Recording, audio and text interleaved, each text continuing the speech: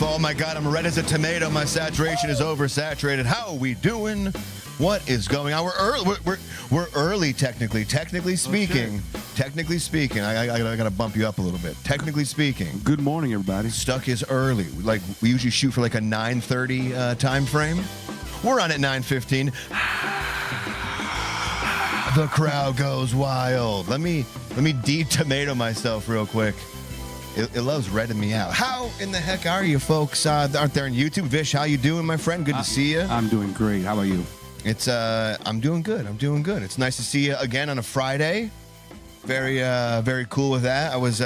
We have a little ritual sometimes before we do the show. We take a drink, we take a smoke, and Vish, I was like, hey Vish, would you like to partake in any of these? And you're like, you know what? I've quitting. I don't do that anymore, you piece of shit. You looked at me, you said that. You said, you piece of shit. I will not.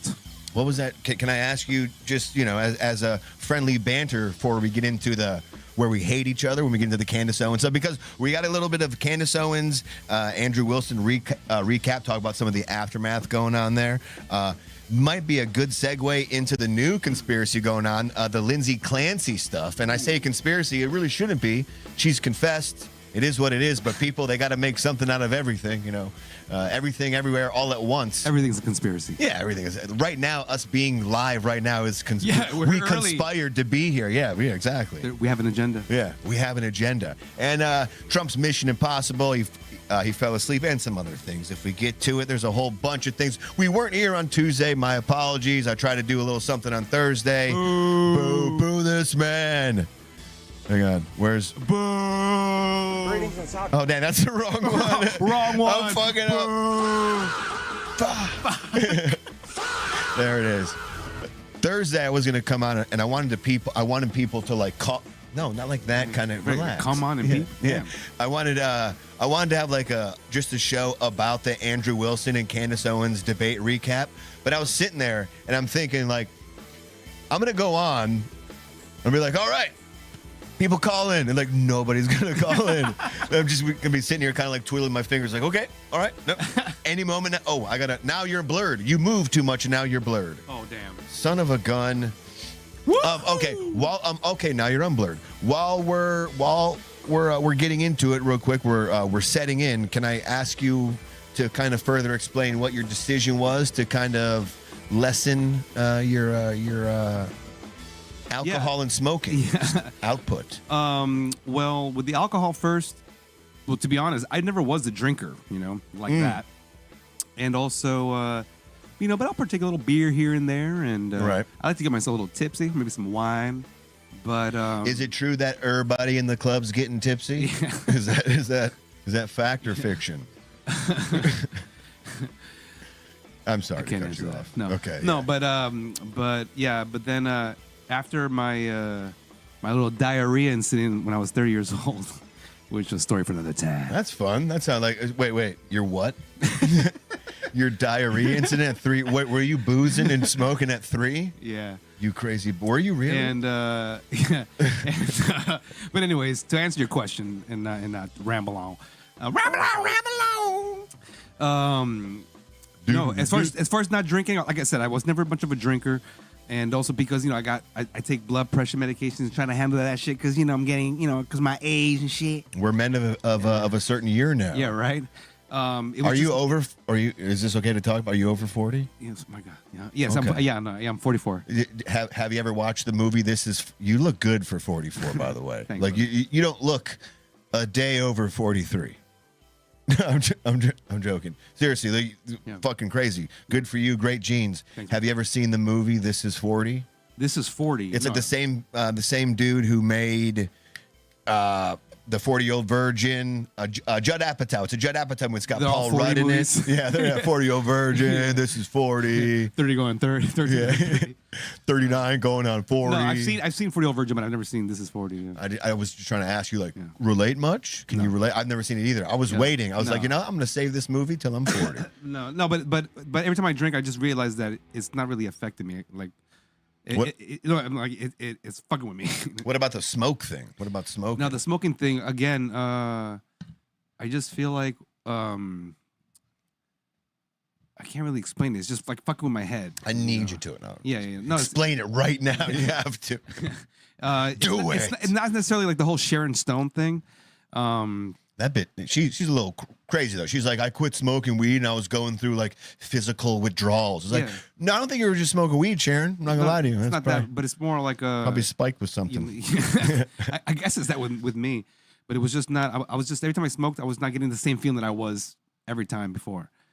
As far as like good, good feeling or whatever. Mab Ducks Raminado Mano. Hell of a name. Oh, Romina Tomanio. Hi, Ducky. Great, awesome name. Love the name. Good times. How's everybody doing tonight? Thanks for hanging out with us.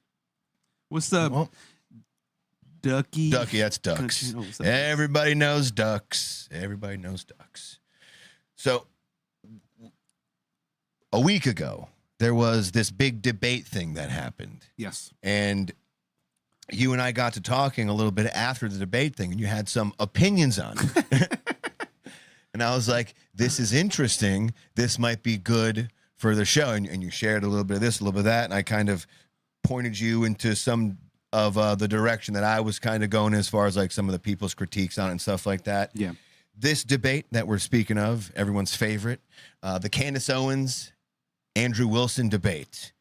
How do you think it went? Who do you think it like? Do you set like? I'm gonna ask you a question. Who do you think won? Right. And what I mean by that is, is there two different levels? Like, is there a sub?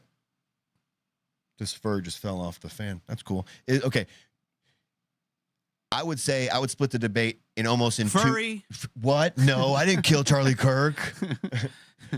You know, okay, that's a over your head. I mean, in your neck. You know, okay. Now I got derailed. What was it? Furry. Yeah. As far as the debate, you could separate it into two kind of levels as far as like what winning looks like. Yeah, I feel like there is the rhetorical, there is the optics, like what looked good, and then there is like the substance. Yeah. As far as those two levels go, do you give one to Candace and one to Andrew? Do you give both to Andrew? Do you give both to Candace? And remember, the rhetorical debate is more so like the optics of it, how it looked, how certain things land. It's not necessarily, evidence or claims based. Just okay. Well, we'll first talk about like what we talked about. Yes, which was after watching everything, I felt it was straight up Candace, and I only say that. Jay Lemp says Candace won hands down. I'm gonna go ahead and say I disagree wholeheartedly, but we'll get there. We'll get there. We'll get there. Yeah. Maybe y'all can call in. When we're too. talking about it, it was that, and then as I kept watching the highlights, yada yada. I mean, at the end of the day, I feel like both fucking like it was just a waste of time, but because at the end of the day, because but I also need to give some context, which I won't ramble on too much in this one. But just give context where I'm coming from. For me, as far as like why I like to watch any of these videos in terms of anything with Charlie Kirk, especially after he got assassinated, is mainly because regardless of me not knowing politics, I'm not versed in any of that shit. I'm not knowledgeable about any of that stuff. But when all that stuff happened, no matter what, it was just I don't even know Charlie Kirk like that. But when that happened, I just felt like you felt something was off. That something was off, like something creepy behind the scene is happening, Right. And I just, obviously you just point your fingers, one of those, I had a gut feeling. Trust me, bro. But vibes. But it's the vibes. It's more like I have a gut feeling that something is just not right. And nobody has a issue with people feeling like that. It's like where the issue and wherein lies the quote problem is when it goes past, like, I'm just asking questions and you're making claims. You're making claims, and then when you're pressed on those claims, you don't really respond to them. This debate, this PBD who was moderating the debate, he fucked up in the beginning because he was supposed like the debate. If you look it up, it was supposed to be Andrew Wilson felt there was, and he was essentially given the side. He didn't really want to debate TPUSA side and or the official narrative, but he was like, listen, you're here to essentially defend that. You're going to play that side. So he says, okay, I'll agree to that just because I want you to be pressed on your questions. Candace Owens was supposed to defend her side in the sense that she felt Tyler Robinson there's overwhelming evidence that he's a patsy, just like Andrew was supposed to debate. There's overwhelming evidence. I keep saying evidence. Yeah, overwhelming evidence. Wabbits. You wascally wabbit. Overwhelming evidence. Sound like a Looney Tune. I know. I feel a little. That's all, folks. That's all, folks. I feel a little wascally right now. He was supposed to defend that there was overwhelming evidence that Tyler Robinson was the main perpetrator, and it felt and it felt. That's why I said that I felt like they both lost in that. Because he didn't prove that the 75%, 85%. That whole thing is like you should be 100%. Like why? That's a C. So it's not. I concur, but she also said there's 0%. When she pulled up the tweet and all that stuff, like, well, you said this. I didn't say that. I didn't say any of that stuff. Well, can you pull up the tweet? And then like, brah, she'll pull up the tweet, and he's just there like, and then proving like what he just said. So it's like, okay, yeah, and then she even went through everything, like, the video footage, which was like blurry as fuck. That, which is like blurry as fuck. And then everything that she was going through was like, and then he, like was kind of caught off guard in the same way that she was also caught off guard when he pulled up that video of her. And she refused to answer any of that stuff. I don't remember exactly what it was that they were talking about, but I remember him pulling up a video of like, that she was full of confidence. Yeah, 100% full confidence. I can assert with full confidence. Yeah. We're gonna go through some clips. Yeah. We're gonna go through some clips because just like you, I do feel like watching it in the moment. What this reminded me of, this debate reminded me of like you can't wait for this new album to come out by an artist, and you listen to it and you're underwhelmed. You're kind of like, but there's also that thing too where deep down inside as a musician, you're like, I got to give this another playthrough. I got to listen. Like sometimes shit grows on you, right? That's how it was for me too. Yeah. Okay, so for me, initially I was with you. I'm like, yeah, he fucking definitely like.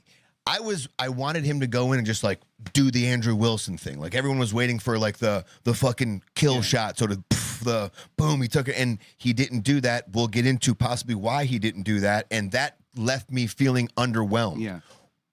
For me though, now after the dust has settled, there have been clips upon clips upon clips, especially if you've been following Candace Owens as far as the Charlie Kirk thing goes, clips upon clips where Andrew Wilson called this whole Operation Let Her Talk. Candace Owens, if you look at the stats of this whole thing, I think she spoke for a good 2/3 of the debate.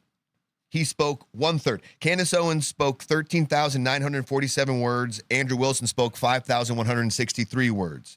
Candace Owens held the floor roughly for about an hour and 44 minutes. Andrew Wilson held the floor roughly for 59 minutes, right? So going in there, he was like, I'm going to let her talk.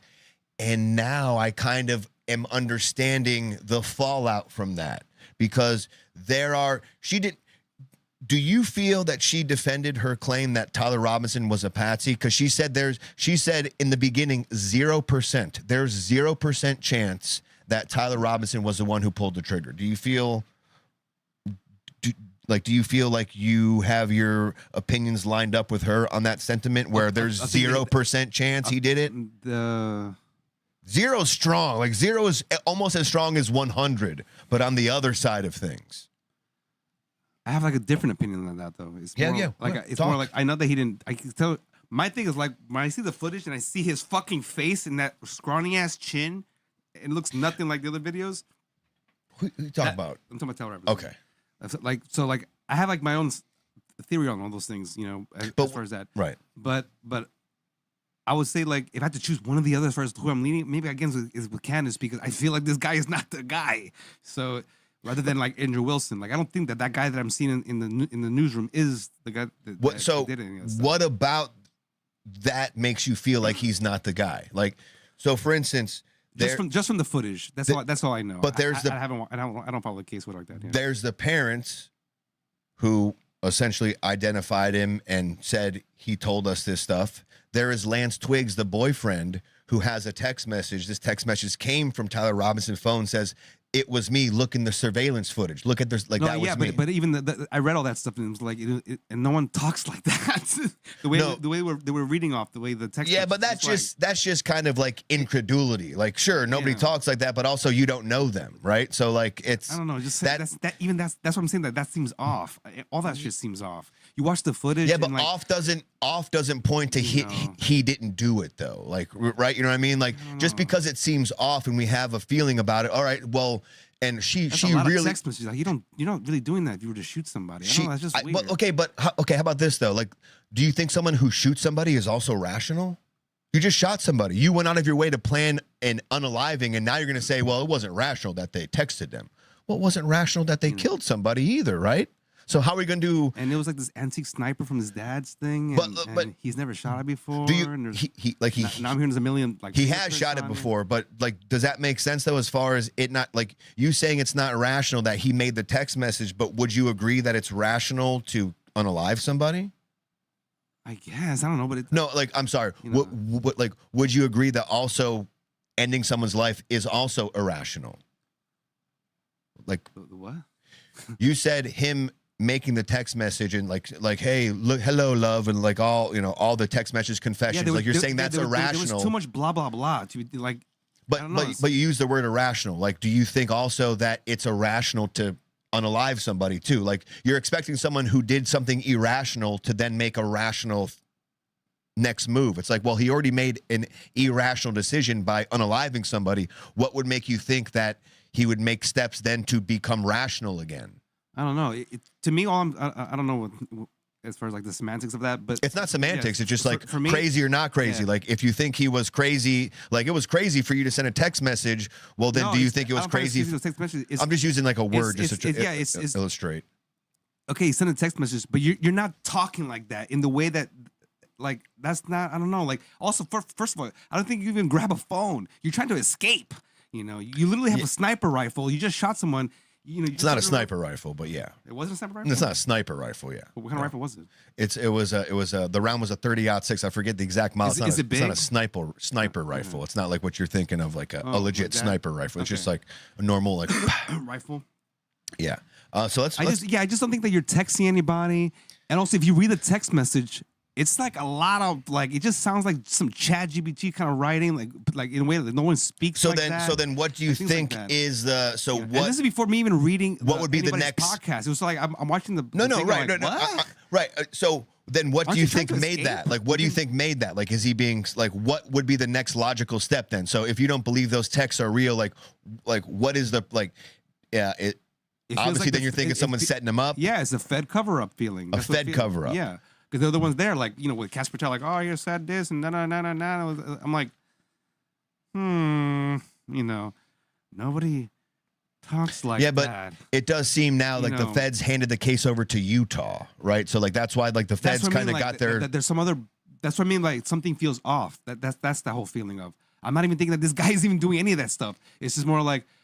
It's like this whole cover-up feeling, like, and that's fine. And I can't like. There's nothing really to debate there as far as like that's what you feel. But as far as it feeling off, like what about just because something feels off, that doesn't mean he didn't do it. So like we have a lot of compelling evidence that says he did do it. So you're saying things feel off. So like what counteracts all the evidence, whether it be hearsay or non-hearsay, that goes against like the official narrative? What's the official narrative? The official narrative is essentially Tyler Robinson for about a month really wanted to take out somebody. I mean, right after he shot him, what was the official narrative that they made? Right after Tyler Robinson shot him, somebody he like jumps off the building, grabs his phone, and like.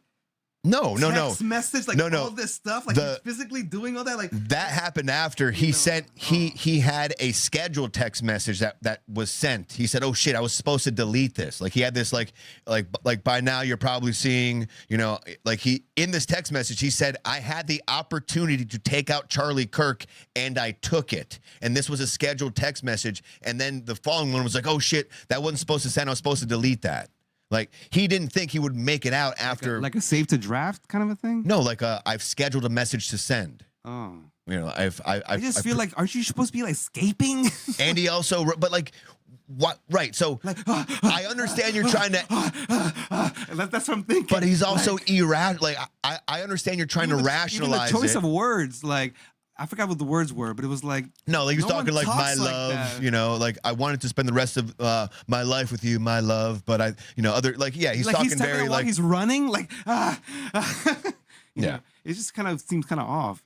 But so that's what I meant. Like that's I off. understand it seems off, but to me, off doesn't give me. I looked the footage of the guy's face, and it looks nothing like the skinny chin guy. Okay, but It's like, but then you have the boyfriend something Lance feels Twiggs literally saying that looks exactly like Tyler Robinson, especially in the bottom two videos. So you have I'm gonna Lance. the boyfriend. This what? So what is your standard of what you can believe then? Like, if you're not going to, but like where? By looking at the actual image, I see the guy's face. Yeah, but I someone- see this guy's face. Right. It doesn't look the same. I mean, That's the proof. I would disagree there. I would think there's a lot of striking similarities, especially when you get to some of the clothes he wears, especially like his build. There's a whole He has like a different. Napoleon Dynamite looking face, and the other one is like this, chiseled chin. Like Which like, do you know which exactly? Like, was that the staircase one? Was that the garage all the one? staircase ones, yeah. All the staircase photos. That's where your incredulity lies. Yeah, in even the staircase when he's ones. like even the ring camera, he's just walking by. It just something just looks off. It just looks weird. Yeah, like there's no question about it that some of the footage we have is very shoddy. It doesn't, it's just like I want it to look better. I want to just go over and so again, what I mean by the grieving of Erica Kirk, also like all of that stuff that everybody is questioning But the same so, thing. like, what- What's with the explosions and that and like? But what like all that like stuff. what do you think everything grieving has to do with It's just Tyler Robinson? Like, what's the connection there? As far as like that, something just feels off. Everyone. I mean, before it got exploded, I was thinking like, what's up with the fucking fireworks? Like okay, and I forgive him. Like, Why can't she forgive him? It's just the way she's presenting it. Does everything just, bro? I'm sorry if I got shot in the neck and you come out in fucking fireworks, bro. I'm gonna haunt the shit out of you guys. Like, what the fuck? Especially when my wife did something like that, I'd be like, what the hell? Yeah. Probably the best compliment I got is from Candace PBD. fans. Stop it. This guy, bro. Yeah, PBD. Like, how did you feel about PBD's moderation? They fucking cover the evidence area, like the cementy thing. Okay. like, Stop stuff for like 1 that. second. Just expound on that little comment there for me. How soon do you think they covered it up? It was pretty quick. But what is pretty quick? To the point where nobody had a chance to investigate it. That's not so what leads you to believe that it wasn't investigated? Because no one's talking about it from their party, from their side. That's not the case at all though, right? So the Sandy Hook shooting. Not even in the How not even fast in like the that case. like more people died in the Sandy Hook shooting. How fast do you think the crime scene was cleaned up and like redone? Like how long do you think that took? The who? The Sandy Hook shooting? The Sandy Hook shooting where the mass shooter came inside like the school and That was the one with the it's a public Alex school. Jones got sued. That's one where he was like Alex Jones saying a bunch of crazy shit. Well, I don't even know Like- that much about the case. So what do you think a reasonable amount of time is for them to allow a crime scene to get investigated and then for it to be essentially cleaned? It's in a public place. It's in a public building. There's a lot of blood on the ground. They didn't clean up, they cleaned a specific area, right? So how long do you think is reasonable? Just because you're like, oh, it's so quick. So how long, like what is reasonable if that was too quick? How long was it, the gap? I don't want to misspeak, so let's just look it up real quick. I feel like it was 2 or 3 days. Let me see. I think there would have been like some kind of like leaked footage of like they're being investigated. There's cops there. Let's see. Didn't they also do a thing where like they were celebrating and created the same tent? Of like, you could take a picture in the same tent that he got shot. Like, what the fuck? Well, that doesn't seem it's the off to same you? tent he used on all campuses, though. It's the same tent he always used. So it's like if you know Charlie Kirk, every time he goes to a college, it's not like they didn't pick like this is the tent he died in. Like no, this is the tent he did all of his not Change My Mind. That's Steven Crowder, but this is the tent that he did all the all those fucking what was those other ones? Those debates. Instagram videos of the military guys giving signals. What was all that stuff about? Oh, what? Just because like I itched my ear, that's a military signal? No, they were doing that. Yeah, but what? So what? First, who's on first? Who's on second? You're saying? Yeah, that sort of stuff. So like, so what did that signal mean? If you think it's a military signal, like? No, see, I was asking you, what are your thoughts on that? Well, I wouldn't call it a military signal. Just nothing. It's just bugs. I mean, they could be communicating to other security guards, but what is the implication you think they were doing there? Like, what were they, like, what was the purpose of the signals? No, I don't know. That's what I was asking you. Like, what are your thoughts on that?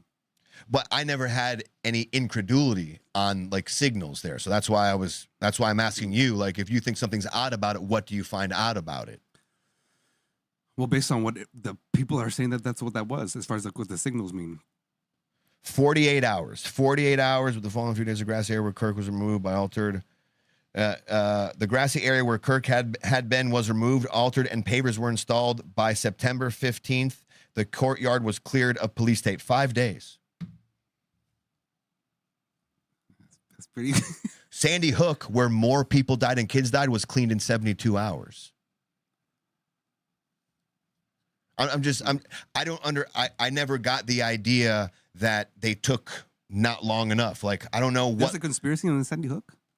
No, there's not. I'm just saying, like, for normal crime scenes, I was just giving an example. Like this, more people died there, and it took them less amount of time to clear the scene, gather the evidence that they need, and then move on and not have, blood on the floor and stuff like that, where the public kind of walks. Same thing with Utah. This is a public school. They're not. It's going to be expedited a little bit. So I guess what I'm trying to ask is, you think they cleaned it before police were able to examine the crime scene? Is that really what you think? Yeah, because there was no footage of any police being there investigating anything. When is there footage of police investigating things? So you always need video footage of something happening for it to be legit? Well, if it's I'm sure if you looked it up, you might be able to find of it. A high figure in compared to we have the random kids that nobody. Random kids. But, mass shootings it's horrible. But it's. That's big national news. Yeah, but there's nothing to cover up. A kid went in there and shot people. That's it. It's not like, I mean, Alex Jones would disagree. Like people do make conspiracies. Yeah, I know. I would say the same thing about Candace Owens. People are just trying to make a conspiracy out of nothing. I guess all I'm trying to say is I'll rest on the point that I don't find it odd that it was cleaned in 4 to 5 days, especially knowing how other crime scenes, or looking up as far doing a little research and seeing how often and how long rather it takes for other really, really public crime scenes to be cleaned. It's within reason to believe that this was about an average amount of time, especially in a highly foot traffic public area. Okay. So that never really seemed that off to me. What about the whole neck shot? What's your question about the neck shot? That wasn't his neck supposed to explode? No. Supposed to? No. Probability? Sure. Yeah, there's a probability it could have, but there's also a lower probability, kind of how it played out, that it didn't. That was an upward, a 10 to 15 degree angle. So it wasn't like a lot of the videos you see online. They're just shooting straight at it. Like they're not at that same angle. Maybe they're at the rough distance, but they're also not that 10, 15, 20 degree angle above where it was. And also, to take into account, this was a soft point bullet. This wasn't an armor-piercing bullet. Soft point bullets have been known to fall apart before they even hit their target. Not all the time, depending on kind of what grain you use and if you're making the bullet themselves. But you'll talk to a lot of people, and there's two different crowds out there. I know specifically my cousin, he hunts with a 30-06. I'm not even sure he's used the soft point or whatever it is, but there's been numerous times where the bullet doesn't penetrate. I mean, it doesn't go all the way through. Okay. Right? So that's not that odd. Furthermore, the 30-06 with the M1 Garand and the Springfield rifle, we have a slew of data as far as that round goes. More importantly, too, we have data on the armor-piercing round, which is more powerful than the soft point. But that round has been used in World War I, the Korean War, World War II, and even limited in Vietnam. So that bullet has a lot of stuff. And there is a percentage that it doesn't go through, especially when it comes into contact with a very fleshy part and or bone. And the thought is, or at least what the official report is, the bullet traveled down, hit his neck, and then angled downwards and stopped pretty much at his spine. So it hit bone. Okay. So not all the time does a neck go like that. I mean, look at Martin Luther King. That was almost like it went through something, and I think it lodged in his shoulder, but it didn't blow up, and he was hit with the same round, a 30-06, same exact round, and it didn't go through the last part. Okay, interesting. So like that part, at first I had questions, but then when you look into it a little bit and and people will say, "Oh no, that's incorrect, that's wrong, that's not how that works." The data says otherwise. It's all, I guess, some people's opinions are anecdotal that you take, but then you take the anecdotal opinions with the data and you kind of build off that. Okay. Now let's go back to the debate thing. Yeah. Andrew Wilson starts with that speech thing. Well, that every opening, like every debate usually has like an opening statement. Yeah. And he was like, I'm here to debate this. He didn't even want to debate that side of things. He read a text message that was from... Was that at the beginning? I think that was towards the end. Yeah, the very beginning. Yeah. Yeah. And that was saying great. something that he got a text message from Charlie saying he's just trying to kill me. He was in contact with TPUSA, and TPUSA seeming to think that Andrew is in good faith. Not someone who's trying to slam TPUSA. Apparently, allegedly, they gave him a text message that Charlie Kirk sent the day before to his security, saying, "You guys are only supposed to protect one person. That's me. The left is trying to kill me." Yeah. And then there's that.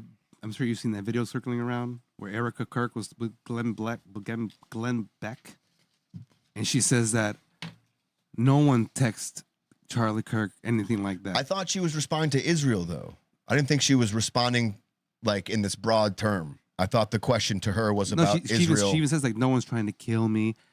Kill her. Kill her. No, kill him. Of Charlie. I know this because I have his phone. So you think they're bullshitting about the text that Andrew read? Yes. Interesting. Also, do you have any incredulity towards Candace's claims? Even watching. Well, I mean, to start off right off the bat, I don't even like that guy. Well, yeah, okay, cool. He sucks. He's shit. Whatever. Blah. Like, but what does that have to do with the substance? But I went in there like not caring about any of those people. I was just more like, let me just listen and whatever.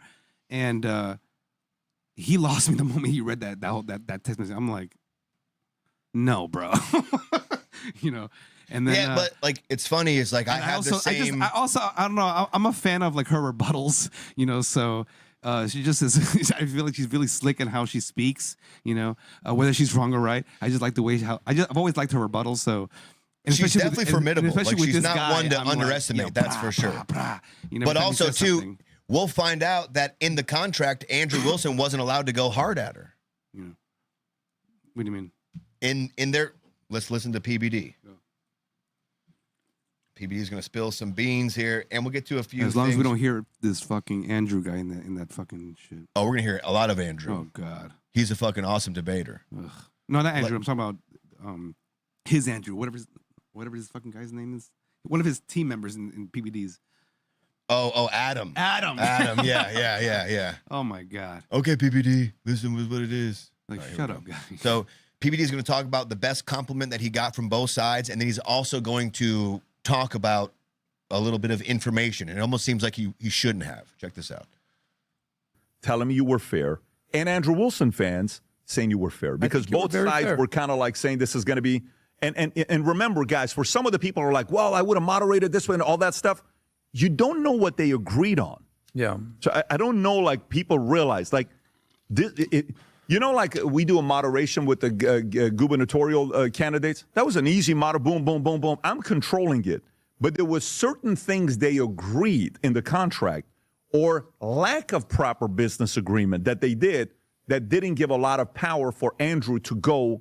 And that's part of the deal. And also, too, think about it like this. If Andrew Wilson went in doing his normal type of like really like vicious, like blood sports debate, like as like she would have shut it down. Like she would have walked away. They agreed to an hour and a half of me defending, the official narrative, even that's not what he's there for. Yeah. And they agreed to an hour and a half of her defending her overwhelming evidence of why Tyler Robinson is a patsy.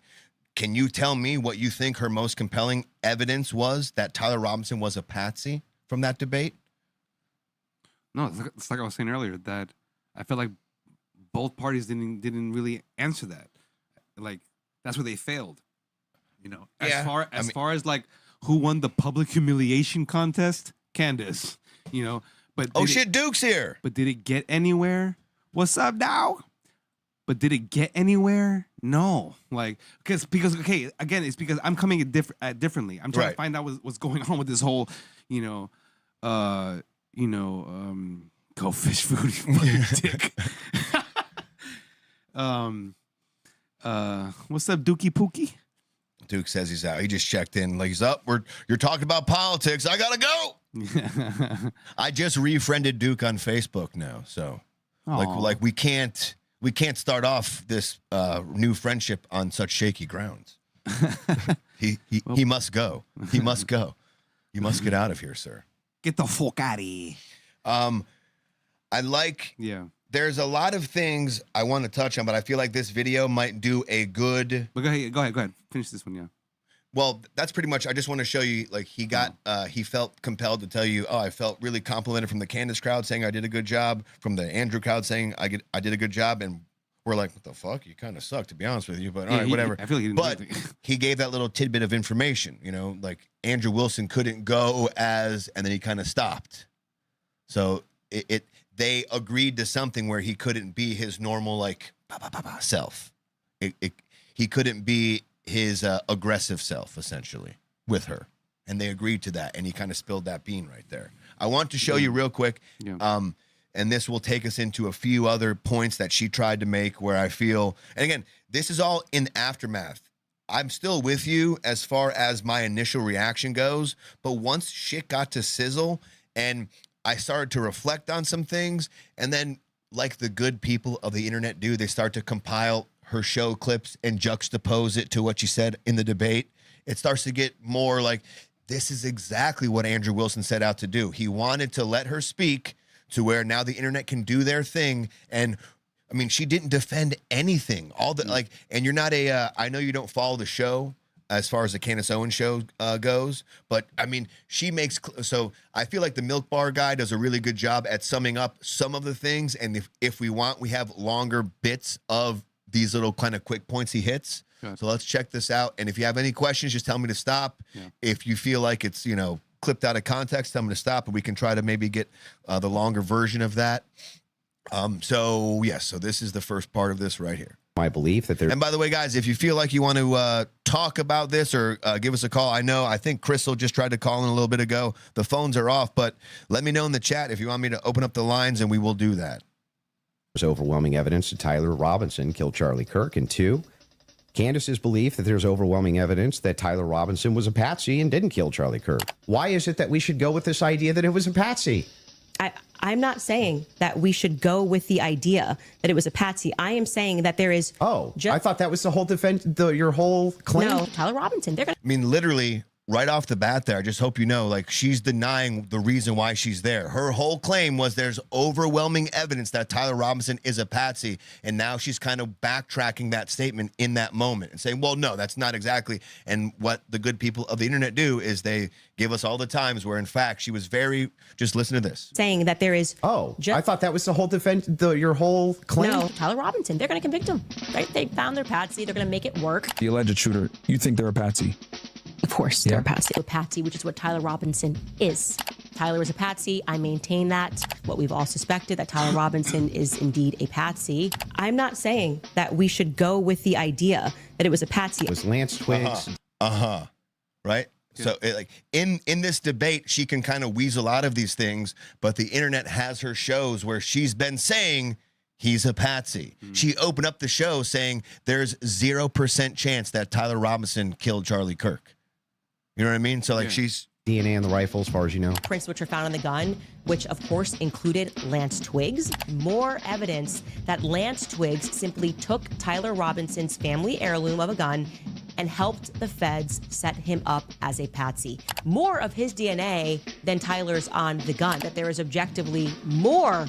This was 1 week before. This was 1 week before the debate. August 7th of 2026. The debate happened August 15th. She's saying there's overwhelming evidence that Lance Twiggs did commit this crime because his DNA is on the gun. Overwhelming evidence that Lance And did Twiggs. they prove that in the official records that there's more than His one? DNA is Lance Twiggs' DNA is not on the gun at all. It's on the screwdriver and it's on the towel. His DNA was nowhere near the gun.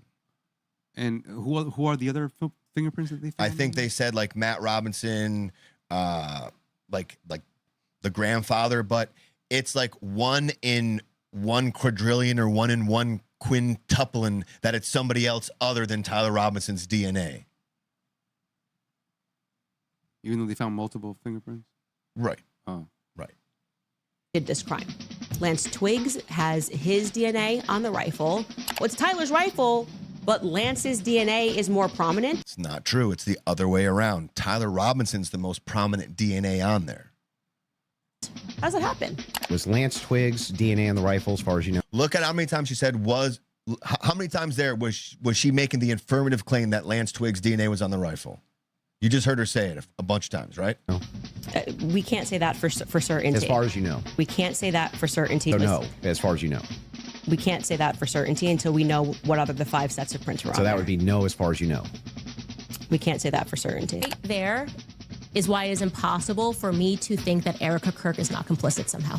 That Tyler Robinson was 100% responsible for the death of Charlie Kirk. Let's just say she believed it with every fiber of her being, believed all the evidence, because she did. She just actually did. Would it then follow that somehow she's complicit in his death? I didn't say implicit in death. Amount of evidence that is now piling up against Erica Kirk. I've seen enough. Erica Kirk should be dragged into a police precinct. I'm at the point right now, I want Erica to just drop a book like, If I Did Do It, you know, like OJ did. If I Did Do It by Erica Kirk, the Black Widow, the C. If I Did It, the Black Widow, but I never said she was complicit in his death. What are you talking about? But she calls her the Black Widow CEO. She wants Erica Kirk to release a book called If I Did It, like O.J. Simpson did. But she's like, no, I never said she was complicit. Yeah, I think Erica is calculated, and I want to say to JD Vance, you better wake up fast, okay? That's a Black Widow, my friend. You will get bit.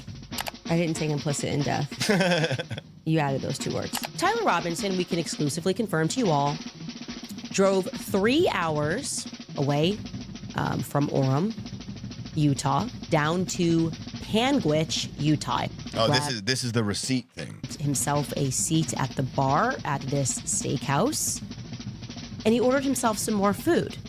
So there's no evidence that Tyler was at that steakhouse? I would say the receipt with his debit card number, it would be some hard evidence. The owner of the steakhouse came out and said there's no confirmation that it was Tyler Robinson. The video footage that this person released was some guy's head blocked out and them interviewing. So you were the one, or you knew the person who served Tyler Robinson? He's like, yeah. And then there's like a blurred receipt going around. That's, and this is her saying, I can confirm that he was there. Again, there was a literal receipt. There's a literal receipt for that because, as we said, he paid with his debit card. Is there proof that that was actually his debit card that he paid with? I think you should follow the person that is behind that story. Well, the reason I'm asking you... See how she's so confident during her show, but during the debate, she's not answering questions. This was a lot of people's problem with her obfuscation and just kind of this freaking, dance around the... But this is the whole purpose of letting her talk. We have hours and hours. We have 11 months of footage of you saying these affirmative claims, and here you are essentially going against them. It's going to look really bad when they're juxtaposed against each other. And we'll get to where I think Andrew Wilson fucked up, too. I'm not saying he did a perfect job. It was because you always include it in your timeline. Now updated timeline to get from Orem down to Panguitch. And as soon as he got done and bought himself a steak down in Panguitch, We broke the story that Tyler was eating a steak down in Panguitch and drives 3 hours down to Panguitch. So should that be added in an official timeline that it's you in give? my timeline. It's my show, and we can add and subtract what we want, and we do. If You we can get do what something you wrong, want, sure, but Well, I'm I just wanted to asking, make sure. should you include a thing that you know hasn't actually been verified to be Tyler Robinson's? Yes, you should. If we're trying to build a timeline, you should. Now, you have stated multiple times that you believe that Israel's involved in the death of Charlie Kirk. Can you give Yes, me... we can pull up the clip. That's what all of the evidence and all of the behavior points to, is Israel's involvement. Those of us who believe that there is mounting evidence that Israel put a hit on Charlie Kirk, I think France and Israel are involved in Charlie Kirk's assassination. And I'm going to put that out there with full confidence. So I'm asking, if you think that Israel and France were involved in the assassination of Charlie Kirk, and you say with full confidence, I'm just asking for the evidence, or at least walk me through the mindset of why it is that you could think that with I evidence. actually don't have to walk you through why I think. Between 0 to Okay.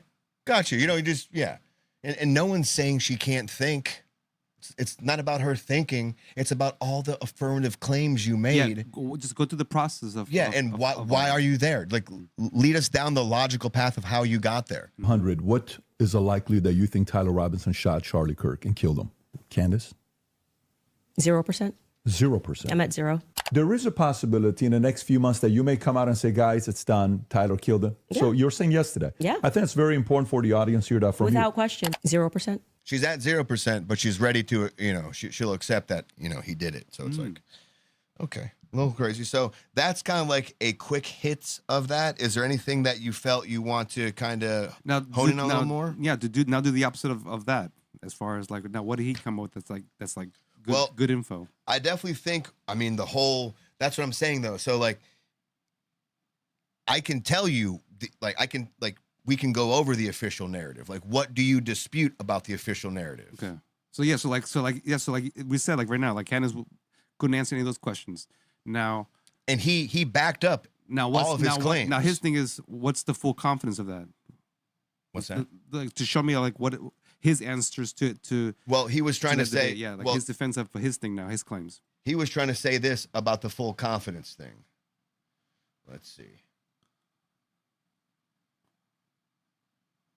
This is the more full clip of the full confidence thing, and just him explaining that. Do you have any evidence that if that's what you're asking? Erica Kirk? No, it's like the opposite now. Like the video now, as far as like, 'cause that was video. Obviously, is like, you know, but that would almost be like the Candace thing. Like boring to play. Like what's the Andrew Wilson one? Like if you have questions, ask. You know what I mean? Like the official narrative is out there. There are things to back up that. What we were waiting for here is her to back up her claims as far as all the affirmative claims she's made since this has happened. We have like it's a different conversation if you don't believe the official narrative, but there are things that back that up. That whole trial, like she tries to say, was not based on hearsay. I hope you know that. Like the whole, like she tried to say the whole preliminary hearing is based on hearsay, and that is not the case at all. That is not the case at all. In fact, let me pull up this that kind of further illustrates that. And if you know, we can keep the questions going here. Let's see. I want to find the right one.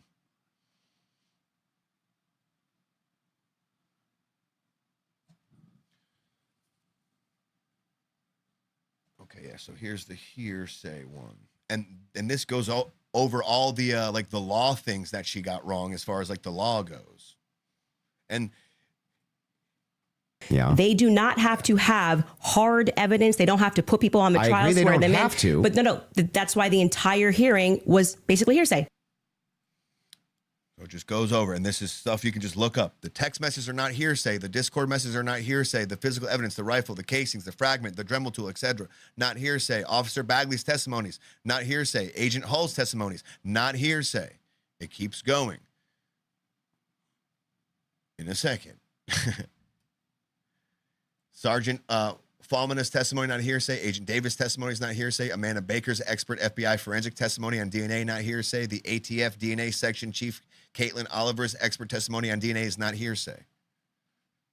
So she's just saying things that aren't necessarily true. And if you're not, then we look at the filings, which came from the defense, and they were requesting an extension saying, we have gone to the prosecution, and we have requested all of this stuff in discovery. Are you just making stuff up? Yes, Your Honor. My report at the last hearing is the latest report. As of June 18th, we had provided approximately 100% of the material in our possession. Over the last week, we have received additional material. So this is the prosecution saying we've given the defense 100% of the materials that we have in our possession. From SBI due to preparation for this hearing. Those materials have not yet been provided, but they will be as soon as this hearing is complete.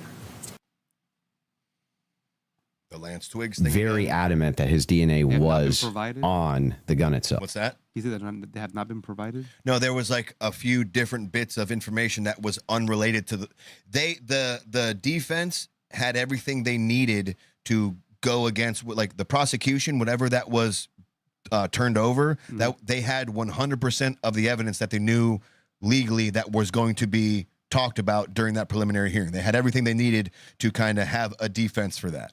So they were just saying there was new information that isn't pertinent to the preliminary hearing that will be given to them after the hearing's done. So this goes over the DNA right here. Lance Twiggs' DNA was not found on the rifle. Tyler was the major contributor to the DNA on the rifle. That's very important. Tyler and Lance's DNA was found on the screwdriver, and on the screwdriver, Tyler was the major contributor on the screwdriver, 89% versus Twiggs, 11%. Tyler and Lance's DNA was found on the towel. Tyler was the major contributor, 95% to Twiggs, 5%. There was no DNA of Lance Twiggs found on the rifle.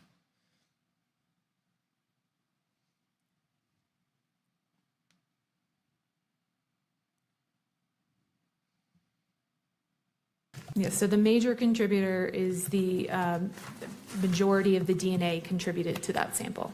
Analyzed in this question in calculation number 3. For this exhibit, the DNA profile was at least 1 trillion times more likely if it originated from Tyler Robinson.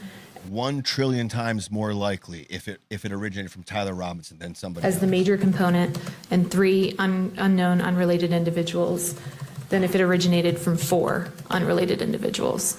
You say at least 1 trillion times more likely. So it could be a much higher number than 1 trillion. Is that accurate? It's possible. So it's 1 trillion times more likely that the DNA of the 4 samples of that DNA, that is Tyler Robinson's, juxtaposed to the other 3. It's 1 trillion times more likely that it's his as opposed to 4 random DNA things. Yeah, she got the limited use, like she kept calling it use immunity, and she got that wrong. Limited use immunity.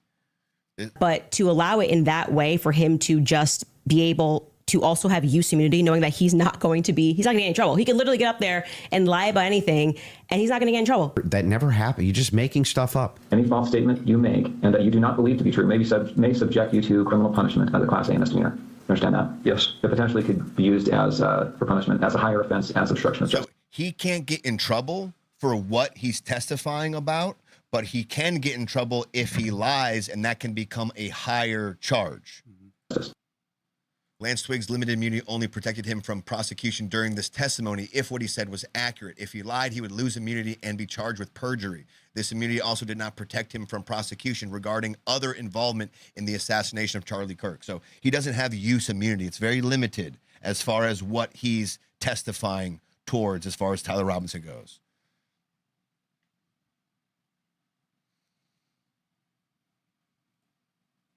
Meaning for somebody who has, that is not compelling to me for somebody who has use immunity to give a testimony and to say, I'm not really sure, but definitely like he wears jeans and stuff. It's not. That's not what he said. He did. Actually, you can get a fact check.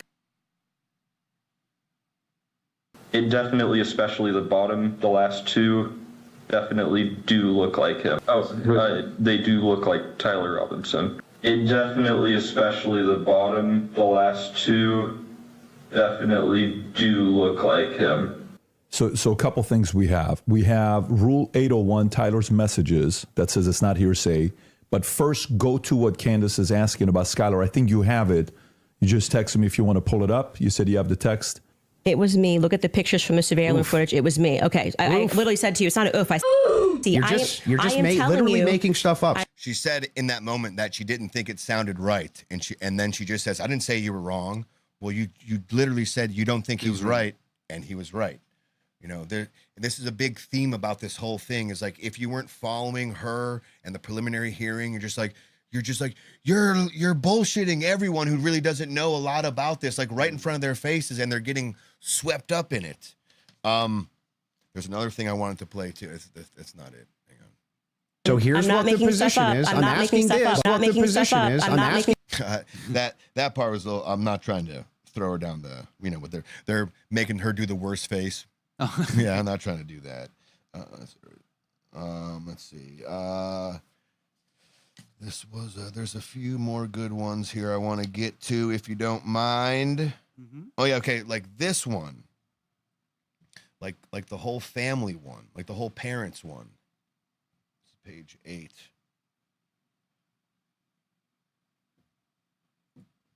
Talking about the parents. So there was a testimony given by the parents, and Candace Owens is trying to say there's also a third contributor there, and they kind of they've taken all 3 testimonies and kind of put them together to get what we're looking on the charging document. And she's just, hopefully this clip does it justice. What are we looking at Robinson's mother explained that over the last year or so, I'm sorry. Can you zoom in a little bit? Is this the charging doc? I can't see it. Robinson's father reported that when his wife showed him the surveillance image of the suspected shooter in the news, he agreed that it looked like their son. He also believed that the rifle that police suspected the shooter used matched the rifle that was given to his son as a gift. As a result, Robinson's father contacted his son and asked him to send a photo of the rifle, which makes sense with the text messages. Mm-hmm. Robinson did not respond. However, Robinson's father spoke on the phone with Robinson. Robinson implied he planned to take his own life. Robinson's parents were able to convince him to meet at their home. Yes. So this is proving my point. This is from the charging document, correct? Mm-hmm. Yeah. So what I'm saying to you is that 3 people got interviewed on that night. Mike Mitchell got interviewed, Amber Robinson got interviewed, and Matt Robinson got interviewed. Of the 3 of them, only one of them actually wrote a statement, which was referred to in this preliminary trial. He came in, I believe, in March, Mike Mitchell, and he wrote a statement, which I find to be very shady that they decided to bring. But why aren't the parents disputing that? So this is a great point. I don't know if you caught this in real time. So she's trying to say that, well, actually, this statement was written by this Mike Mitchell character, right? Mm-hmm. And they're saying, oh, the parents said this. They recognized it was Tyler. Tyler called and said, I did it, blah, blah, blah. And she's kind of implying here, like, they didn't say that. It was the Mike Mitchell guy who said that, and they're putting that in with all 3, right? Mm-hmm. So Andrew's question here is, well, why didn't the parents say, no, we never said that? Like, why wouldn't they be speaking up? A statement, which I find to be very shady that they decided to bring. But why aren't the parents disputing that? No. Well, first off, that's the question I've been asking. The parents are not going to ever play in court, play to the cameras in court when they have a legal team that is going to be advising them not to speak to the court because your son could go to prison forever. But they're playing to somebody else who's your source? So they're not going to go out in public, but they'll go talk to a source that Candace knows. So they're not going to tell the public and, be like, hey, we never said any of these things. The state's lying about that. We never said it looked like our son. Do you know any parent who wouldn't do that? Who wouldn't make a big hullabaloo about they're lying? I never said anything like that. Like, would you just be like, no, I'm not going to say anything? Does that make sense to you? No. Like, would the parents be on the hush-hush about it? Like, if they knew that in the charging document, they're being described as the ones who said, I talked to Tyler. Tyler said he was feeling suicidal. He said he was the one who did it, right? If you're the parents and you're like, we never said that, would you just be like, shh? Yeah. You'd speak up. You speak up as far as like, yeah. Gag order. And even if there was a gag order, Candace is still claiming that the parents went to a source. Mm-hmm. So it's like, why would they go to your source but not tell the public if there's like some type of, and why would there be a gag order? I'm not going to address that. They're playing to someone else who's your source but won't go publicly tell the media this is not true? Well, what I did not. I want to do the 7 charges thing for you because, that I felt that was a bad look for Andrew. I really did. Do you have any questions thus far? And what was his claims again? As far as what was the overwhelming evidence? Was the one that you guys were? You want me to go? It was the fingerprints. You want me to go? Yeah. I'll go over. There is 3 or 4 text messages. There is the Discord message. Mm-hmm. his DNA on the rifle, the screwdriver, the towel, the surveillance footage, it being corroborated by people who know him, it seemed to be him. It being that family's rifle.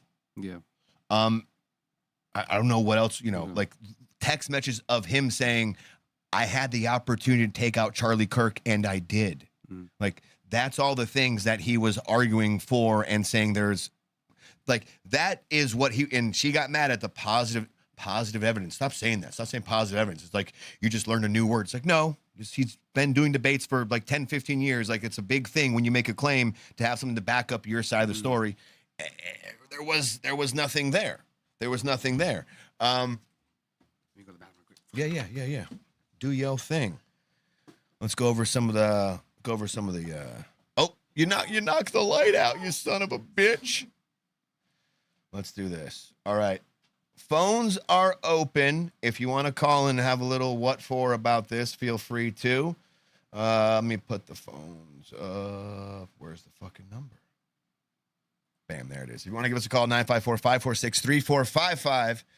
954-546-3455. Shamrock says, continue the conversation. We're stuck in the middle. We got to put that Discord chat up there too, as well. Not you, Candace. I have to find not you, Candace, not you, Shamrock. I have to find the right link because I always put up a link and the link always fucking expires.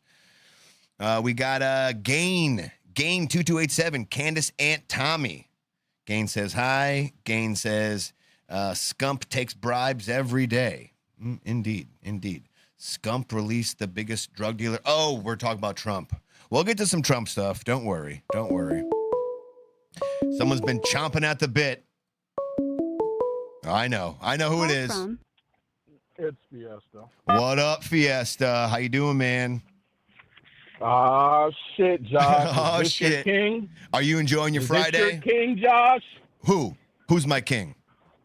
Is Andrew Wilson your king, Josh? Is this who you're backing up, man? I wouldn't call him my king, but I do enjoy people who enjoy logic. So yeah, for sure. You've never seen Wakanda, then?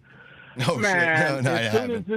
As soon as this dickhead said murder as a charge, bro, it was over. Like, what are you guys talking about? Let me ask you a question. Rudy Poo. Let me ask you. Who's this? This is Fiesta. Fiesta. Fiesta, say what's up to Vish. Vish is hanging out with us. I don't think you guys met before. Hey, what's up, player? What's up, Dow? Yeah. So if we're gonna hold that same standard, so you think Andrew Wilson messed up? He said murder, and it should have been aggravated murder, right? No, not even just murder. The fact that he didn't know any other charges, and he tried to get off with that murder bullshit like an idiot. Well, that was the big thing, though. Go ahead, bro. Go ahead. No, I'm saying that was a big thing. Did Candace fuck up the charges? Not that I know of. I thought she did chronological order too. So she definitely did. So just if we're gonna hold Andrew Wilson to the same standard, where instead of saying aggravated murder, he said murder. Candace Owens said discharge of a weapon, right? Felony discharge of a weapon. That wasn't the charge, my man. The charge is felony discharge of a weapon that causes seriously bodily harm. That's literally a first-degree felony juxtaposed to a third-degree felony. So if we're holding the people the same logic, she fucked up the charges. Will you acknowledge? Will you acknowledge she fucked up the charges? Standard when she named off. Will you acknowledge she fucked right? Regardless, will you acknowledge that she fucked up that charge? Regardless, bro. It is. Yes or no. We don't even got to go back and forth. It is. Exactly. Will you acknowledge she fucked up the charges? She fucked up that charge. Which one? Okay, so she fucked up 1 out of 7 charges, and he can only name one charge and didn't even get that right. Yes, that's the standard we're gonna hold. I can concede to you that he fucked up the other 6. If you can concede to me that she fucked up that one charge when she was supposed to be spot on about it. She's been covering this for 11 months, and she fucked up that charge. And she took about a solid minute to actually answer that question too, which was kind of funny. But she fucked up the charge. If we're gonna be mad, he kept talking over her. But bro, no, he did not. He did not. Candace Owens, Josh, dude. I asked you a question, bro. She missed the charge by how many words? Okay. I have to address so many fucking things here. You just said he talked over her, yet she talked for 2/3 of the debate. We went over the. No, he wasn't, bro. He was trying to count. He was trying to count with his fingers, like, "Come on, let's do it. Let's go. Let's go." During that, yeah. Like during that, yeah, for sure. I'm gonna take longer. I agree with you. I thought that was a horrible look. Why did you lie and say he didn't talk over her? No, because I thought you were saying like in general. I didn't know you were talking about that one point. Because I was going to say in general, she talked about 2/3 of the time, and he talked about 1/3 of the time. But yeah, in that he was trying to get a gotcha. They're like, yeah, I felt like in that moment it looked bad upon him. But also too, let me ask you this: what does not knowing the charges? First of all, what we care about is the main charge of Tyler Robinson: murder, aggravated murder, whatever you want to call about. All those little second ones, like break and entering, we don't give a fuck about those. Do you really care about all the second degree charges OJ got? No, we're looking at the thing that we're talking about. So whatever that, I will grant you that. I will concede it didn't look good for him. But what does not knowing the charges, what does that have to do with actually understanding what evidence is available in the case? Because obviously she didn't know the charges either. She got the charges wrong too. If we're going to hold her to the same standard as we're going to hold him. Didn't she say all 7 of them? No. She messed up one. She got 1 charge out of 7 wrong. I'm not disagreeing with you. That you don't know. It just shows that you're not thorough and you don't know what's going on. I disagree. I disagree completely. There's no way she asked you to do 1 charge and you just don't say aggravated murder. We just went over the amount of times that she's been covering this case for 11 months, that she got numerous things as far as limited use immunity. She got that wrong. She got the idea that the entire preliminary hearing was based on hearsay. She got that wrong. So it's just interesting. She didn't say the whole thing. She said most of it. No, she said it was based on. You would expect. No. You would expect errors from somebody that gets all this information. That's information overload. So you give her credit for errors, but you're like, Andrew Wilson, he got 1 wrong. So he's like listen, I agree with you. I don't think that was a good look. I just watched the video of Andrew saying that the FBI's case was shit. They couldn't find anything, and it's going to be people on the internet that solve this. I just seen the video. He said that. So he's not disagreeing. How does he come back around? He thinks. Champion them, and he doesn't even know the information. Well, that's the problem when you only go off clips, Fiesta, is you only get half of you only get like 1/4 of the story. He thinks that there is a conspiracy, but he thinks there's more conspiracy on the left. The people he was talking in with Discord, the people he was associating with, he thinks there was more of a conspiracy. But on that side of things, not like France or Israel or fucking bees did it. He's like, yeah, I could definitely concede the fact that there feels like there's something more here, but right now I'm going off his words, the overwhelming evidence that Tyler Robinson did it. There are questions as far as how we got into the Discord, some of the messages he sent. For sure. But he also said that their whole case is shit. They can't prove that that's him. It doesn't look like him. He said all that. So how do you circle back around and you're the champion for this guy now? But money. Here's the problem though, is what you're referencing is clips of him maybe 3 or 4 months before the preliminary trial, before we got the parents, before we got Lance Twiggs. I mean, the guy asked Lance Twiggs for a Dremel. But you don't have the parents. Yes, we do. Yes, we do. And let's go down. What do you mean we don't have the parents? Hang on. One thing at a time. What do you mean we don't have the parents? Where is their statement? Their statement is in the official charging document where they said the dad talked to Tyler. Tyler confessed to him. They said, "Here, come over to the house." Yes, that's in dispute.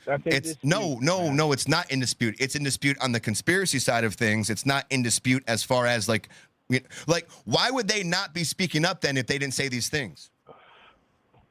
Well, you want my humble opinion? Yes, that's the only thing I want. Yeah, I think that the guy's a patsy. No. The parents. Let's stick to the parents. So the parents are in on it. I know, but I'm telling you, we're talking about the parents. Josh, you got to connect the dots, bro. Let me connect the dots. But you're not connecting the dots. You're going from 1 to 3 to 5 to 7 to 9 to 11. I'm asking you. We're talking about the parents. That's if you're slow. I'm going 1 and 2. No, it's not if we're slow. You haven't made the logical connection yet. You haven't made. You haven't told me yet as far as why you think if the parents didn't why do you think if the parents didn't make that statement, why wouldn't they be speaking up about that statement? Why would they not say he's being set up? He's a patsy, and I think that they got to the parents and said, look, your son's going down for this. You guys can either rock with it or you can go to sleep forever. Yeah. Nobody's going to care. Nobody's going to wonder. So evidence, what do you want to do? Evidence of that? JFK murder. But still evidence of that? Do you have evidence of that, or is that just feels? No, I said that's my humble opinion. Right, but I'm saying, okay, so this is going to be, you're allowed to have your opinion. I'm just asking you, what do you have that backs up that opinion besides feels? I'm backing it up because why didn't they go on TV and say that their son did it? Why isn't there a clear written statement signed by both parents, not this other third person party along with it? Why didn't they go on TV and say their son didn't do it? I just told you my humble opinion. I know, and I'm giving you the same logic back. We're just going off feels. Okay, for sure. Now, You don't think the government's capable of doing anything behind the scenes? Hang on, Fiesta. Vish is asking a question. You don't think the government is capable of doing anything, fishy behind the scenes? Of course. But what is that? What does thinking the government is capable of doing things connect the dots to them doing something here? Of course, the government is capable. They're capable of doing a lot of things. But this is what's shameful on your part, Josh, and this is why I'm very disappointed in you. Everything that your uncle went through. That's fine. We're poisoning the well. That's okay. You've been calling this guy guilty for the last month and a half. Yes, because there's overwhelming evidence as far as okay. So Josh, what's overwhelming probable evidence? cause? One time I talked to you, you said his car was there. How do you know it was his car? How do you know it wasn't his car? Because his car has one tailpipe, and the car that they had impounded has two tailpipes. Yeah, but the footage is very blurry. How do you know it was his car? Can you bring up that? Can you bring up that footage? What footage? Wherever that confirms that it had two tailpipes or one tailpipe, can you bring that up? Because never seen that before. Look at the impounded car. Look up the impounded car. It has two tailpipes on it. And what are you judging off that had one tailpipe? The grainy, blurry video camera footage that you also don't attribute to it being Tyler Robinson, but in this instance, you'll say that car had one tailpipe? Shamrock, who is they? We're talking about the government. No, people that know him and it's going out that they went to his car and he has one tailpipe. Yeah. I'm not sure about that, okay, but, all right, let's go what I will. So degraded fingerprints. That was the killer too. How are you the last person to shoot the gun, but you have the most degraded fingerprints? Explain that. His DNA was the most overwhelming on that gun. Furthermore, degraded fingerprints. Degraded. Yes. And what does that mean? How do fingerprints get degraded? If you're the expert here, because I'd love to know, because I know some things, but I don't got to be the expert. They said it was degraded. But you think it's degraded? Yeah. So, why do I got to be the expert? But what does that mean? Information you got. All right. So let me tell you how sometimes fingerprints work. Usually, if you're the last person to touch. Are you an expert? I've looked things up. I'm not an expert, but I can tell you. I don't want to hear it. I just want to hear from an expert. Okay, I don't want to hear your opinion. Well, that's fine. I don't want to hear your opinion either. So what are we doing here? Your opinion. How does it get degraded when you're the last person? I thought you didn't want to hear my opinion. Sure. All right, so what are we doing here if you don't hear my opinion? We're both not experts, so what the fuck are we doing? Well, I'm bringing it up. You started it off. I'm asking you, why do you think something on it? So I just brought it back to you. Yes, firstly I ask you, like, what does degraded mean? Where do you get the idea that it was degraded? Like what makes the idea that if Tyler Robinson's fingerprints were on the gun, why would it be degraded? Like, what makes you incredulous about that claim that they were degraded? Because I have a perfect answer for that. Well, I'm going off of what Candace said, and if that's true, and if you have the most degraded prints on them out of 5 multiple people, bro, you weren't the last one to touch the gun. Incorrect. Very simple. Incorrect. It's rubbing up against his leg. It's in his pants. All that DNA would be fresh, bro. Come on. Incorrect. Okay. All right. Explain the correct, please. If you are the last person to touch a gun or something like that, like DNA, fingerprints, the likelihood that the DNA and the fingerprints didn't settle on the gun is astronomically high. Especially then if after you used it, you ran to the when woods. I grab a gun, my fingerprints don't go on the gun. Astronomically high numbers, I'm sure. Go ahead. That's why people wear gloves, huh? So this is why you're like, listen, incredulity doesn't make your opinion correct. I'm just giving you like facts as far as how degraded fingerprints works. It's fine if you're incredulous, but I'm just letting you know that if I touch something recently and it doesn't have time to set in on the gun, doesn't have time to kind of like make its mark on there, it could become degraded like the longer it sits, the easier it is to set in and not get degraded, depending on its conditions. But if I just touch something, right, and then I go put it somewhere, the probability of that DNA and fingerprints being degraded is more likely because it hasn't had time to set in on whatever surface it's there. Okay, cool. Granted.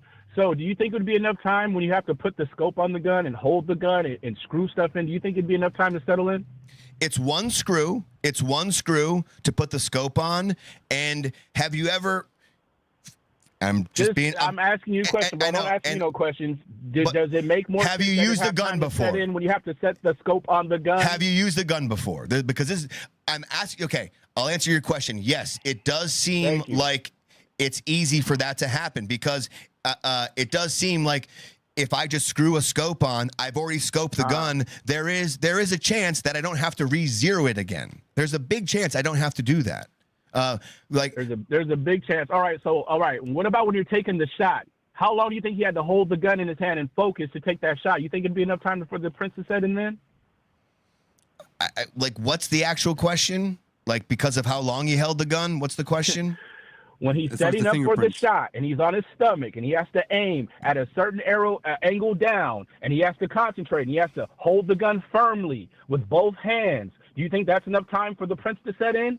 I don't know. I really don't know. I don't know. Like, is he sweaty that day? Is he no? Well, but it's honest. I'm being more honest than you, though. That's the thing. You don't know anything when it's common sense. I'm being more honest than you. Well, it's not common sense. You're acting like you're just kind of poisoning the well here and trying to say it's common sense when it's not common sense. That's why they have ballistics experts for this thing. I don't know. Would it be instant? What? Would it be instant as soon as he gripped on anything? No. It's again, is he sweaty when he does it? Like, are his hands dirty? Is there something like on his hands that's going to prevent the DNA from setting properly? There's a lot of things that kind of can go in there. And again, as soon as he touched it, if he puts it back in his pants, he jumps off the roof with there are many instances where it could just remove some of that DNA that was put on there immediately from him grabbing it. He walked in it with his pants. He wasn't holding it the whole time. He wasn't holding it in his hands the whole time. So if that's the case, then how is there other DNAs on there that are more prominent than his? If he did all that moving, because he hasn't touched it that much. His fingerprints didn't set. So how does their stuff come up higher than his? Because he hasn't touched it that much. And it's recent. That's what you're not like you're not getting that part. Then it would be most prominent than if it was recent. No, that's not the case. Because it's most prominent, it has an easier ability to be degraded. The longer it's on there, the more difficult of a time it has to be degraded. He held it. He put the scope on. He held it. He took the gun. He held it. He took it off the roof. He held it. He put it in the woods. That's not long enough, bro.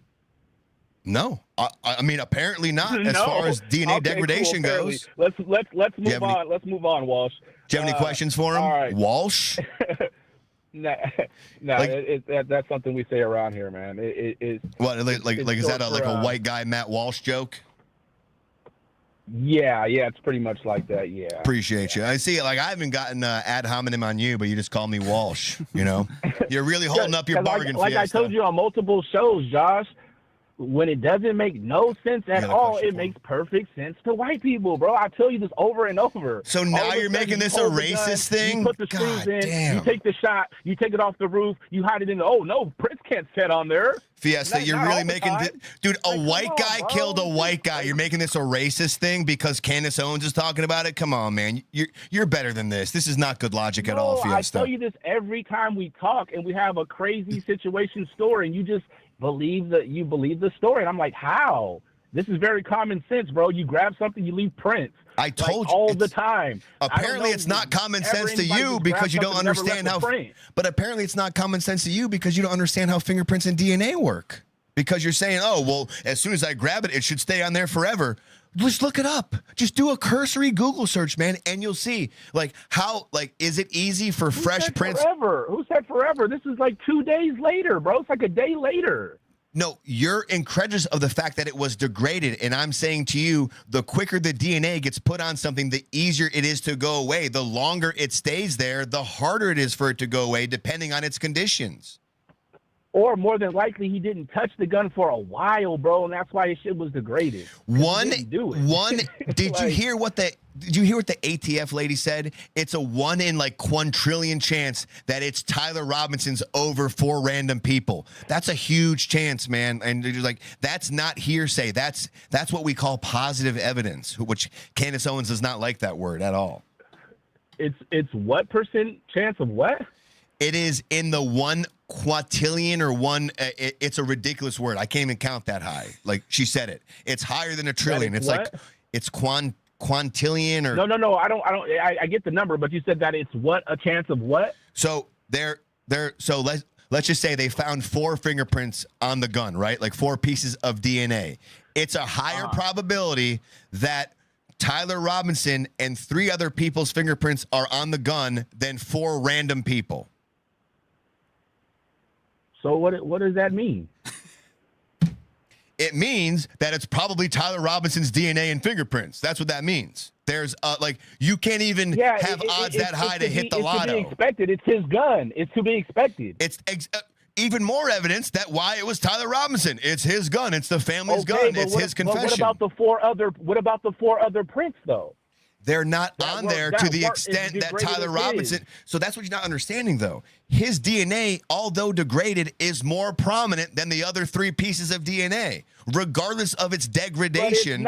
But it's not because it's the most degraded, and that was the point. That's not. It's the most. It's degraded, but not the most degraded. That's where you're not connecting the dots there. You know, you told me to connect dots. No, I am connecting the dots because she clearly asked him if his is the most degraded, then why wouldn't his fingerprints be the last? Why wouldn't it be more prominent if he was the last one to use the weapon? That because was the whole point. I guess you're just not listening. Like you're just not, or you're just not understanding. A fresh pair of fingerprints and DNA has a good probability of getting wiped away more so than something that has been on there for a long time. So if he just recently touched the gun for a minute or 2, as he did on the building, there could be a high probability that while jumping off the roof, while setting the gun down, while whatever, dismantling the scope, if he did that, he could have wiped some of the DNA off. Even though some of that DNA, while putting more DNA on it by touching it all those times. Even though he could have wiped it off, but while putting more DNA on it. Even though that some of his DNA was degraded, it is still the most amount on the gun compared to the other 3 people. It doesn't matter. It shouldn't be nobody else's fingerprints if he's out here doing these fucking murders, bro. What are you talking about? I don't know what you're arguing now. Bro, it's a family gun. All right, follow me. It's his gun. Right. He would have the most fingerprints on it. Okay. Right. Well, okay, no. Hang on. 4 other it's not his gun. It's not his gun. It's the family gun. The dad used it. The grandfather used it. So those are more than likely the other sets of prints on there. Okay, so if he has the most degraded, bro, then he wasn't the last one to touch it. You keep trying to say all this probability. What don't you understand? Degradation has nothing to do with time. I don't know what you're not connecting here. Let's look it up. Degradation of fingerprints, DNA, and DNA in general has nothing to do with time. If it didn't have time to set in on the weapon. Nothing to do with time, but he touched it multiple times. Multiple times, freshly. And so did everyone else. And out of him touching it multiple times, he touched it the most. He did the crime, so he couldn't have. He touched it the most. The last one, freshly. All these what do you think the words most prominent means? What does that mean to you, Fiesta? Most prominent. What does that mean? I mean, he's the last one to touch it. Most prominent to me means, what would that be? That would be most available, most seen, the majority of the print. Right. His fingerprints were the most prominent. Rather, his DNA was the most prominent on the towel, the screwdriver, and the gun. Even though there was some DNA degradation, though, right? Even though there was some degradation, it was still the most prominent. So the other sets of DNA were even more degraded. I can't, just like Candace said, I can tell you, but I can't understand it for you. Yeah, honestly, like when I'm the last person to touch the gun, bro, my shit's the most prominent. it's the most clear, it's the most clean to get the fingerprints off, bro. It's not That's fine. my granddad and my uncle and all these other people that touched the gun years ago. Like, but I guess you can touch a scope, you can touch the rifle, you can hold the rifle, you can pull the trigger, you can take it off the roof, you can run with it. But hey, more than likely, a lot of times it doesn't leave prints. Like, and with all the things he did, as you just explained, his DNA was most prominent because he did all those things. So what aren't you following? Then why was it the most degraded? It wasn't the most degraded. It was degraded. It wasn't the most degraded. All right, then what other prints were the most degraded then? Because that's not what I heard. That's not what I. They're not there to argue what other prints were degraded. They said of the 4 prints on the gun, his was the most prominent, even though of degradation. His was the most prominent, and they gave you a percentage on the. Who said the most prominent, Josh? And where did you find that? Because I haven't heard that one time. Let's go back. Vish, were you trying to say something, my friend? Yeah. Hang on, and Fiesta, we'll go back. Yeah. Sure. Vish, you gonna say something? You out? Yeah. Vish has got to go. Everyone say goodbye to Vish. Vish, thank you so much for hanging out with us tonight, man. I'm sorry it was a quick thing, but I do appreciate you coming out here and just hanging out, man. Yeah, there is awesome. There is one thing that I will say is that also just by being here and just observing and watching, both sides, that one thing I have learned, because I am just a simple casual when it comes to all this shit, is that I've noticed that, like, how clips can really be taken out of context. How like can put things in context. Yeah, like even right now as you were showing me, I even felt like you've even shown me more clips from this guy that seem like to have dominated even more than the random one clip or two that they keep showing you from the other party. Oh yeah, like there a lot of going around is him like looking bad and this and that. Like they're charges or whatever. They keep showing that one clip. Yeah. You just showed me like 10. 10 that no one make her put her foot in her mouth. Or even if she was to do her own show, I would find out if she even goes over all those things. And this is a question for you and Fiesta too. Would the Candace crowd, no matter what Andrew would have done, would the Candace crowd have said he won? No matter what Candace would have done, would the Andrew crowd said Candace won? No, right? I feel like no matter what, they both have been like, yeah, fuck you, you lost, you suck, you talked over her, she didn't answer things. Like no matter what. Or ignore like a good point that was made by the other party. Right. Yeah. Fiesta, do you concur? Yeah, more than likely, but the only thing that didn't help out there for the truth, I think they would say who won fairly. Like honestly, I don't mess with Andrew or Candace, and if Andrew would have made some better points, he would have been more prepared. He did a good job. He took her to task, but I just don't like. Came in with, I'll admit that, like, I don't even like the Andrew Wilson guy at all.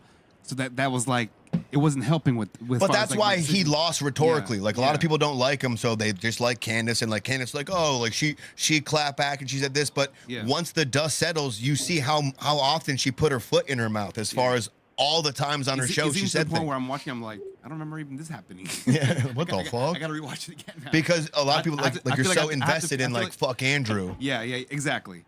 So I want to admit to that as well, and it's I appreciate that. It's to a point where I want to watch more and more and more and more. It's like one of those. It's like you gotta watch the movie over and over again to see like. But you do understand though, a lot of this stuff makes more sense when you understand the preliminary hearing and when you understand what we have as far as, quote, I know people hate this, official narrative, official evidence. She calls it Fed slop, and there you can go down a logical path of why evidence makes sense, where when she tries to explain things, she has nothing.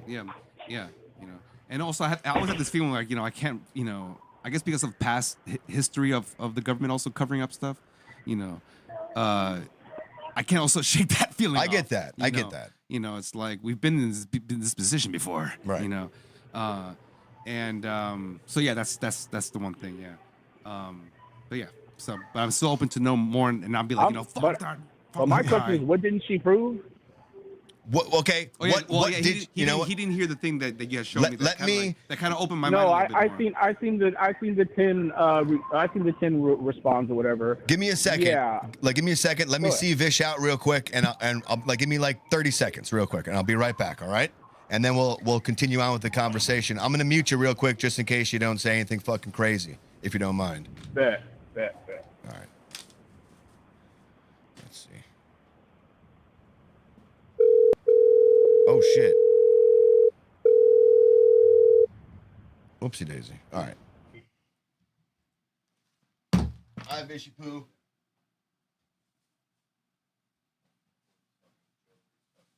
No, but it's true though. Like, I know, and especially when you're not following all this shit, it's hard to understand like what he's trying to review or what she's trying to review. So the one where went all the shit, yeah.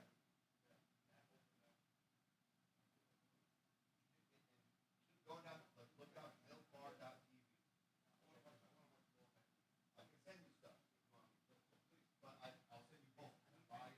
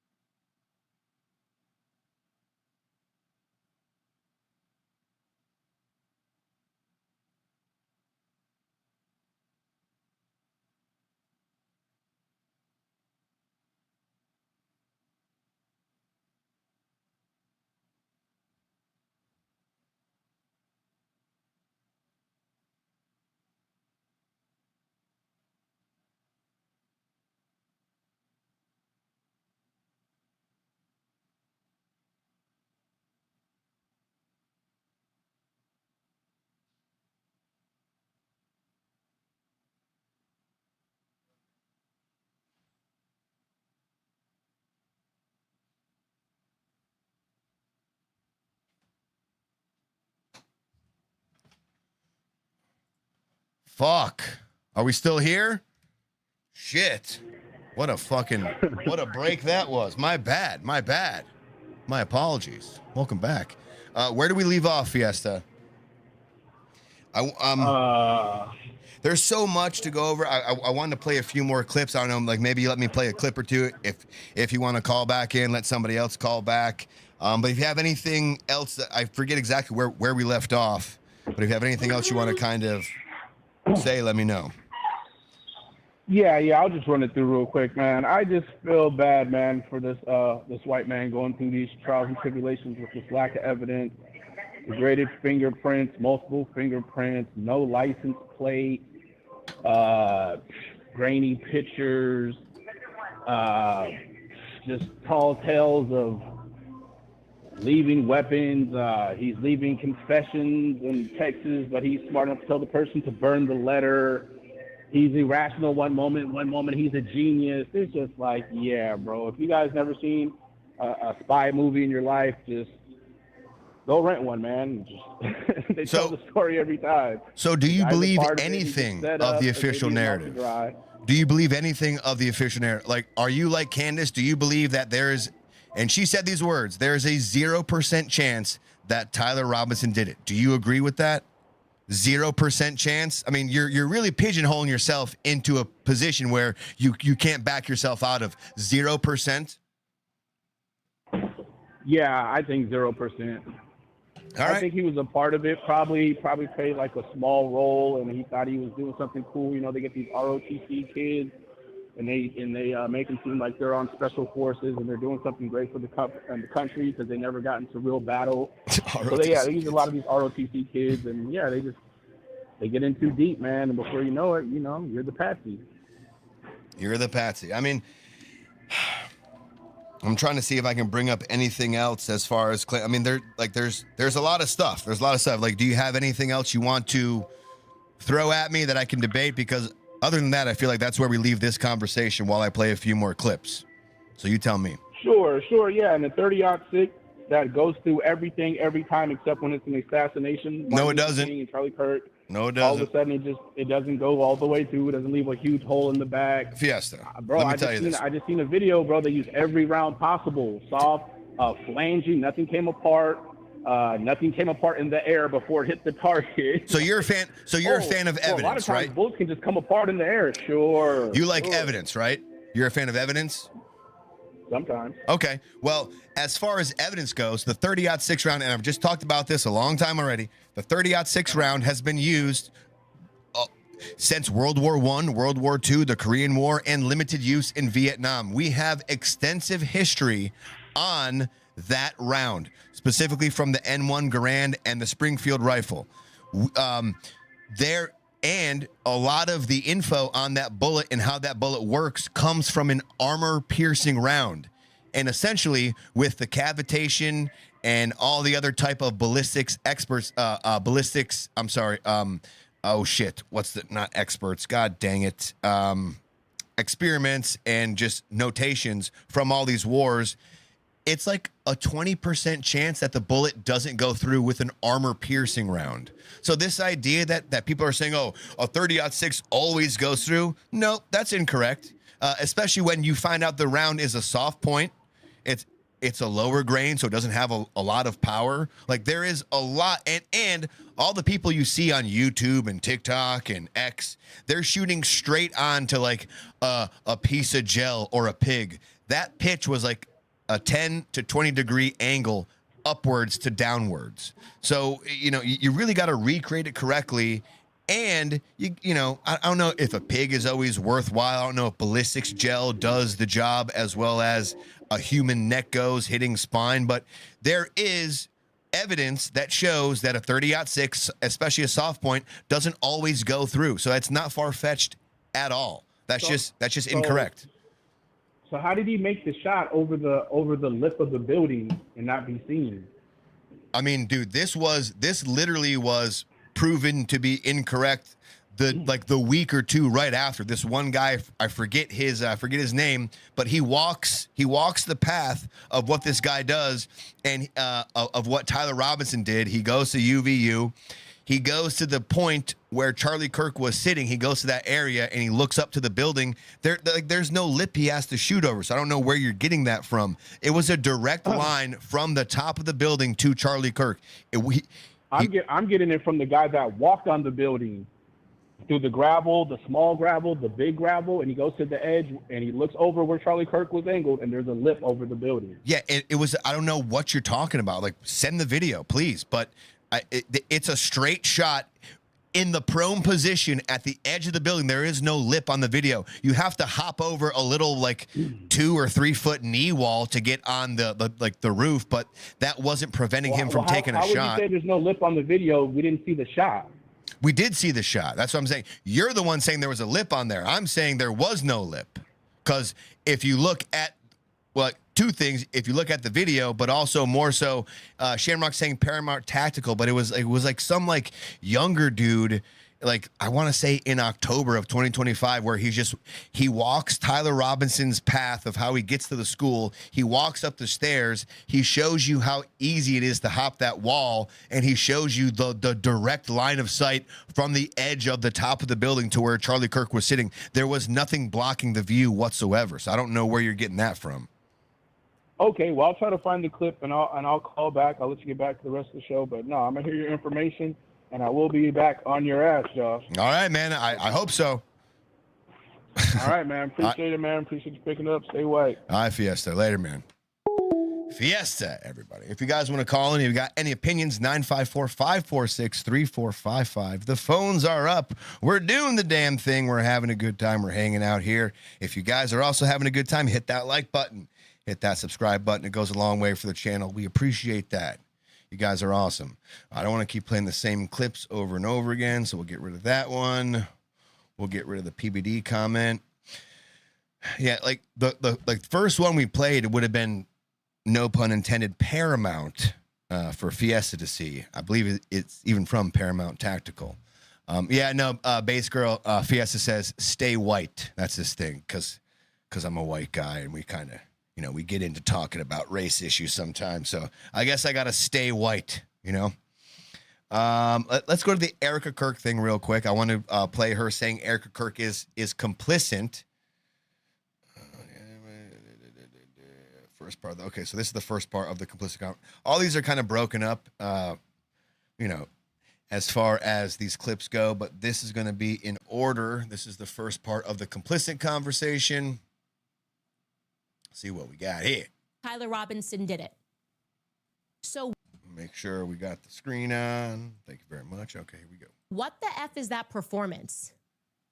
How could you sit up there and say, yes, I 100% believe Tyler Robinson did it? That right there is why it is impossible for me to think that Erica Kirk is not complicit somehow. Because what? Those 2 thoughts actually don't even follow. How would it be the case that even if Erica Kirk did believe that Tyler Robinson was 100% responsible for the death of Charlie Kirk, let's just say she believed it with every fiber of her being, believed all the evidence, because she did. She just actually did. Would it then follow that somehow she's complicit in his death? Just because you agree in death. that Tyler Robinson was possibly the person who killed somebody, does that mean you're complicit? No. And she can't make that connection. She can't explain to us why she feels like she's complicit. A little more to that story right here is this next clip. A little more of the complicency. Fun word to say. This is a Steven Crowder clip. Fucking goddamn Crowder. I thought this. Oh, whatever. So here we go. Why express that confidence to the public as opposed to just being like, we don't know yet. I feel confident he's involved. They made an arrest. I don't understand. How would any of this make her complicit and in what? Well, I've already told you. She's complicit in trying to fool the public into thinking this is some open and shut case. Erica Kirk should be dragged into a police precinct for questioning. Like I said, you can show me the person who disagrees with me on that. I don't understand the CANDACE people. I don't understand them at all. I don't understand how, like Fiesta.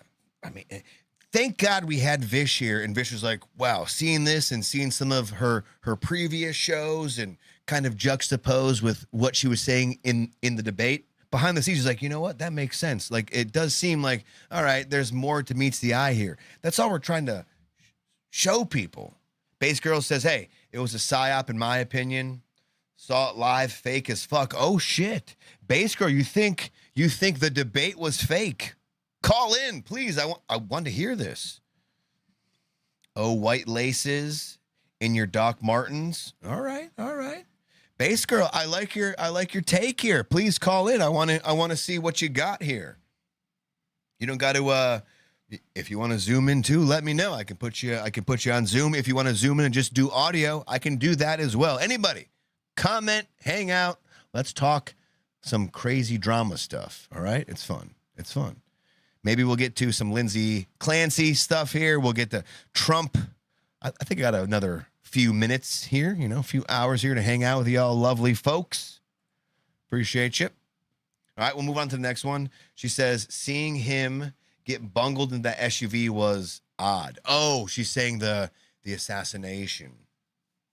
Bass girl, have you seen the 3 different angles of the assassination?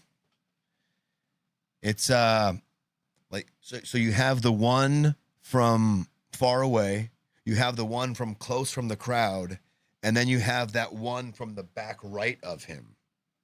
I mean, they're all pretty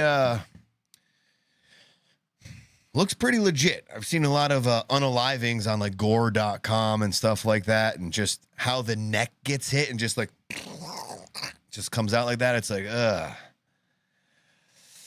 it's a little wild. Yeah, Bass girl, if you do want to call in, please call in. Shamrock says his assassination was definitely not fake. No, definitely not. Let's see what we got. All right, this is her. She doesn't want to get caught in a legal pickle here. This was another L, in my opinion. Another L, in my opinion, as far. God damn it, another Steven Crowder clip, too. Fucking shit. You got to give it to the folks on the internet who can clip these things real fast, because you see all these things during the debate and you're like, I want that. But you don't have the wherewithal. You don't have the motivation to clip these things. And then when you finally go to clip them, somebody else already did. And you're like, all right, that's fine. But then you got to kind of put up with their, them in the video and their take on everything. It's like, son of a bitch. But all right, we take what we get. I want to just directly ask you is, do you actually believe that anybody in TPUSA or Erica Kirk or Erica actually participated, had foreknowledge of, or facilitated the murder of Charlie Kirk? I'm not going to get myself into a legal pickle here. Oh my God! He did it too, son of a bitch. My podcast. I think. Hey, if you're out there saying it's clear Erica or TPUSA did it, guess what? If I Candace won't say it. That's a good point. Though. If you were on the side of Candace was like, there's a lot of compelling evidence that Erica did it. There's a lot of compelling evidence that TPUSA did it.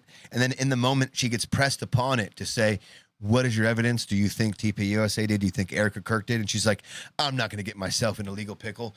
No, that means no, you do not. I would seat them all. So either she doesn't know or she's a coward and you need a better champion. I would. So all the people out there with YouTube channels, and it's done. It's done now. Your theories she won't back up because she says she won't get in a legal pickle. She doesn't have the courage that you do on your X profile or Instagram or YouTube channel with 50,000 subscribers. Well, Stephen, to be fair, though, she does have the courage to do that on her own show. She does that on her own show all the time. So I don't know. Stu Peters did the same thing. I don't understand what the difference is in stating your opinions during a debate and then stating your opinions during your own show, right? I don't know how one could catch you in more of a legal pickle than you on your own show multiple times making affirmative claims. So I don't understand that differentiation. I'm just making up words. We're having a good time. I don't understand that. Let's move on.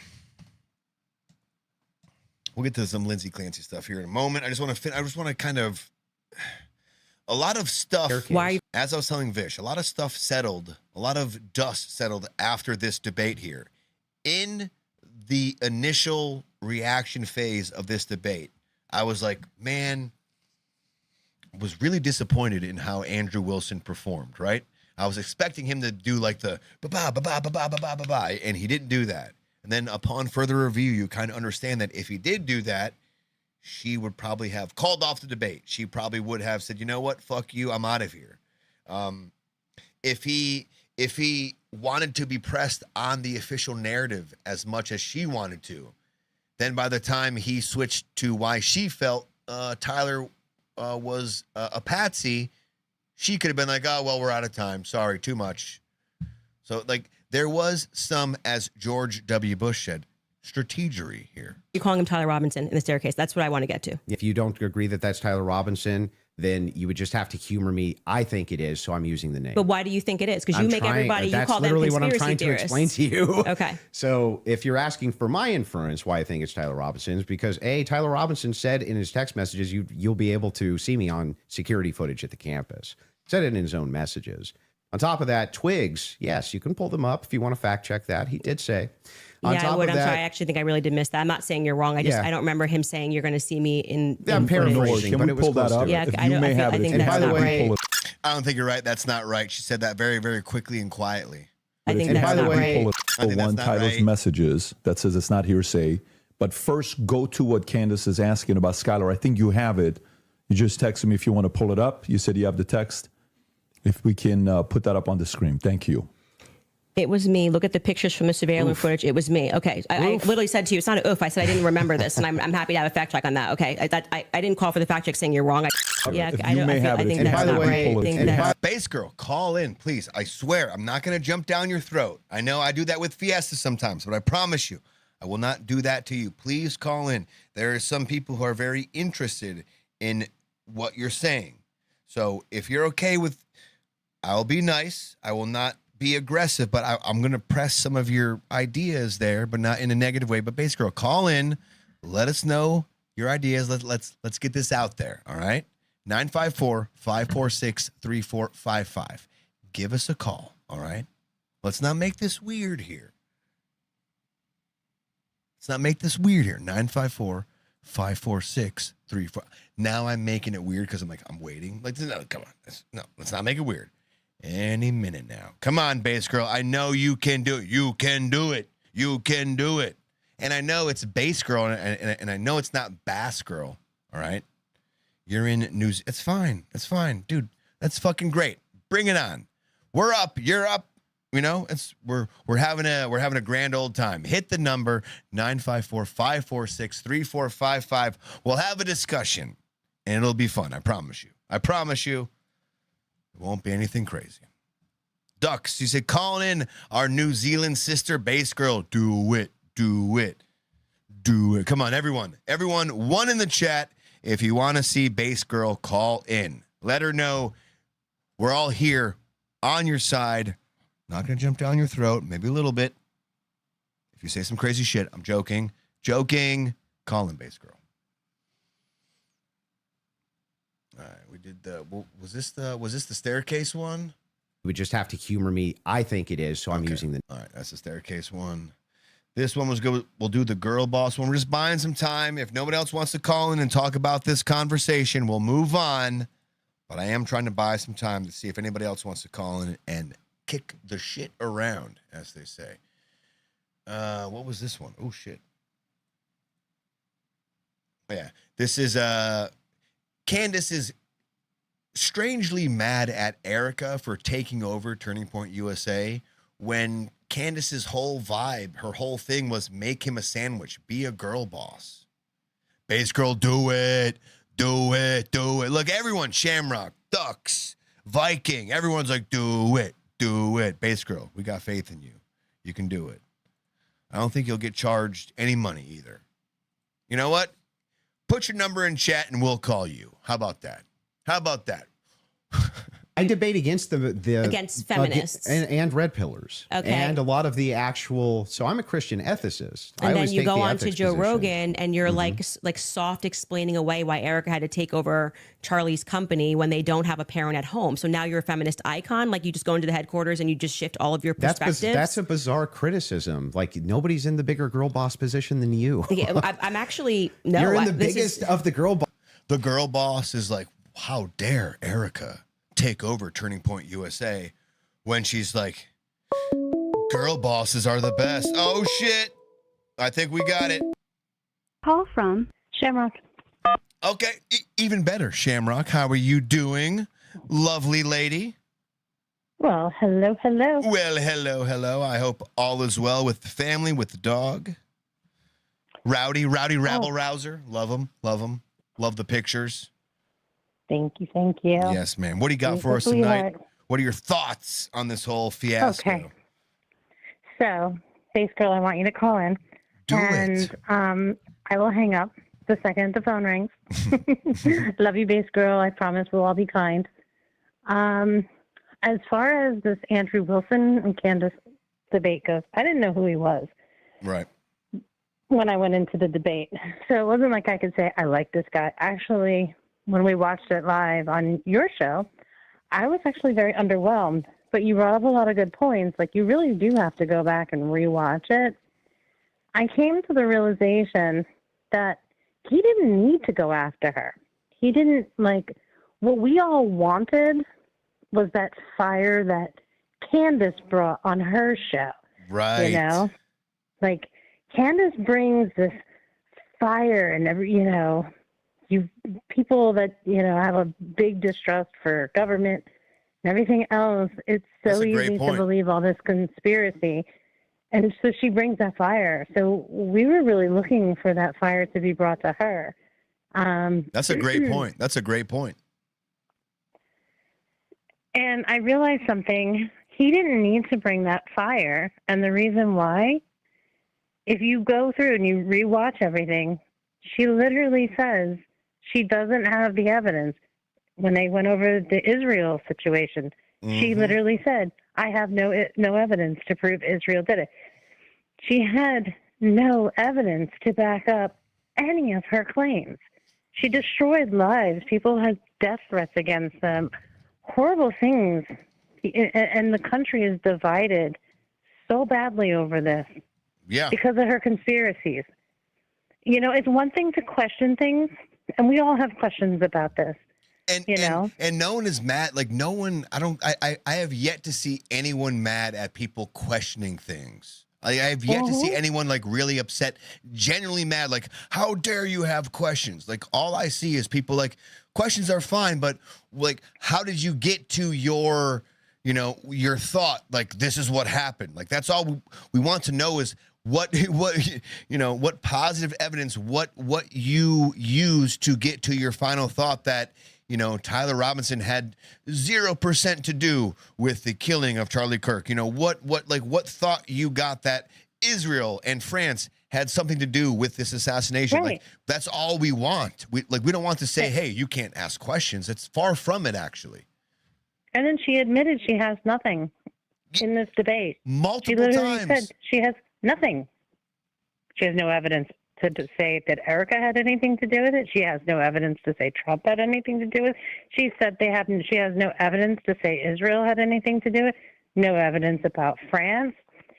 I mean, she pulled the Stu Peters. Like, she was afraid to get herself, like she said it, I'm not going to get myself in a legal pickle. It's like, which I still don't understand that. Like, maybe you have a better because she doesn't want to this. get got in front of her entire audience. That's what it is.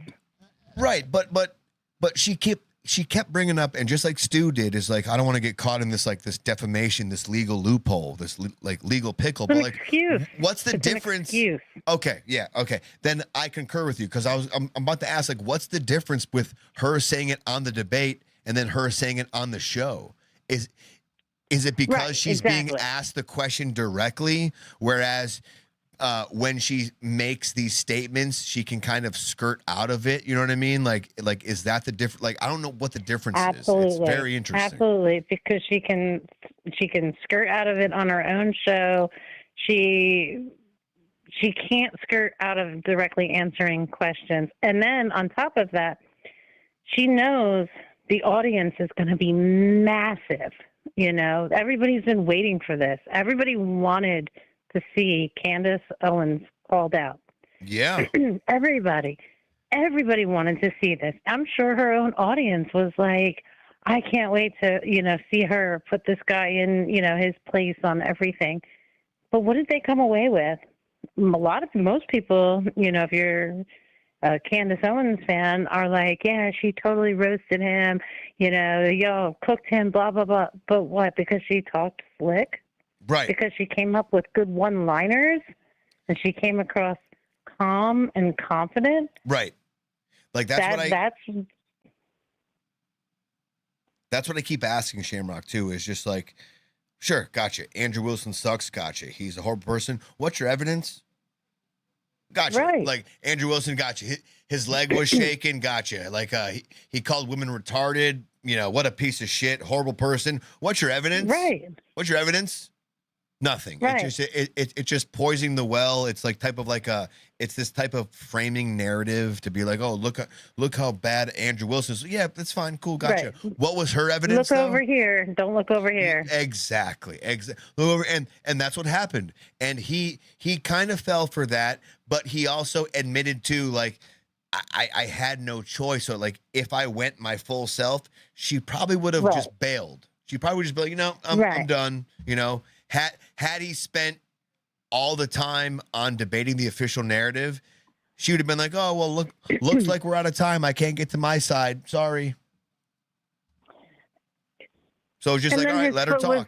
His foot was going like a million miles an hour, and everybody's like, oh, he was nervous. He was this. And it was like, did anybody pay attention to the actual conversation that they were having? And that's why in the moment she won rhetorically, but it's just like you know, the guy's a smoker, you know what I mean? Like, you know, like yes, I was gonna bring that up. Yep. Of course he's on edge a little bit. All right, we got somebody else calling in. Let's see what happens, Shamrock. Thank you so much, Shamrock. Oh, before you go, before you go. Yes, ma'am. Do a poll of who actually watched the entire preliminary hearing, so we can figure out where everybody's at and like what people know. Okay, I'll do that right now. I'll do that right now. Awesome. Thank you, Shamrock. Right.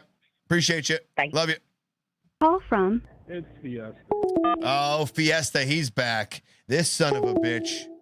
All right, did he hang up already? Fiesta, I just started it for you. Let's see who actually watched Fiesta. Call back. I just hung up on our awesome Shamrock, and then you hung up on me. Who actually watched the debate? Yes. No. There you go. Fiesta, call back if you want to. I just ended it with Shamrock. Like a judge rule. Call from. It's me. It's me. It's me. All right, Josh. Hi, baby. Josh, so Shamrock, my dear, what exactly did Charlie prove? You mean Andrew? Or Charlie, what did Andrew prove again? If I go over what I think he proved, will you go over what you think Candace proved? Sure. Okay. So I think the overwhelming evidence against Tyler Robinson has to go to the text message to Lance Twiggs, the one that said, I had the opportunity to take out Charlie Kirk, and I did. It has to go to the parents saying he confessed. Hold on. Yep. So let's just go one by one, bro. No problem. No problem. So the text is what gives you overwhelming evidence, right? No. Okay, so here's the issue. That's one of the pieces, right? Okay, I just want to correct. That's all. I just want to say it's not like what I feel like. What's going to happen here is we're going to dissect the text message, and I just want to make this clear for everyone that knows it's the string of evidence. It's not just one particular thing. It's the text messages. It's the Discord. Okay. It's so the family rifle. Text messages. Prove that he sent them.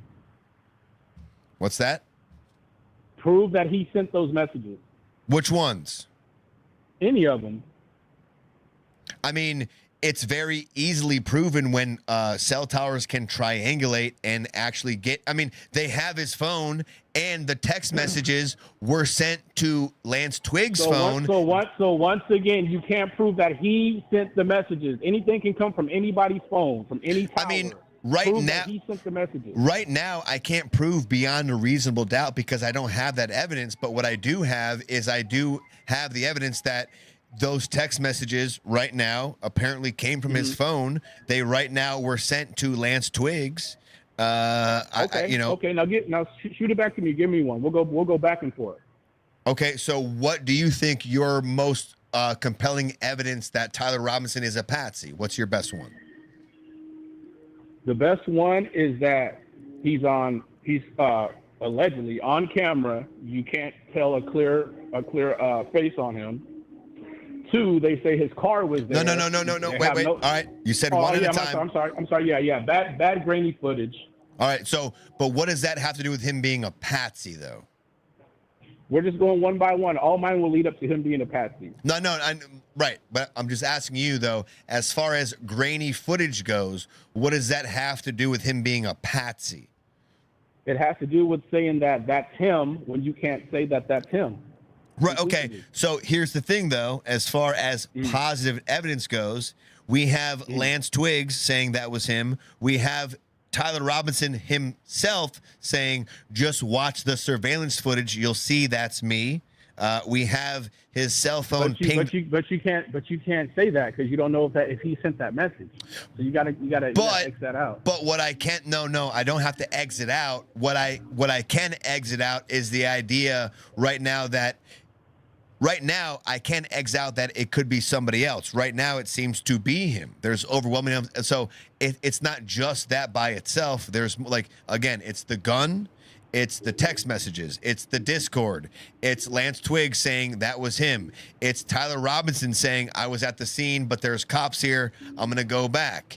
It's the parents saying he confessed to me and we brought him in. It's not just one thing. It's a collective of things. But see, once again, you have no parents' confession. You have no statement from them. So how could you say he confessed to them? So what do you think is not true by the parents? I'm saying it's just as easy as we say that the parents, he confronted him, he confessed, they took him in with the sheriff, they said something, there would be a clear statement. There wouldn't be this, they did an interview with three people all together and only one of the three's word was taken. Yeah, why weren't all three? But why is there 3 statements? Like, you see what you're doing is that's Candace's theory on that, as far as the 3 different people going on. The compelling evidence the compelling evidence to counter what you're saying is the idea that why wouldn't the parents then come up and publicly say, hey, whoa, that's not what we fucking said. But apparently they can say that to an anonymous source, but they won't say that publicly. That doesn't make sense. Yeah, it actually does, because if they believe that what they're going to do is going to cause their son harm, they would hopefully try to get the information out to somebody that has a name, that has a platform, and they can leak that information out, and then hopefully they can be investigated. I watch videos. You go to somebody and just give them the information on the low instead of coming out yourself. I watch videos, says Tyler never confessed to the crime. I watch videos, has obviously never seen the text messages or the Discord evidence. That's crazy. That's crazy to say that. That's really wild to say that. What is your positive evidence that Tyler Robinson was a patsy? I can point to all the things why I think he did it. You have yet to point to me what your hard evidence is why he was a patsy. I did. The hard evidence is the cars don't match up. That's not hard evidence. That's not hard evidence. That cars not matching up doesn't. What do you mean that's not hard evidence? What I mean is cars not matching up. How does that correlate to that being him being a patsy? That could just be a mistaken identity. If I have a BMW with 1 tailpipe and then you pull in a car that says it's my car and it has 2 tailpipes, it's not my car. Yeah, why don't you guys get simple I'm still waiting. I'm still waiting for whatever you're getting that information from. That's the inference, bro. You have grainy footage. You say it to me. You say I have. What you're saying to me right now, literally, is he's a patsy because there's a car on footage that has 1 tailpipe, but his car has 2 tailpipes. Yet you're negating the fact that it was his family gun. His DNA is on the gun, the towel, the screwdriver. You're denying the fact that he made text messages. You're denying the fact that he made a Discord message. You're denying the fact I'm not denying any of that. You're denying. You can't prove any of you're it. denying you guys can't prove any of it. That's what I'm saying. No, there's a big difference here.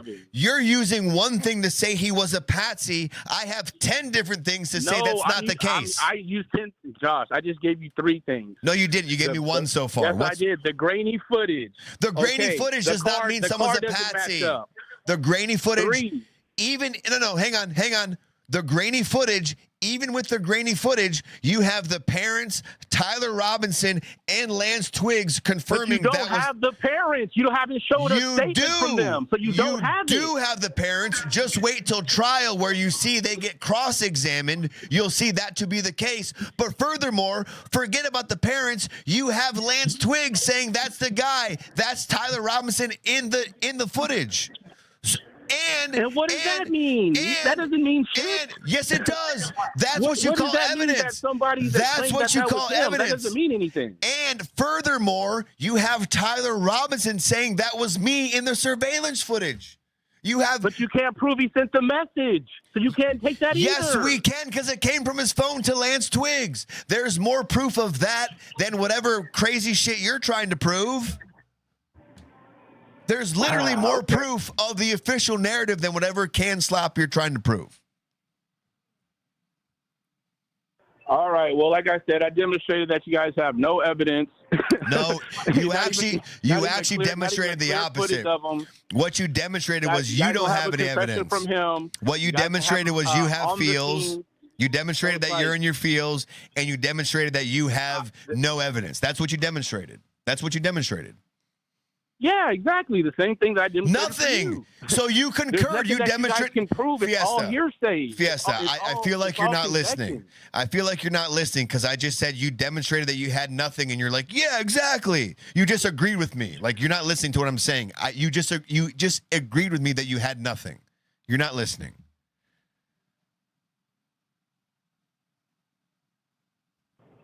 Yeah, Josh, I didn't agree that at all, man. You did. Just go back. You did. You did. And you can prove as much as I can prove. No, that's all. Okay, that's fine. Call back in it if you want to.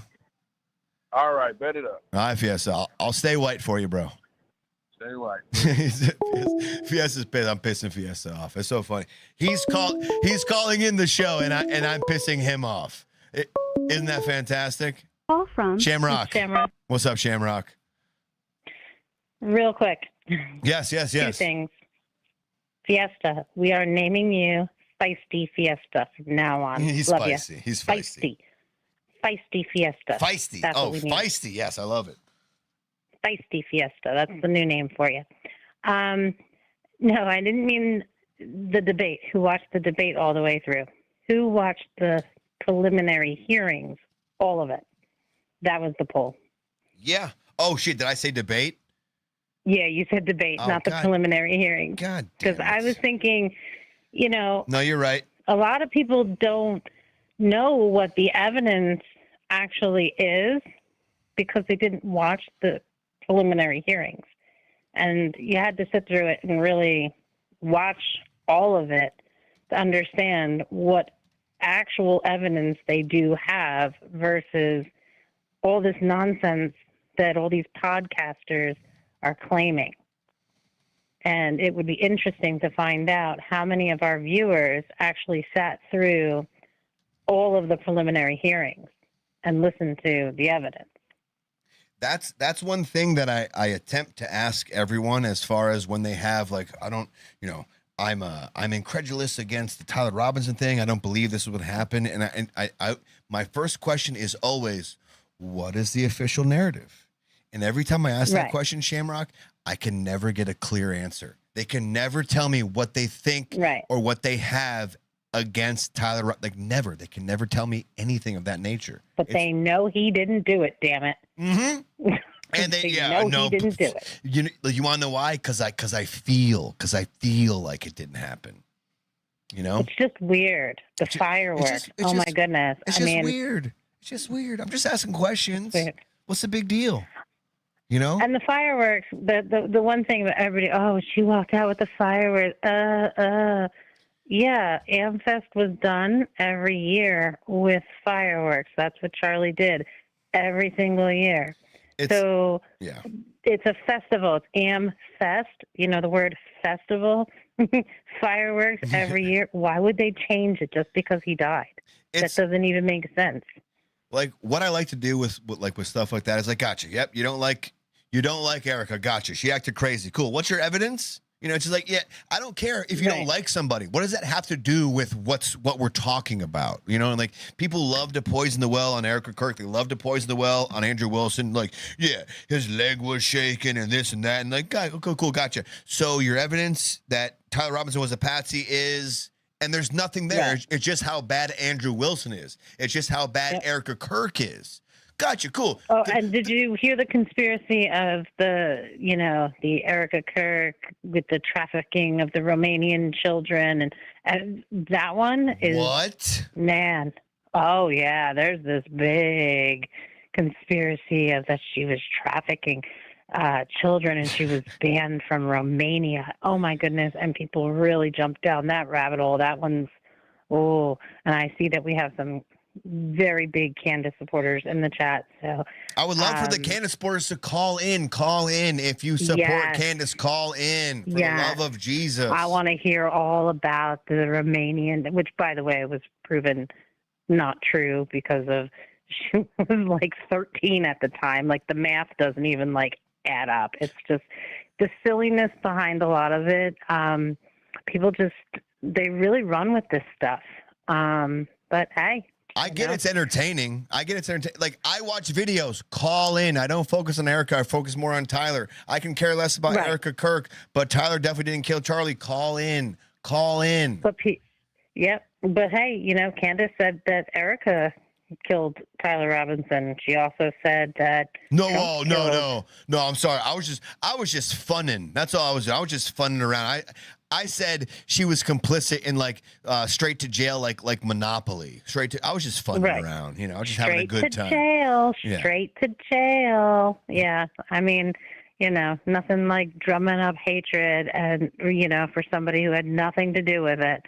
And what's crazy too is that Charlie made it a point to say that he was fearful, and it was the trans community that was causing a lot of violence. There were shootings and everything else. And he was facing so many threats from that community because he spoke out against it. So, Did you see what TPUSA revealed that Candace texted them about like 5 or 6 days after Charlie Kirk was assassinated? So like, as we know, Andrew Wilson brought to the table during that debate that the left is out to kill me, as far as what TPUSA gave to Andrew for this debate. But little did we know that I guess a few days after the assassination happened, Candace Owens said this. Verbatim. Talking to Candace, and she said something that I've not publicly communicated yet, but on the phone. Basically it was that if the wrong people take over the organization, and she said this, I'll never forget it. She says, "I will burn down that organization. I swear to God." If the wrong people take over that organization, talking to TPUSA, I will burn that organization down. I swear to God. She said that 5 or 6 days after Charlie Kirk died. Well, she wanted control over TPUSA. She wanted to lead TPUSA. And her husband used to be UK TPUSA. So it makes sense why she wanted to burn it all down. Yeah, I mean, especially when it wasn't benefiting her, too, Right. And Charlie got rid of her a couple of years ago. Like, he fired her from TPUSA, and he cut her off. They weren't friends anymore. He didn't even invite her to his own wedding. So the way she behaves and the way she talks about him, it was my best friend. Obviously, he wasn't your best friend because he didn't invite you to his wedding. Right. He stopped talking to you altogether. You were not his best friend. And if you were his best friend, you'd have love for his wife and his children. If you were his best friend, you wouldn't be trying to burn down everything that Charlie loved, including his wife and everything that he built. That's not how you treat somebody that's your best friend and you love and you care about. You don't do that. No. You can ask questions. Yes. Sure. You can want to get to the bottom of things. Absolutely. You can not agree with the narrative. Absolutely. But the things that she has said are crazy and horrible. I mean, the Fort Hucktua, I call it Fort Hucktua.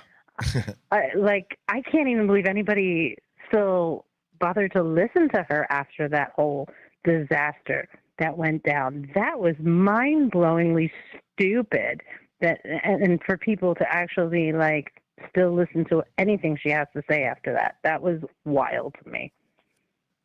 Yeah. So I got anyway. 1 or 2 clips left to play, and then we'll move on from the Candace Owens stuff. I think we've beat this mofo into the dirt enough, have we? Haven't we? Yes, awesome. I really only just called because I was like, the poll for the preliminary hearing, not the debate. I appreciate you. I appreciate you. Hopefully it's been updated correctly, and right now it's at a 67% no or 57% no. So we'll see how the rest of the poll goes. Call in, you anti. Very interesting. Yeah, Shamrock, tell the lovely people who are very pro Candace, anti Wilson. Call in, you lovely bunch of coconuts. Don't be shy. Call in. We love you. Don't be afraid, and we love to hear the conspiracies. And I want to hear all about the evidence.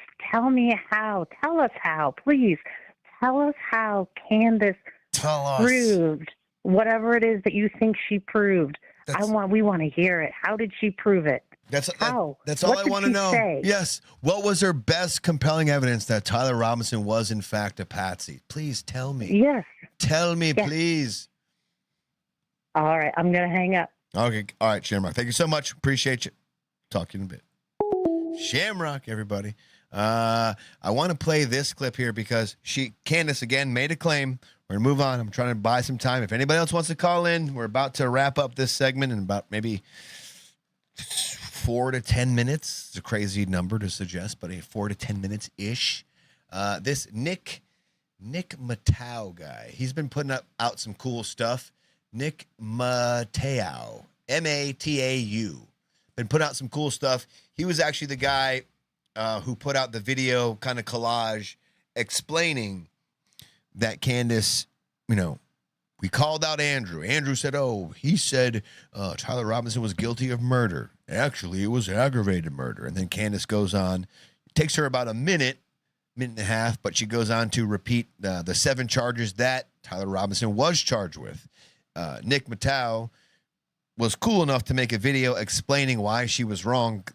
As soon as everyone heard her say that, we're like, you're fucking wrong. But it's so much better when people on the internet take the time and just make it nice and juicy for us to digest.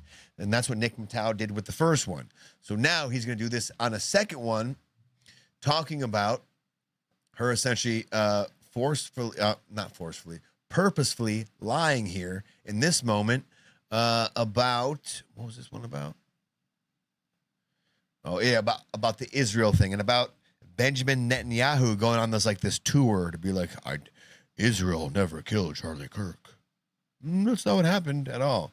But Candace just gets away with saying things. One of the biggest lies by Candace Owens today with her debate with Andrew Wilson is not being highlighted enough. Let's check this out. You're talking about how Israel got into the conversation. It was because immediately after Charlie died, one of the first things we saw was this push to make us all think and remember how much he loved Israel. It's because the prime minister of Israel, who's fighting like a 27 front war, felt that he needed to come do a little mini tour and to strangely to state that I did not kill Charlie Kirk when nobody was having that thought that I can remember. Nobody was going, I wonder if Bibi Netanyahu killed Charlie Kirk. So first off, Netanyahu did not do a tour. He was asked that exact question by a reporter on the 11th, the day after Charlie's death, at 2:27 p.m. Mountain Time. I know this because it's timestamped. Candace? I want you to address one thing, and it's just the absurdity of it, some of the internet rumors that somehow Israel is behind the Charlie Kirk murder. And, I don't believe it for 1 second, but I want you to, make a statement. It's so absurd. That's insane. That's insane.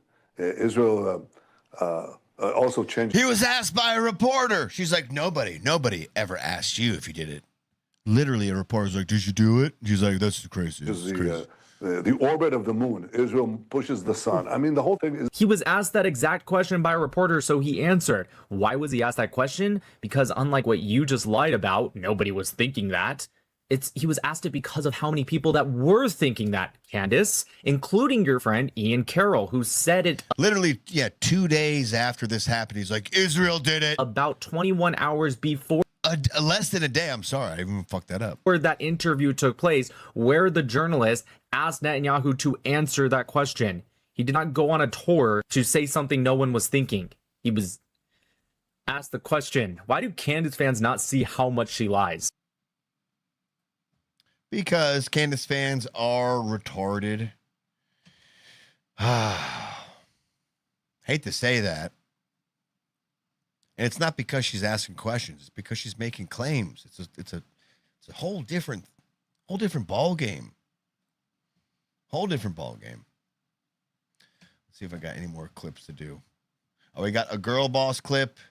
Andrew talking about the debate goals and why he didn't go hard in the paint. And I think that's it. Oh, yeah. And then Hassan Piker. And then we'll move on. So here's Andrew pointing out that, well, Candace, you know, you're the biggest girl boss of them all. How come you're upset about this? Huh? Heard her. All such great I debate points. against feminists. All great points and all points that were missed in the moment. There was so much like you're waiting for this brutal takedown to happen when you didn't realize it was like this like poison dart. It was like the slow yeah, but I didn't. Oh shit. It was a slow and steady thing. You didn't see it coming. And red pillars. Okay. And a lot of the actual. So I'm a Christian ethicist. And I then always you take go the on to ethics Joe position. Rogan and you're like soft explaining away why Erica had to take over Charlie's company when they don't have a parent at home. So now you're a feminist icon. Like you just go into the headquarters. Look at his leg shaking so much. Like this is one of the yeah. Look, he's so nervous. His leg is pouncing. You go on to Joe Rogan and you're like soft explaining away why Erica had to take over Charlie's company when they don't have a parent at home. So now you're a feminist icon. Like you just go into the headquarters and you just shift all of your perspectives. That's a bizarre criticism. Like nobody's in the bigger girl boss position than you.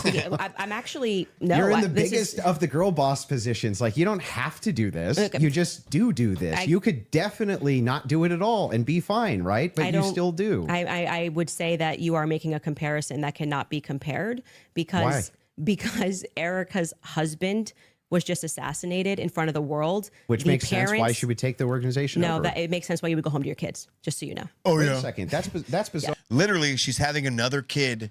She's pregnant right now during this debate.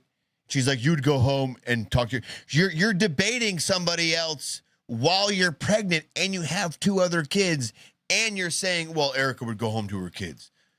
You're not even doing that. Wait a second. That's bizarre. Yeah, because they don't have a parent. They don't have a parent and they've just suffered a trauma. You don't go into the office. You want to protect your husband's legacy, right? No. And you're trying to find some new The legacy normal. is his children, not the organization. It's both. No, yes, it is both. It's totally rational and reasonable to believe that it would be both Turning Point USA, that is part of Charlie Kirk's legacy. He worked his whole life I think for this it. is why people think she's sus. And his children. Now, for you though, if a man works very hard to build something for his family,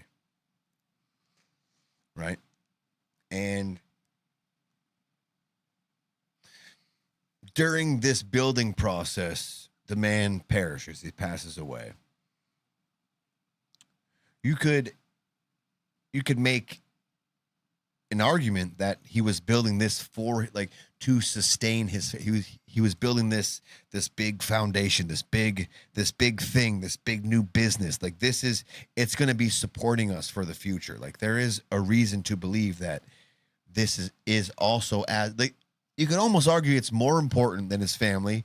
And I'm being nice about this because it's going to be supporting his family long after he's gone, right?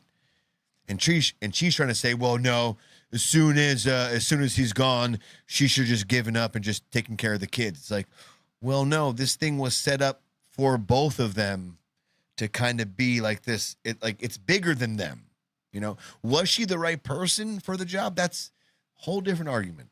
We can have that argument. Whole different argument.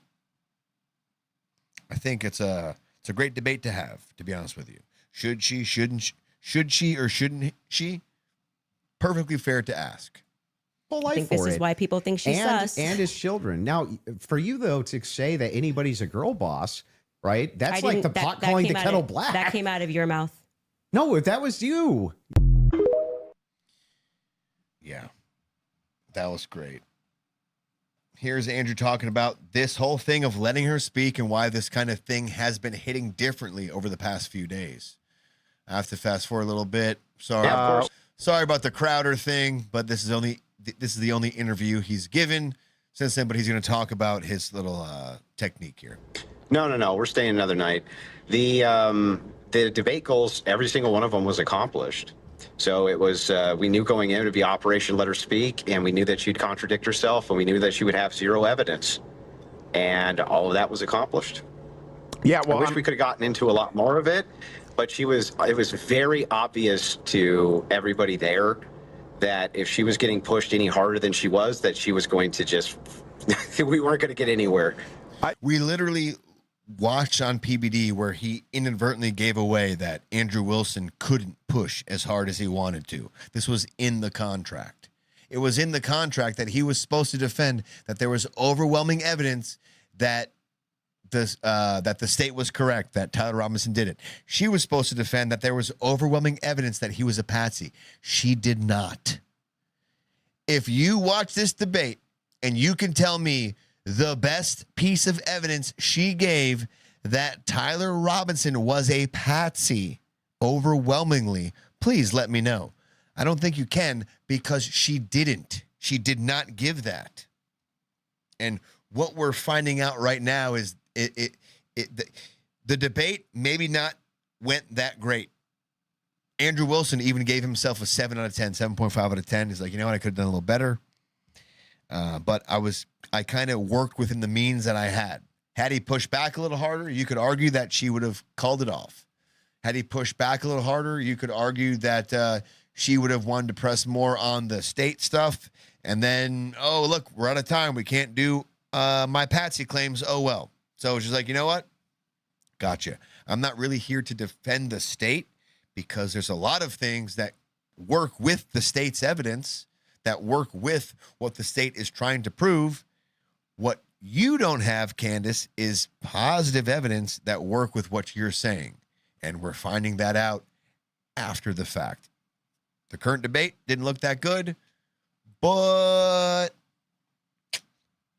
August 21st, a few days after that, kind of looking pretty fucking good, to be honest with you. Kind of looking pretty fucking good. One more thing, him not going hard in the paint. Let's see what we got here. Then we can move on. I know it's late. Almost late.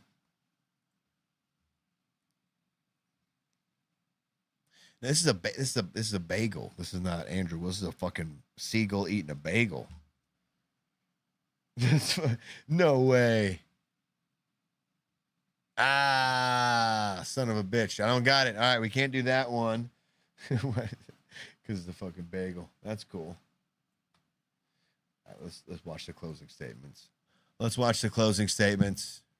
And that'll get us out of here. As far as this conversation goes. What a long conversation. And so before we wrap up, final thoughts, I'll come to you first. Yeah, she had nothing. Just nothing. For all of her claims of patsy, nothing. She didn't have a single claim. She didn't have a single solid piece of evidence. She had no positive evidence Israel's involved in anything. No positive evidence that France is involved in anything. No positive evidence TPUSA is involved in anything. No positive evidence that Erica Kirk is involved in anything. When I asked her about her claims about Erica Kirk, it was just funning. Just funning. It's just funning. Having a good time. Or, I do think that she needs to sit down and ask some questions, but or answer some questions. But you know what? I don't even know if she has. Like, maybe she has. I have no idea.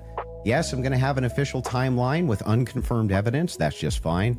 Hey, it's hearsay. If that's good enough for the state, it's good enough for me. But my biggest problem with the state is that they're admitting all this hearsay. It's like she's a contradiction machine. On top of all of this, the thing that I wanted to get out of this more than anything else was to just demonstrate one thing. Yes, it's true. I'm not perfect on the case. I'm not going to ever pretend that I am. You didn't get all the 7 charges correct. Oh, you don't know shit. You're not perfect. And never did. But what has been made very clear to me is that there's nobody with an alternative theory that has any evidence for it at all. There's nobody with a stronger theory of what happened than what the state has. There's a lot of people with feels. There's a lot of people with vibes. Trust me, bro. But nothing has positive evidence like the state does. I'm so bummed out that pisses you guys off. It's such a bummer. I'm bummed out about that fact. None. Zero. And the continuous kind of expression, we're running an investigation. What kind of investigation builds a timeline out on a receipt that they don't even confirm? What kind of investigation tries to make these bold claims that Israel's involved and France is involved and all these different players are involved and never shows any evidence? We're just asking questions. It's again, like I said in my opening, it's always intuition, my feelings, how I feel about things, how I think about things. Andrew, how many times do you hear this today? Andrew, you can't tell me how I'm supposed to think. Yeah, nobody's trying to tell you how to think. But you should rationally come to your conclusions based on evidence and facts. And the truth is that 90% of what you're saying is simply intuition based. It came to me in a dream. It's intuition. Almost none of it has any evidence at all. Just, I'm skeptical because these people over here said things, and that makes me skeptical. Bam. The best part about this is when Baron Coleman came out and he tried to come out on Candace's side. I don't even know how this would help Candace, but Baron Coleman essentially came out and said Candace doesn't need evidence. He said this. Candace is. What's cool about Baron Coleman is he can never get in trouble because he has allegedly right above his head. So I wasn't saying allegedly. Check this out. He's saying Candace was the winner, no doubt. And listen to what he says. Candace is a winner. No doubt. No doubt Candace walked away a winner. She walked away a winner on every claim. She walked away a winner on every claim, on every count. She made no claims. I mean, she didn't defend any of her claims. Every count. You can say all. This part right here. Just listen. You can say all you want, Smoke Boy. All you want, Smoke Boy, that she doesn't have any evidence. It's irrelevant. She's allowed to have. You can say all you want that she doesn't have any evidence. He says it's irrelevant. She's allowed to have an opinion. Thank you, Baron. You don't need evidence for your opinions, Candace. You're just allowed to have them. Fuck us, right? But wait a minute. How dare the state have an opinions? You need to have evidence. Fuck off. God, she sucks. All right. To show you that this whole thing is a leftist psyop, here's Hassan Piker. Check this out. That I'm on her side on this issue. I am, let's just say I'm spiritually on the sidelines on this. Because, on the one hand, my brain tells me something entirely different than what my heart is championing, if you know what I mean, okay? If you're picking up what I'm putting down. On the one hand, I want to be logical. I want to be rational about this case. But then on the other hand, I'm thinking to myself, I can't speak out against this queen. I can't speak out against this queen because this is a queen that successfully and single-handedly undermined the Republican initiative to martyrize Charlie Kirk and use that example to crack down on political dissent.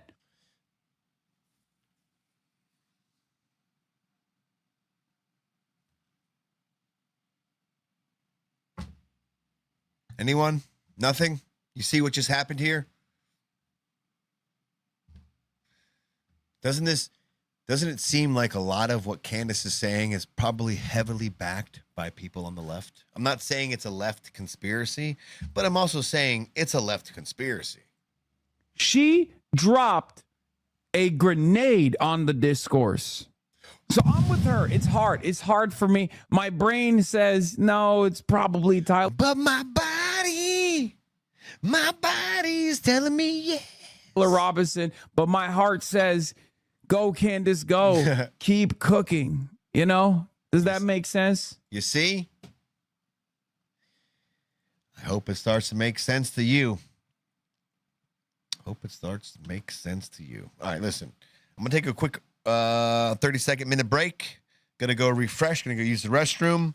We'll be back. I want to use this time to segue into some Lindsay Clancy stuff. And if we have time to get to some Trump stuff. I don't have a whole crazy night ahead of me, but you know, I have another hour or so. If you guys want to hang out, maybe an hour or two, we'll be here. We'll be hanging out, stuck in the middle. The phones are open if you want to call in. The phones are open if you want to participate. Let me know if you want to zoom in. And also keep in mind, too, you can zoom in and just use the audio. It doesn't have to be your video as well, so just keep that in mind. Let me know. I'll be right back. Stuck in the middle. Thank you so much for hanging out. We'll see you in a moment or so.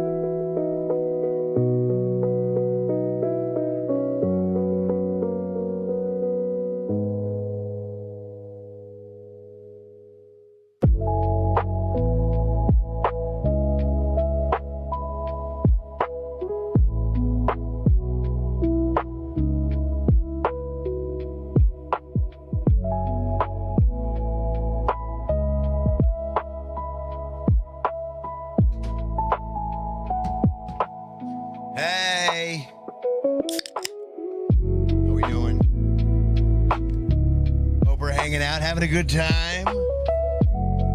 It's getting late. It's getting late. It's okay. It's okay. It's Friday. It's 12. It's 12 o'clock on Friday. Hope we're all doing good. We'll take another shot. Have a good time. We'll get on to some Lindsay Clancy stuff. You guys know Lindsay Clancy?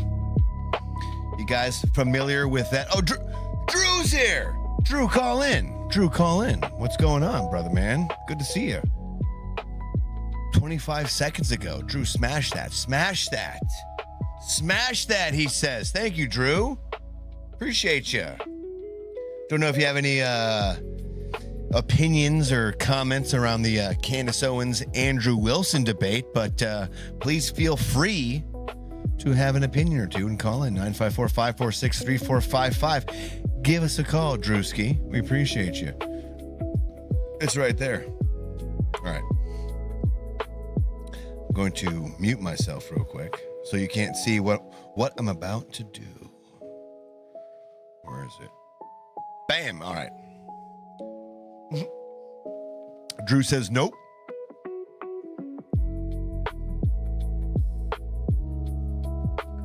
What was the gig, Drew? What were you doing?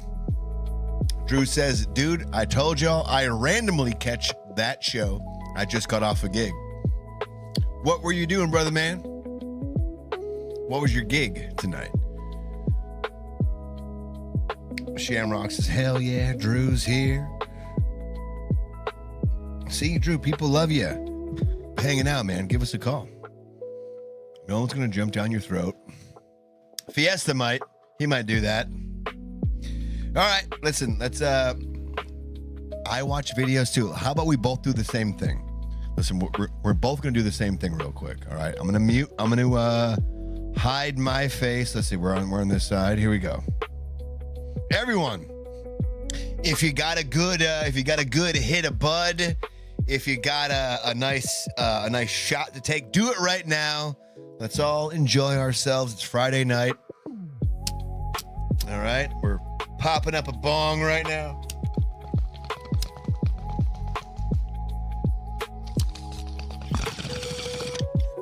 Joking. 70.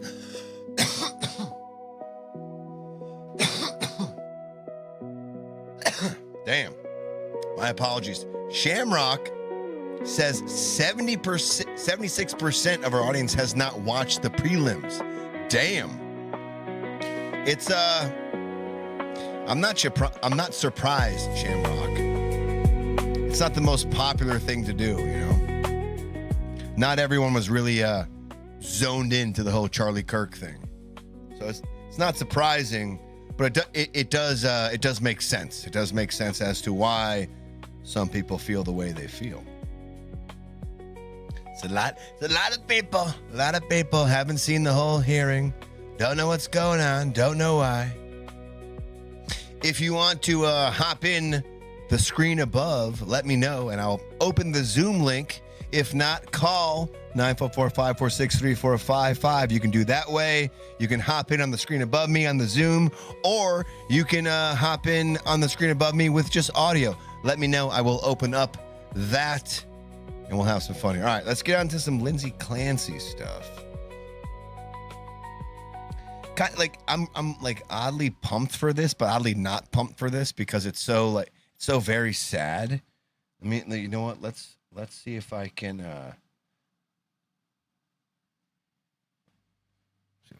play some of this. It's really good, like creepy, sad music. Let's see. There it is.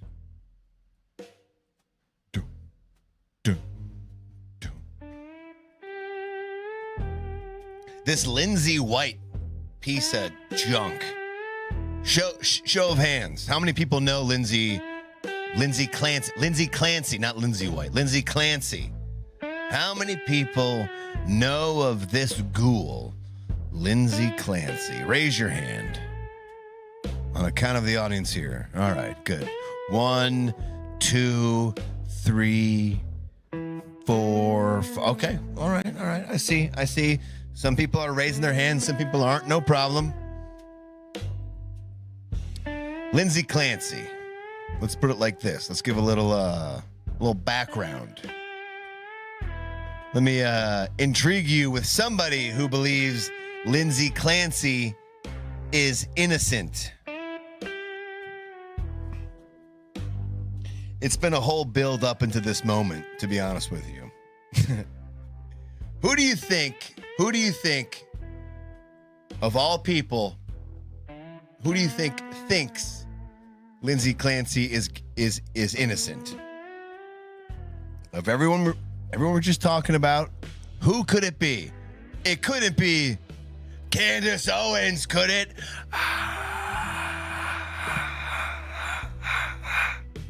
This fucking crazy bitch, right? What? Welcome to hell. You know? Candace Owens, Lindsay Clancy. What we'll start off with is Candace Owens giving us just her opinion on Lindsay Clancy being innocent or guilty. And then I'll fill you in on what she could or could not be innocent or guilty on. Is that fair? I hope that's fair. If it's not fair, let me know in the chat below. Hit 1 if it's fair, 2 if it's not fair. No problem. All right, here we go. Candace Owens, Lindsay Clancy. It feels like the well has run dry on Charlie Kirk. The well has run dry on Bridget Macron. Now we need our new true crime person. And it sucks that she's now trying to put herself into this. Get out of here. Get out. Shoo. Get out of here. We don't need you in this part of it. You could just go over. Stop it. You don't got to be in every true crime thing, Candace. You really don't. Lindsay Clancy is obviously not guilty. There are. Fuck! Already! That was 3 seconds into the clip. She's already like, Lindsay Clancy, she's obviously not guilty. Fuck! Sources? Your source, ma'am? Lindsay Clancy is obviously not guilty. There are a fleet of doctors who should be imprisoned for what they put her on. I regularly speak out against Big Pharma. Okay. Fuck you. But when you bring up Big Pharma, I'm with you. But fuck you. Okay? But Big Pharma, yeah, but fuck you. Just trying to grift off the next thing possible. Lindsay Clancy is obviously not guilty. There are a. It's funny. She says, obviously not guilty. That's her words. That's not my. I'm not making that up. That's her words. That's not my words. I feel like Candace maybe she means like accountable, right? Guilty? No. Literally, the basic facts for this case are not disputed. Like, there's nothing in dispute about what happened here. What's in dispute is state of mind, right? But what is not in dispute is the fact that Lindsay Clancy told her husband to go to like a Walgreens or a CVS. Hey, could you go pick me up this, and that? And he's like, sure, no problem, honey. I'll do that. Apparently she Google Maps or like Apple Maps all that information out.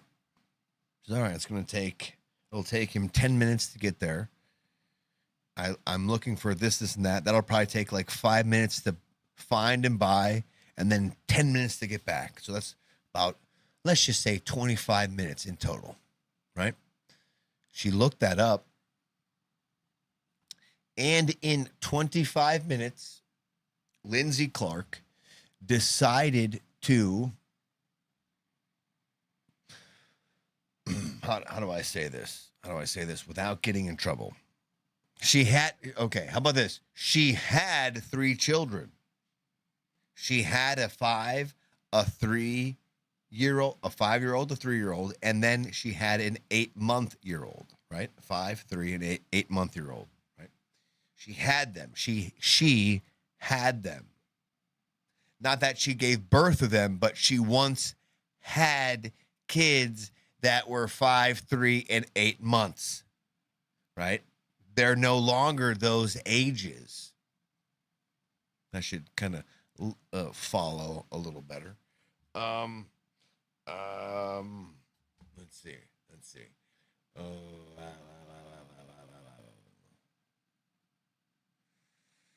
She admitted the defense is not going against the claim that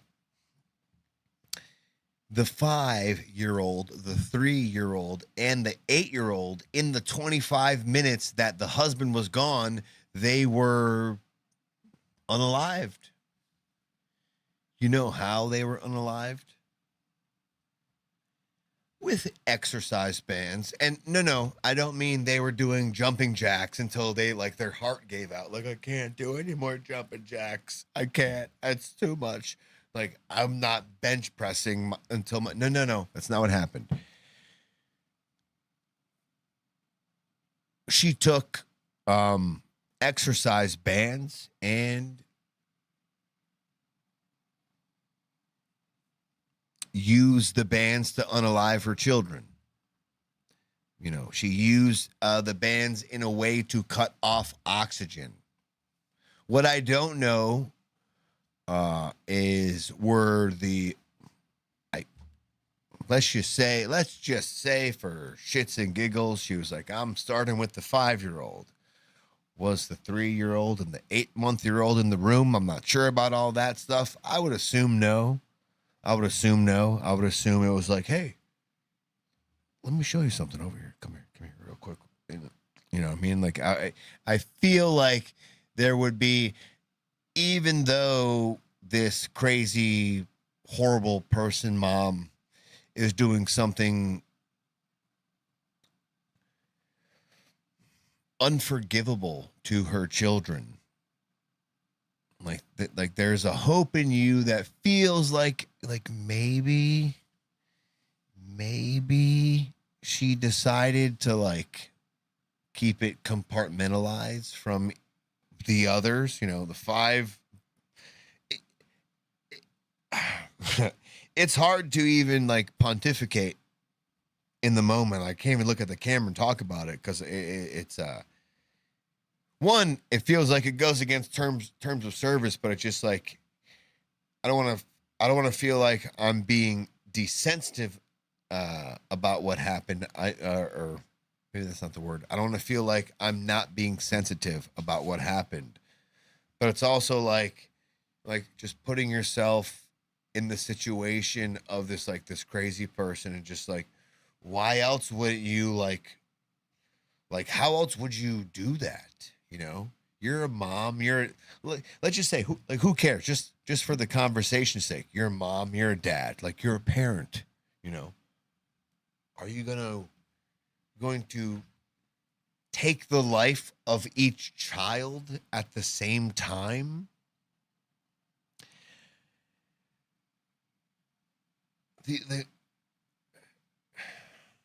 The only way I feel like to do that where people aren't freaking out is like, it's like separate. Like, hey, what's that over there?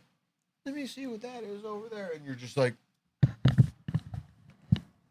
right? And then the next one's like, you're like, hey, who's that up there? They're like, oh, hey, what's that? You're like, you know, it's not like it cannot be all at once. I don't think it can. It can't be all at once.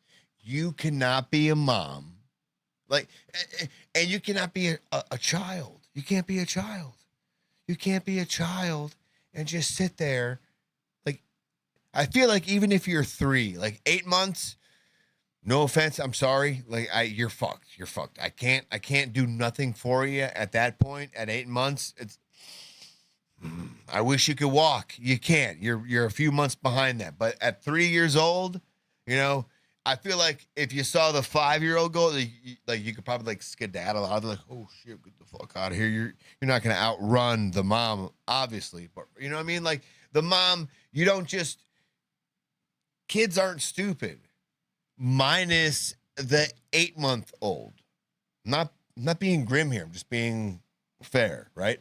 minus the 8-month-old, the 5 and the 3-year-old, like there's like, you know, like there's horrible things that were experienced by them via your bullshittedness. Like you made them go through horrible ways to leave this mortal coil via you being a piece of shit person. And they both knew that.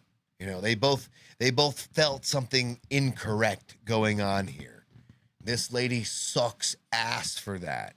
She sucks so much ass for and mind you, this horrible person did this to a 5-year-old. This horrible person did this to a 3-year-old. They also did it to a 8-month-old. An 8-month-old child.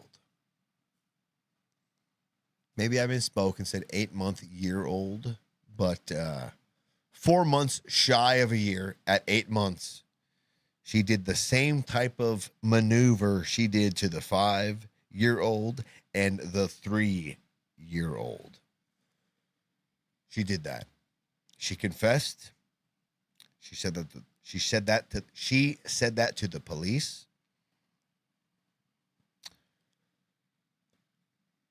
Her defense isn't even arguing that to be the case. Just so you know, right now, the Lindsay Clancy trial is about essentially psychosis and or reason of insanity. Right? So it's not about guilt, right? Guilt is like, yeah, no, you did it. You're guilty. What it's about is, should we hold you accountable? You're guilty. You did it. You confessed. Your fucking lawyers aren't saying you didn't do it. They're arguing, but was she in the right state of mind? Huh? What the fuck?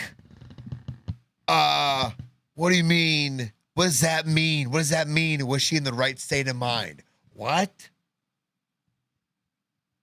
No, she wasn't, because she murdered children.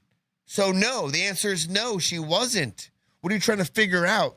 I don't understand that part of this. Let me play the transition, because we just got done going over Candace Owens. My apologies if we're having a good time tonight.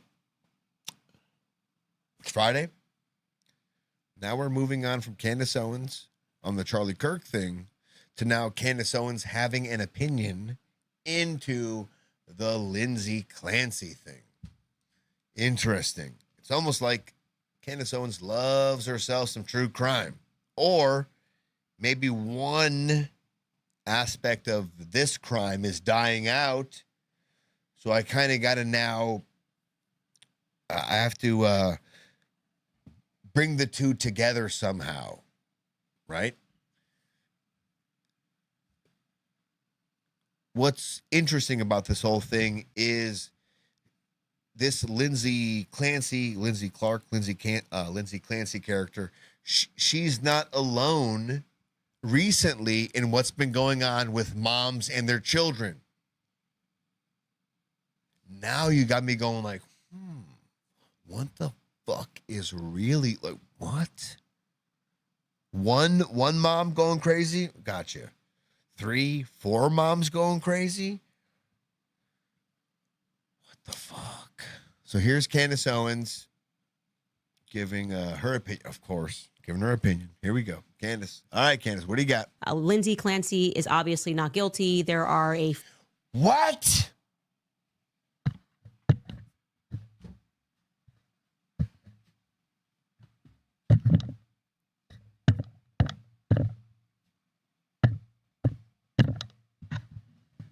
Maybe you mean accountable. Accountable, sure, gotcha. Not guilty? She confessed. The defense said she did it. Accountable, sure, gotcha. Maybe she shouldn't, face the repercussions of doing that act. Okay, maybe we're getting closer to the conversation she's trying to have, but not guilty. No, she did. She did that. She took the lives of her 3 children. That's real. That's not up for debate as far as her guilt. Reasoning, sure. Why she did it? Does it matter? I don't know. I really don't know if reasoning matters when you unalive your 3 children. I really don't know. Lindsay Clancy is obviously not guilty. There are a fleet of doctors who should be imprisoned for what they put her on. I regularly speak out against Big Pharma. They get away with murder all the time. And in this case, they are getting away with the murder.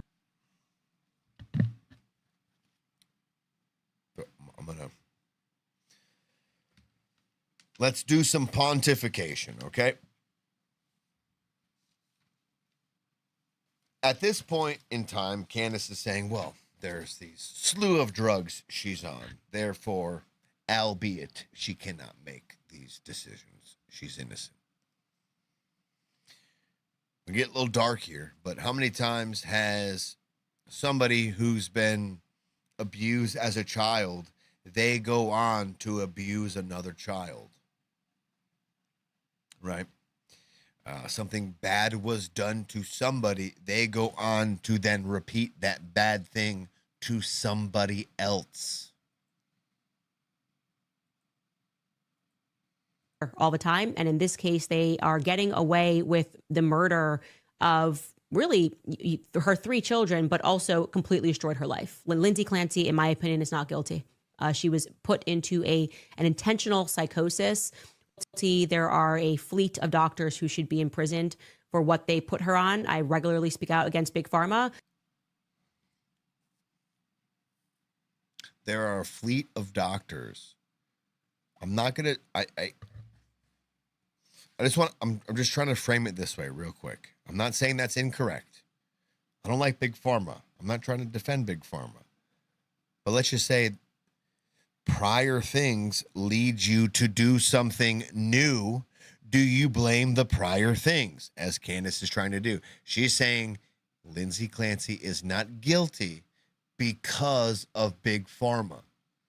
I feel like maybe what she should be arguing is Lindsay Clancy is not accountable for her actions. Sure. Guilty? You're going to make me sit here and argue that she didn't unalive her children? She did. She's the one who did it. She's confessed. The defense is not arguing that point whatsoever. They're trying to argue her state of mind.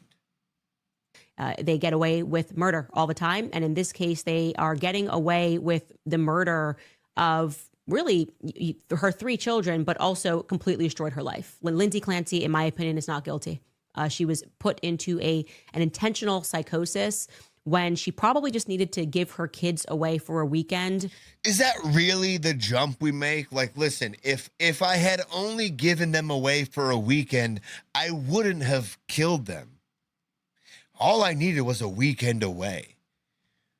No, that's not fair. That's not fair. Moms, and to be completely honest and completely transparent and completely fair, if there are women out here who want to help me out and understand this, I would love it.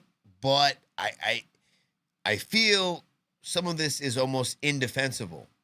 There are instances where I feel like you can defend postpartum depression. You can defend postpartum psychosis. We're going to go through some examples here. But as far as Lindsay Clancy goes, women, in general, whoever listens to this show and is a woman, Shamrock, still, if you're still here, I'm not checking into the chat right now, but if you're still here, how do you feel about this idea here that Candace is like, nope, she's not guilty, even though she's confessed? We'll get into some of the court cases here in a moment. What is interesting to me about this whole entire thing is why I want to bring it up. is because just like the Charlie Kirk thing, just like the Tyler Robinson thing, just like Candace Owens is doing on that whole side of things, there are two schools of thoughts with what happened with Lindsay Clancy.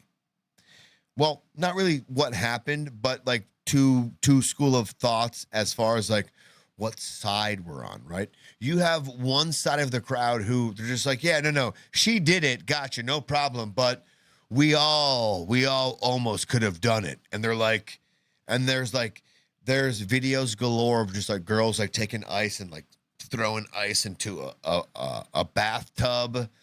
They're just girls like setting up cameras like and they're holding their kids and they're, you don't understand how difficult this is, and they're crying to the camera. So there's a hashtag going around called hashtag same Lindsay, and there are these women out there who are saying, we feel your pain, we understand the extent that you were pushed to, because we were almost pushed to there ourselves. What? Huh? You almost killed your kids too? Maybe don't say that out loud. That's not cool. Maybe keep that to yourself and just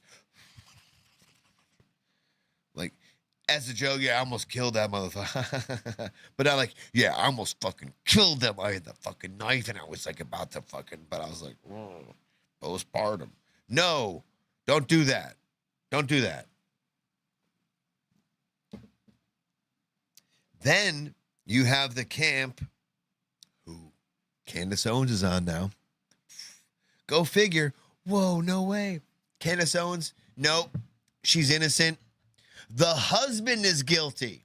We'll get to why he's guilty because of like when he was born. Because he's a Leo. Definitely fucking guilty. We're losing our minds. Candace Owens is she's like the thermometer. She's like the check to how we're responding to things. And she's just like, this lady responded to the whole crime saying, no, I did it. I killed my 3 kids.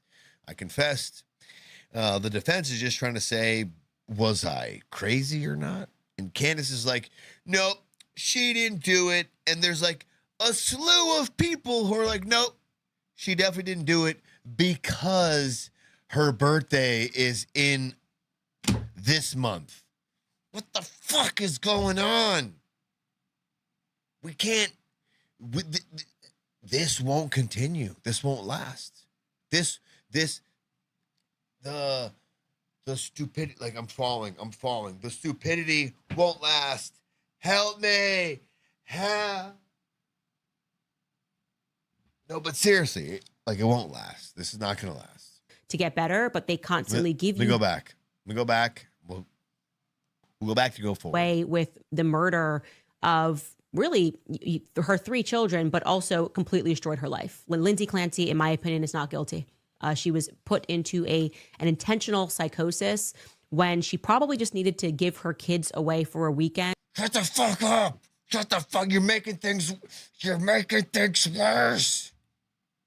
She's not guilty. She just need literally. Like, does this sound logical? She's like, literally, one weekend. If she just had one weekend away from her kids, she wouldn't have killed them. Huh?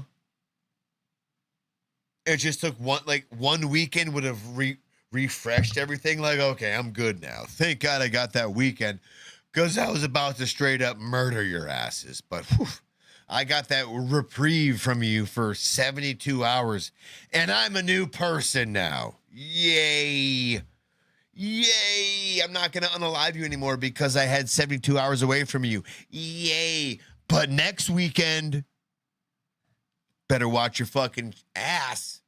To get better, but they constantly give you these drugs that do not make things better. And the cocktail of 10 pharmaceuticals that she was on is absolute madness. So Candace is already asserting herself. No.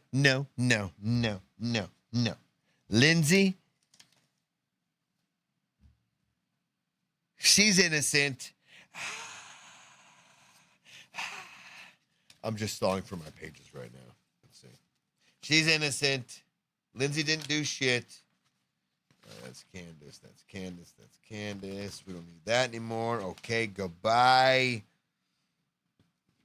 4, 5. We got rid of 6.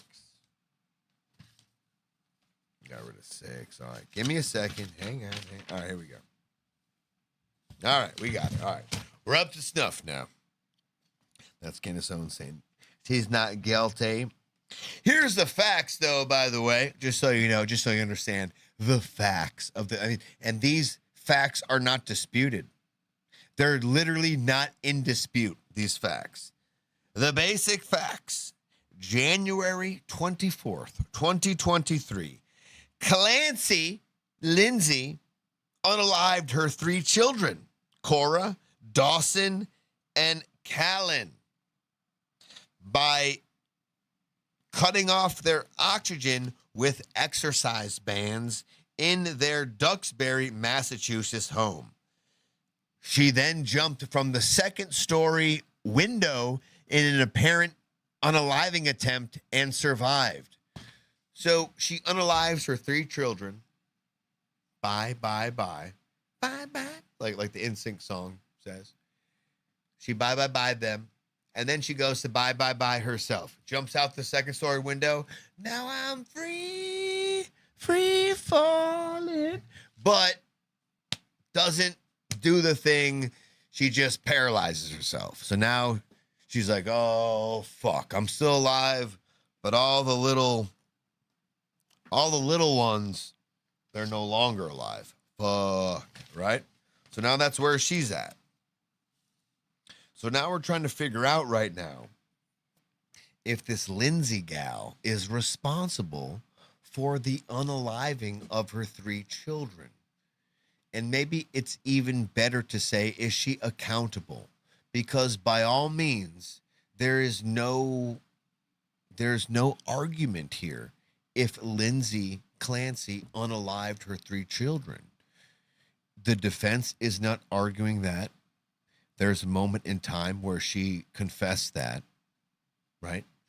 The defense now is strictly arguing, was she in the best state of mind when she did this, right?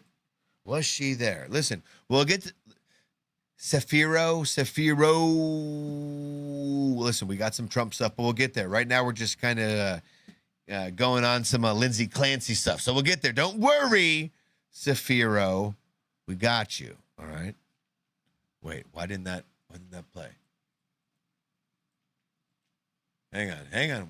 Wait. What's going on here? What the fuck is going on? Oh shit, PP's in the chat. Bam, and worse. Candace and Lindsay and Tyler belong in a cell. I would love to hear PP's recount of what happened with the Candace and Andrew debate. We just got done with that, but Candace is now, hoodwinking herself into this whole Lindsay Clancy thing. She's like, all right, Lindsay Clancy is definitely innocent. She didn't do shit wrong, even though, as I was just saying, she's clearly said, I've unalived my daughter Cora, my Dawson, whatever that is, a girl or a guy, and then a Callan at 8 months. I've unalived 3 people. I've then jumped out of a 2-story building to unalive myself. But now I'm still alive and I got to deal with the repercussions, right? So now that's where she's at. So the idea here for Candace to again say, oh, no. She's not guilty. No, I feel like you're trying to say she's not accountable, which would be different, but again, she's not accountable. So that's where we're at as far as the Lindsay Clancy thing goes. See what we got going on here. Shamrock says, if you can call in Eli, that would be awesome. Razor Roberto said, used to be a fan. Candace is delusional. You're damn right. I'm stuck in the safe room. So says Eli. I'm stuck in the safe room. I don't know what that is, but it does sound like it's like, all right, we're good. We're tucked away. We don't got to worry about nothing going on here. All right.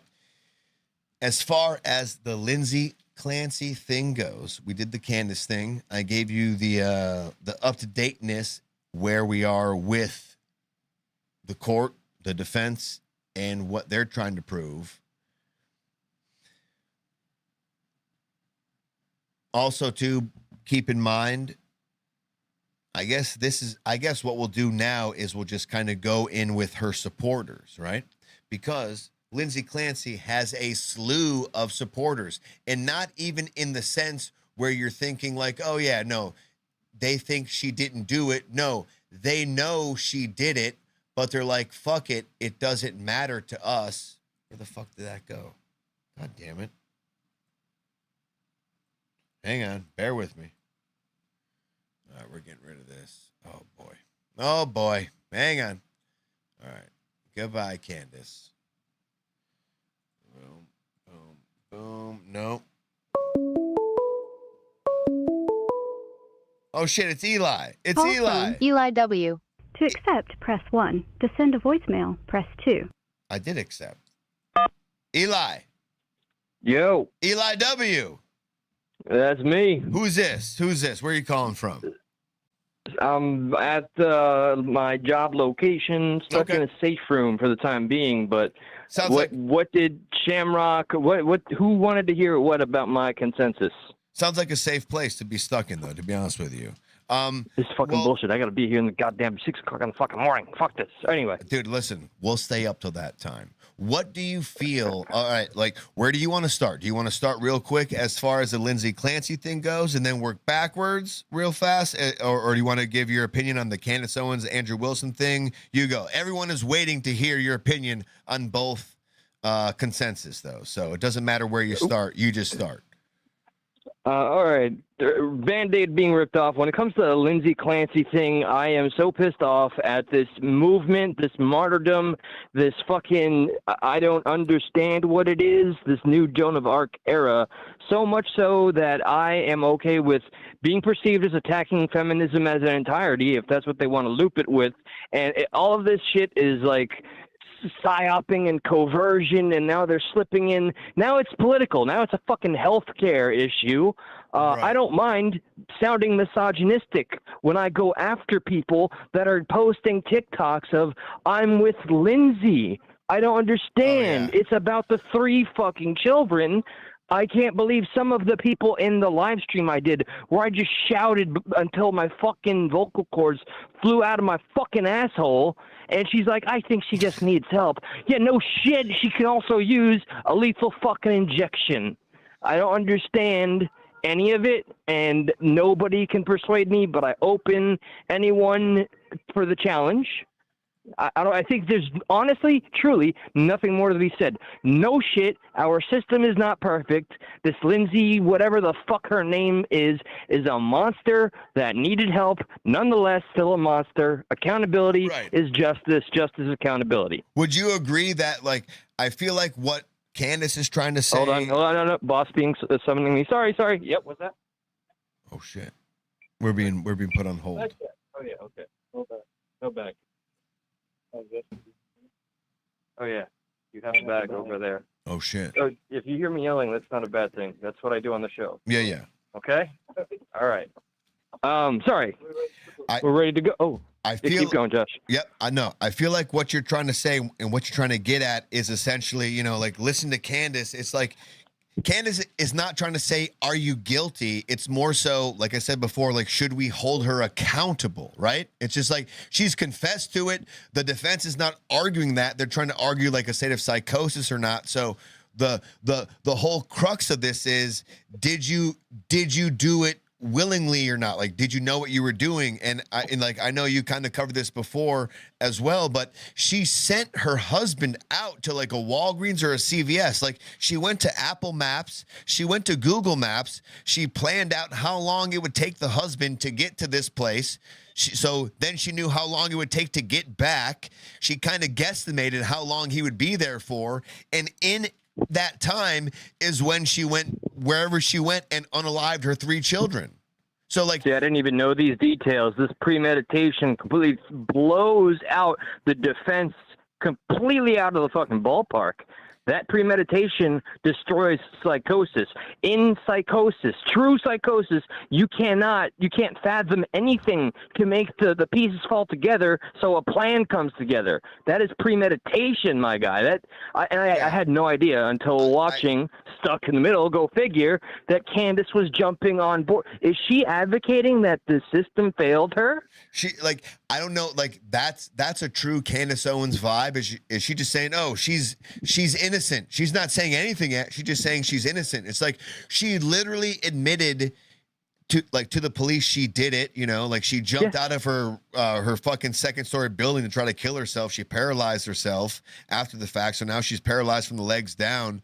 But there's him on video at the store. There are people trying to say, oh, there are people arguing right now that he did it because he's a Leo, because of his birth sign. Oh my God. There's more of this astral projection, fucking dreamscape shit getting thrown in.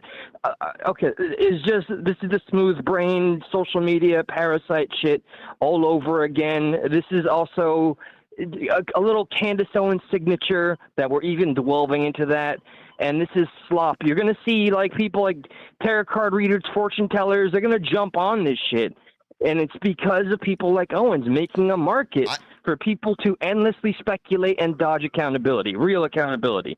I saw you talking about some of this as well, but what I'm more perturbed about is not the people who are on the conspiracy side of things, like, oh, maybe it was the husband because he's a Leo and this and that, but all the women supporters who are like, I've been here before, and we feel like they're all on her. Like, I have, and I'm sure as well as you have, we have a slew of videos of just women who are defending Lindsay in her unaliving her 3 children because many of ourselves, quote, see ourselves in Lindsay.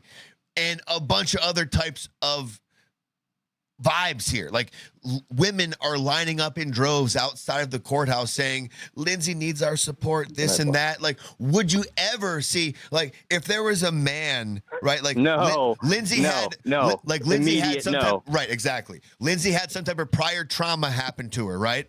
And they're like, oh, well, she did this because they're like, if you ever saw a man who had prior trauma happen to him and he did horrible shit to children, would men be lining up, be like, men deserve this guy. We're so proud of him. He didn't deserve, no. As you said, a resounding no. I got a good little caveat where we would see it in the upside down. If it was a fucking transgender, maybe the man who is pretending to be a woman would get the same, oh my God, and now you know what? Yeah, now this is about trans rights not being respected, and that's why it happened. Everything is truly to escape real accountability leading to justice. We are in a weird gray zone. We're in the fucking Twilight Zone where it's just such a fucking far dart across the field to get to the most simplest conclusion, which is very obvious in front of us. I don't understand. There are markets. People are profiteering. You heard about the millions of dollars raised in the GoFundMe. People treating her like a fucking celebrity. I don't understand. She's a monster, a murderer. Not a fucking celebrity, not a martyr. She ain't no Joan of Arc. She has almost, maybe you know more than I, almost $1 million in a give, send, go. What? Yeah. How is that even a thing? Why are we happy? Why are we happy? I don't understand I don't understand this idea here. Gotcha. Everyone has had some type of trauma happen to them. Does that mean the trauma is equal to doing a horrendous act? I don't understand the sympathy here. I don't understand why we're here. Quick example. I lived it. Anybody in the chat or any of the old trolls, I know we've all moved on. You all tried to cancel me because I fucking shared, because I'm all about the transparency and connecting with people. When I was under the influence, I thought about doing something god-awful, terrible, and I was dragged for something that I thought about doing and didn't do. Here we have a blatant fucking monster by no other name who went through with the most heinous possible act. What is it called? Fratricide, when you kill your own kin? All right, 3 children. They're gone. And I can't, like, men, I guess, am I going to pull the misogyny card because I'm a guy, I got dragged because I admitted I almost did something? Does a woman get different treatment? Is that where we are? And why is everything being subverted into a fucking movement? Every single thing is about profiteering and then slipping a little politics into it. I don't understand how we've gotten this low. But it does show you that, like, some of these, some of the women, as far as the ones who are on Lindsay Clancy's side, like, they don't want egalitarianism. Like, they don't want equal law applied to everyone. Like, they want, essentially, oh, well, she didn't mean it, so she gets out of it. They would not apply that same law to a man, as we just spoke about. Yeah.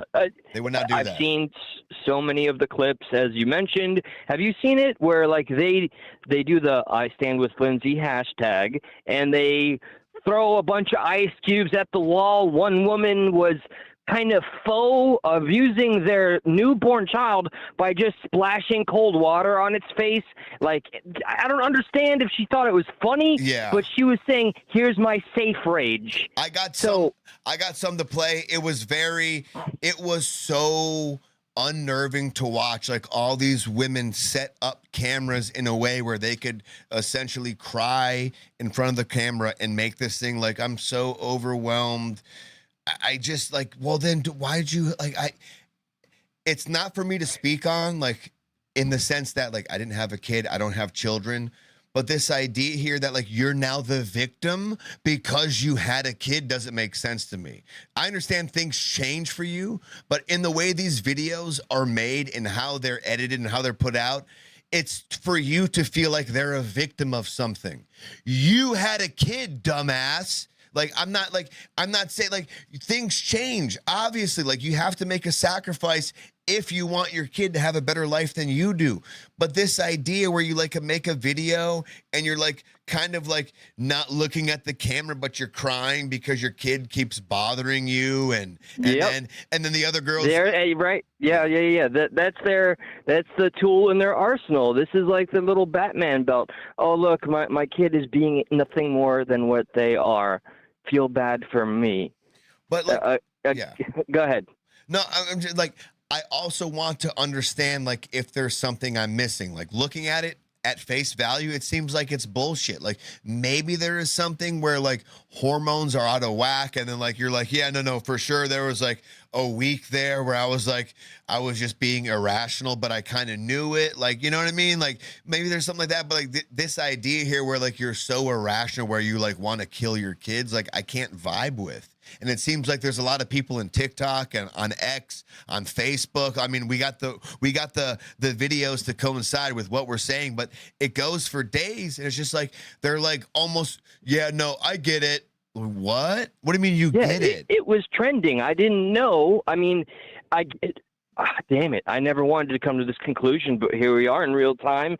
If this horrible fucking act, which needs to be acknowledged by all parties and all the people that are pandering or hashtagging or lining up and kissing her fucking clit, they need to acknowledge that this was a horrific act, for one.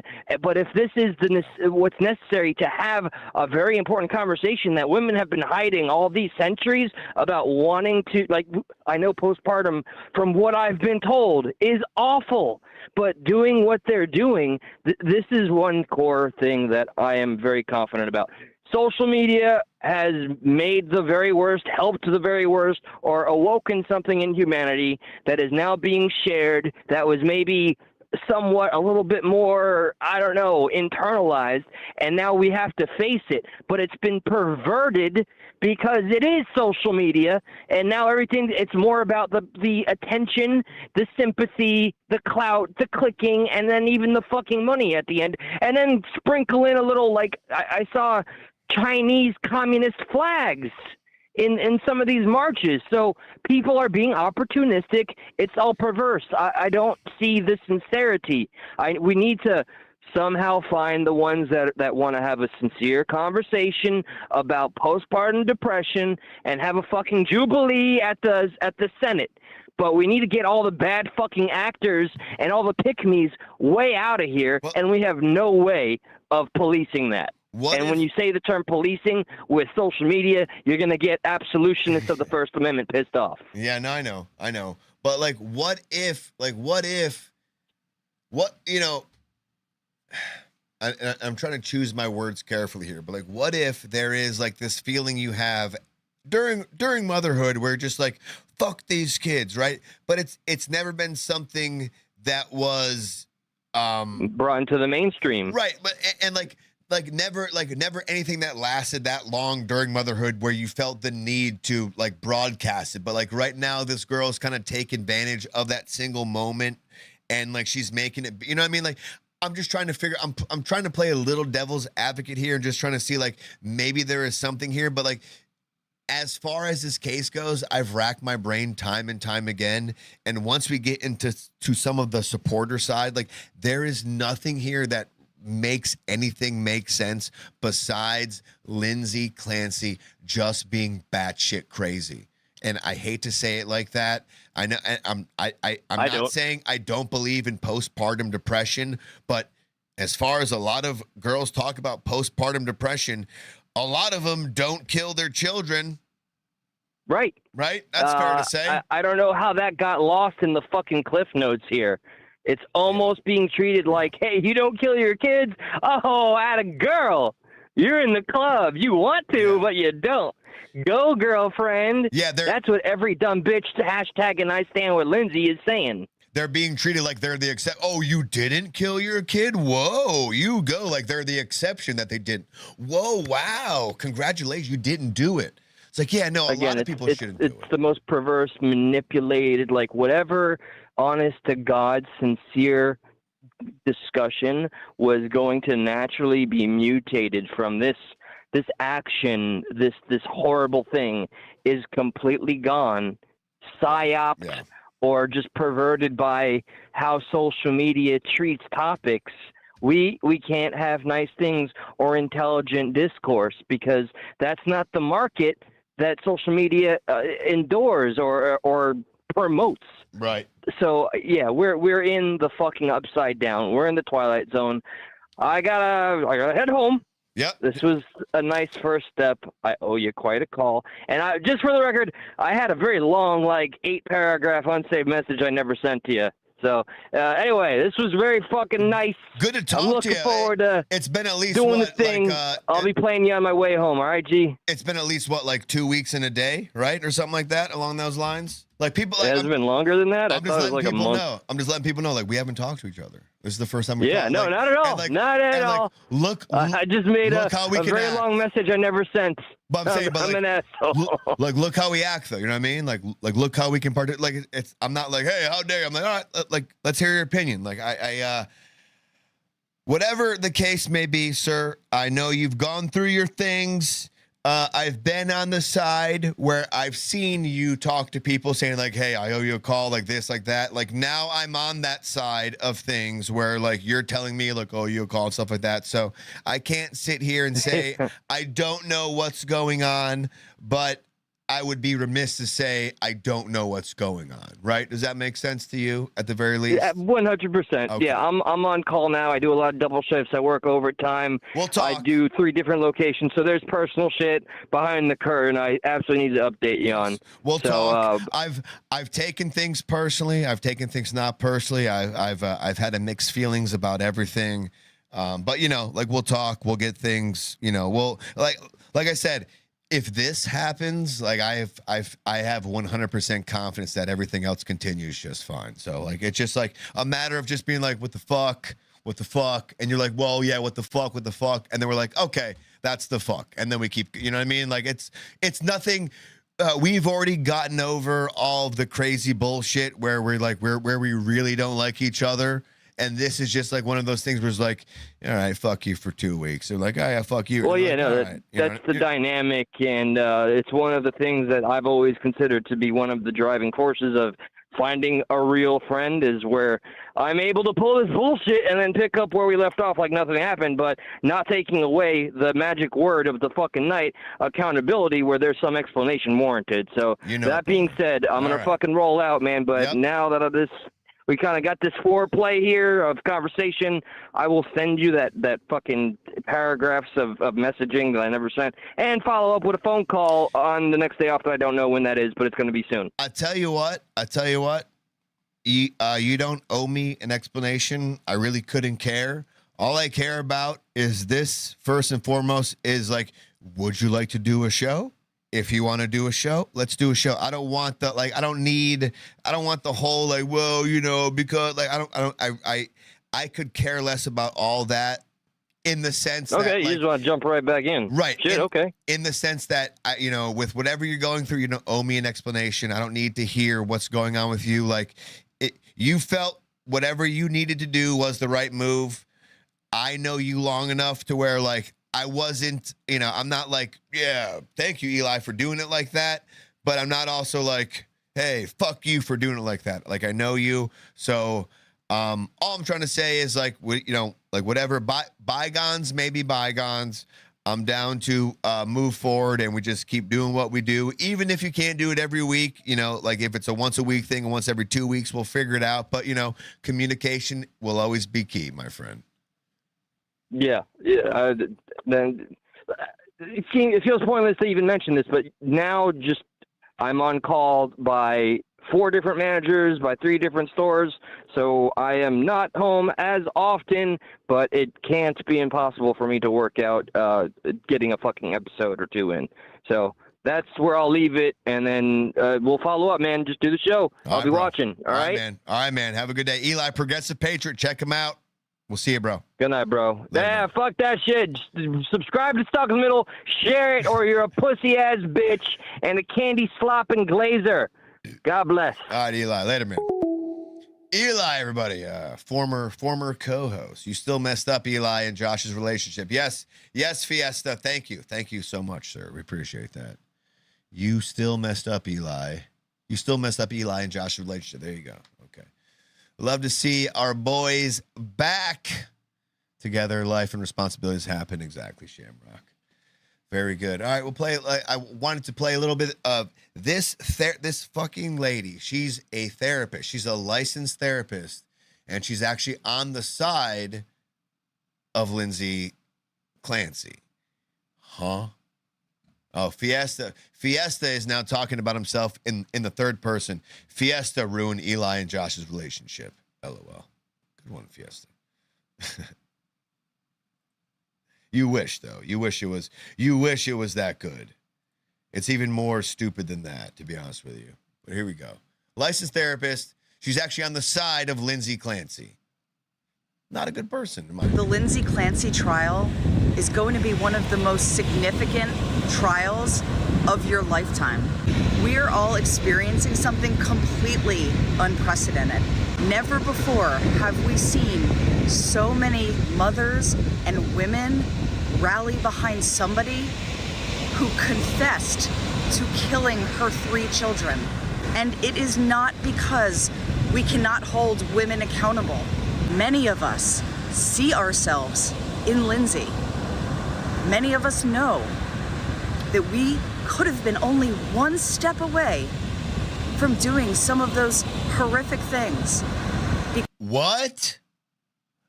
I'm sorry. Excuse me? What? Women, please speak up here. Do you feel like you were one step away from doing what Lindsay Clancy did? This is a licensed therapist. We are all one step away from unaliving our children. Doing some of those horrific things because we experienced significant mental health issues. I'm going to go over some clips that may not be too fun to y'all as far as the women go, but I really would like for you guys to chime in because some of this stuff just does not make sense to me. As far as the position a lot of these women are trying to take, and I'll tell you, the most disturbing position that they're taking isn't the conspiracy side of things. The most disturbing position is not the women who are going around saying, well, she's a Gemini, but he's a Leo, so Leos must not have done it.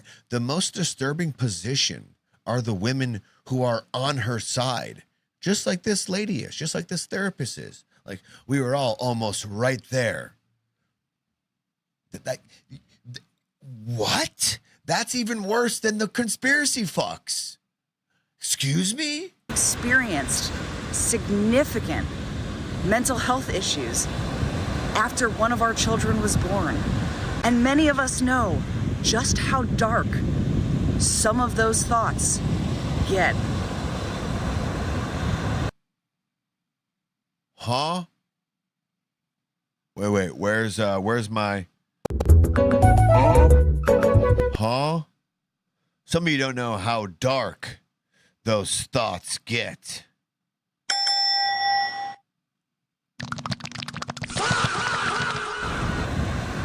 So yeah, this is gonna be one of the most significant trials of your lifetime. I don't want it to. I feel like the Charlie Kirk one was supposed to be, not this one.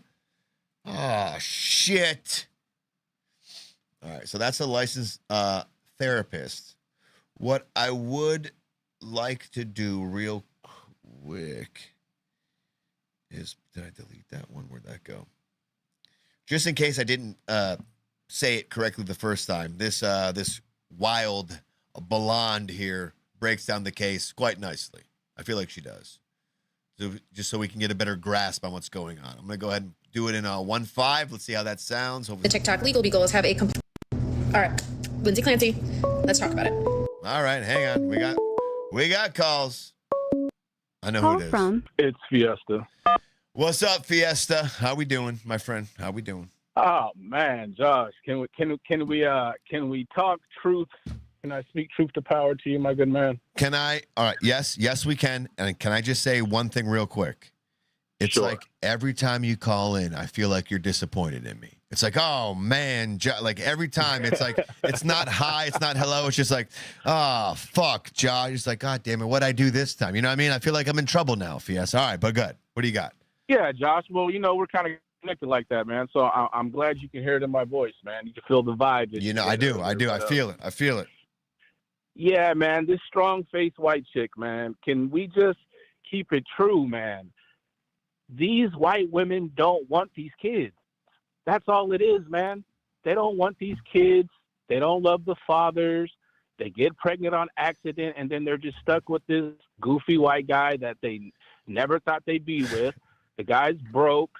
They get into public. They see all these handsome black guys and Latino guys, swag and chains and, nice cars and just smooth. They got these guys in khakis. They're like this. They're like... Up, and these fucked up shoes and these flip-flops, these open-toe flip-flops, no matter what fucking time of year it is. They're watching Fox News all day. They're having golf dates. And these women, they're just sick of it. They didn't sign up for that life. They thought the guy was cool. He was fun. And then they end up just settling because he has a stable job and they can move into his house. So that's all it is, man. And the reason why this lady ain't getting any pushback or any help from anybody because she's white. You and Eli are so confused. I don't understand why this, why that. She's white, man. And she has white women supporters. So there's the truth, Josh. What do you think I'm confused on? And also, too, by the way, this is Tech bringing it up, too. Like, is there anything that you can call in about and not bring race into it? Like, you really think this all of a sudden goes to, like, because you said white lady, like you bring, like, color into it. So is this a white thing, or are you just saying women in general? Can you specify? Yes, Josh. We live in a colorful world. And it's Yes, we not do. women in general, because if this was a black woman, she'd be a savage beast.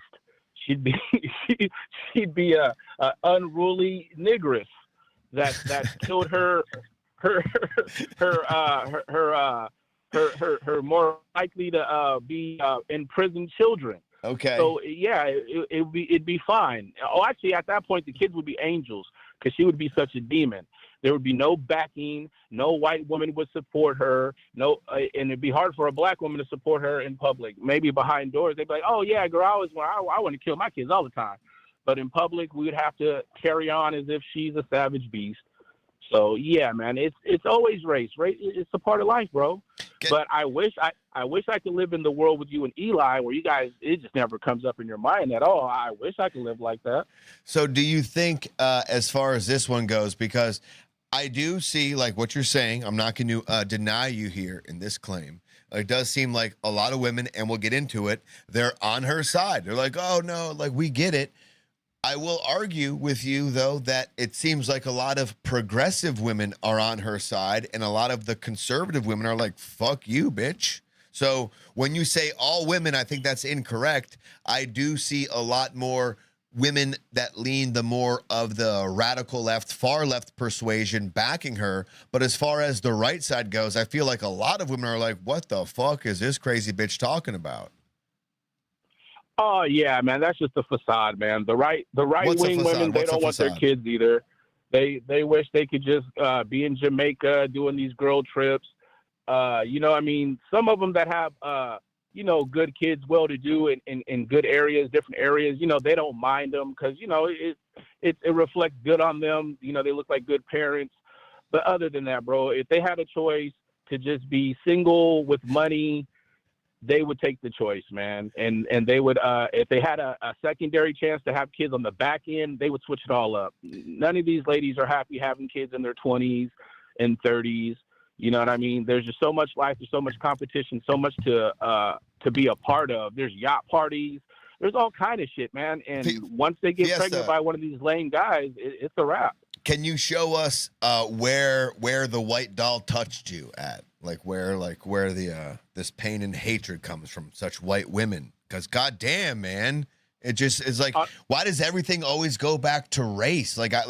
I get that's what your vibe is, but I guess that's why maybe you have a lot of agreement with Candace Owens, and like you just kind of can connect these dots that aren't there, and it just for you just goes right back to race. It just I don't like, we're talking about a mom who goes crazy, and you're like, oh yeah, you know, she's white. And it's like, if we went back over, you know, black moms that went crazy, you'd be like, oh, that's racist. But when we go over white moms that go crazy, you're like, oh yeah, that makes sense because she's white. I just like, if you're trolling, I get it, I respect it. But also too, if you're not trolling and you're being serious, like you don't have consistency in how you see things. And I guess your only consistency would be like how you view races through your racist colored glasses. Well, to tell you the truth, she touched me on my pee-pee. Okay. And, well, you know what? That's a good start. I'm glad we're getting somewhere. That's where the white woman touched me. But also not a bad place, right? Not a bad place for her to touch you, right? You know what I mean? That's a good, right? You know, well, if we're being men about this. Hey, I didn't consent. Okay, touche. I'm sorry. I'm as consistent as you're being consistent, or as the world would be consistent. Explain how so. If a black woman were to do this situation, and all these white women and all this backing was behind her, and people were making videos like that doctor, that ginger lady did, then I'd be like, oh, okay, well, maybe it ain't about race because she's got a lot of support. Wait. Even the white women are back. I'm confused but the here. fact that doesn't happen. I'm sitting here. Okay, but so you're like, whatever approach you're doing here just doesn't make sense, right? Because I'm sitting here saying this lady's in the wrong. So if you use like the race card, essentially I would have to be like, oh no, but the black lady was correct. Like I'm condoning what the white lady did. Like, are you saying I wouldn't condone if the black lady did the same thing? I don't understand what the... No. I think you would have the same position, and I'm not saying that you're wrong. You are right. I agree with you. I'm saying the support would be different. Not from you, her supporters. All this encouragement. Okay.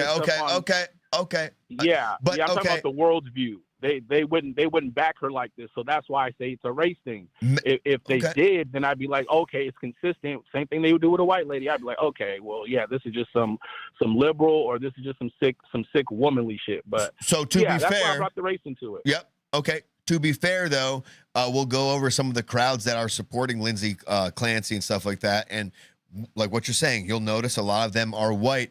Are you saying that the black community wouldn't support?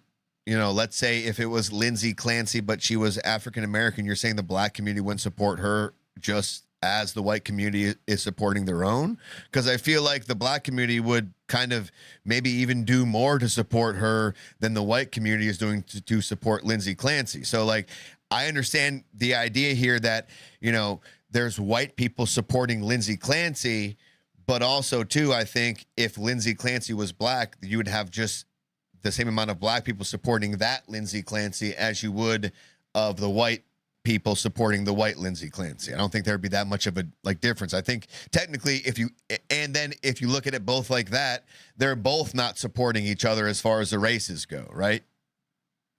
Yeah, I'd say, man, there out of this 100% support, there'd be 25% support because the black community, as a majority, we wouldn't appreciate that, and we wouldn't care how much medication she was on. We'd say there's nothing wrong with her black ass. She just didn't want those kids.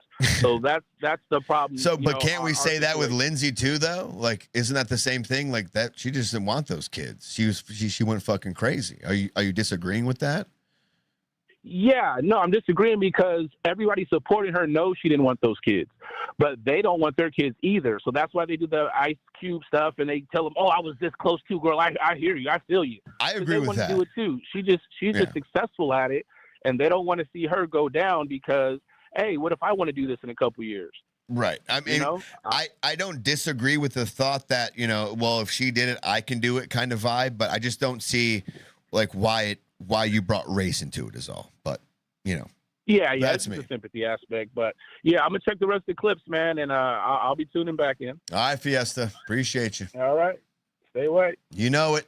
All right. So this lady's gonna break down some of the Lindsay Clancy stuff as far as that goes, and maybe a little better than I can, but just check it out, see how you feel. All right, Lindsay Clancy, let's talk about it.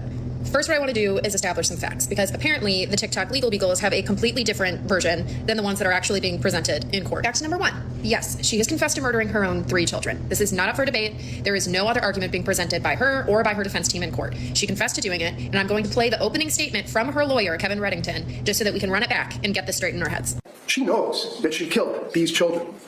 Number 2, yes, she was heavily over-medicated. The lawyer said she knows she killed these children. Here's a list of all the medications she was on. Are all of the and mind you, too, this is over a 4-month period. There's a lot of things trying to say that she was on all these medications at once. I don't think to be the case. I think she was also doctor shopping, too. But she wasn't on all these at one time, but over a 4-month period, she received these medications. There's a probability she could have been on all of them. I mean, some of them are duplicates, so there's a probability she could have been on all of them, depending on the dose. But this, so far, as we know, it's over a 4-month period. Different SSRIs and antipsychotics that she filled leading up to the murder of her children. But here's the thing. It literally doesn't matter. It does not change what she did, which is she has confessed to murdering her children. Now, I've been entirely consistent on this issue for years. I have always argued that the insanity plea is bullshit. If you are committing a violent crime, you are by definition mentally unstable and unfit to be in society. That's what I always argue with, like, the Charlie Kirk thing. Like, everyone tries to argue with me, well, like, it's not rational for him to send a text message to his boyfriend and say, I did it. And like, I try to, like, I use the same logic back. Was it rational for them to try to kill somebody? So you're expecting them to do something rational after they just did something irrational. So I agree with what she's saying. Like, no, like the logic follows. The logic follows. They did something irrational. It only makes sense for them to continue irrationality. Mentally unstable and unfit to be in society. We already know that. So therefore, you should be locked up, preferably for the rest of your life, where you can no longer be a threat to yourself and to others. The other thing I want to address here is the completely bizarre number of women who are claiming that postpartum depression, postpartum anxiety, postpartum psychosis, whatever you want to call it.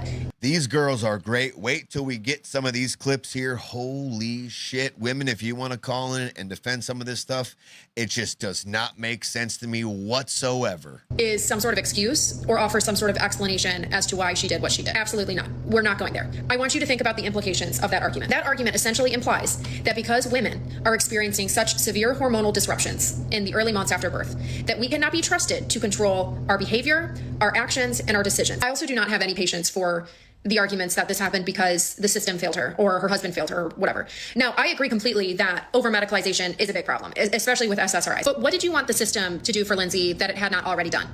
Did you want her doctors to forcibly and mandatorily institutionalize her? Because she checked herself out of a facility and she told them that she wasn't having suicidal ideations. Yeah, I believe she essentially, as Florida says, she Baker acted herself. She checked her in, but for whatever reason, when she was getting some of these antidepressants and stuff like that, as far as the doctors are saying, she wasn't, quote, confessing to them that she was feeling suicidal, or maybe it was she wasn't confessing to them that she felt like harming others. Maybe she was confessing that she was feeling suicidal, but there was never any inclination of her trying to harm other people. Told them that she was fine. So did you want them to ignore her individual autonomy and just lock her up anyway? The reality is that we as adults are responsible for our decisions, our behavior, and its consequences. Lindsay Clancy is not the victim here. Her children are. The children that she strangled to death are the victims here. Those of you arguing otherwise. Yeah. So I just want to play now some of the supporter videos, because just her saying that, you're kind of like, I don't understand, who would be supporting her? What that doesn't make sense as far as that goes. But no, it does. So here you go. So here's one of the things. This is what Eli was talking about. So, and ladies, please call in and explain some of this stuff if you feel like you need to, or if you feel like it's upon you to do that. But Lindsay Clancy supporters are making videos of themselves smashing and destroying things like blocks of ice to prevent themselves from bashing their children's skulls. Essentially, they're trying to say, if I couldn't restrain myself, this would have been my kid. That's the vibe I get from these videos. And what's even more sickening is they're setting the cameras up and they're getting themselves worked up in these moments to even make it look and sell better.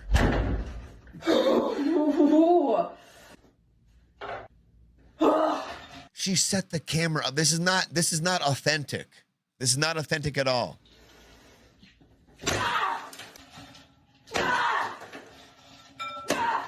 She's just throwing ice into the bathtub. Exactly, Razor.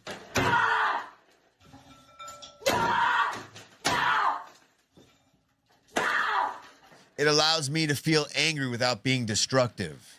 Imagine if she has kids in her house and they just hear, "Bah! Bah! Bah!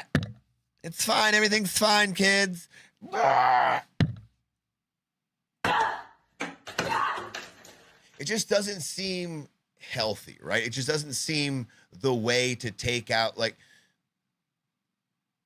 there's a more healthy way to take out anger than being violent. As much as we say that's not being, that's being violent. You're replicating something, destroying something, but you're just using ice. You're being violent, but you put in some type of a mock system. It's not actual violence, but it's in place of violence, and that's what the action is making you feel like. I feel better now that I was being violent. That's not a way to solve your inner emotions. It really isn't, especially if you're a mom. If you're feeling this way over your children,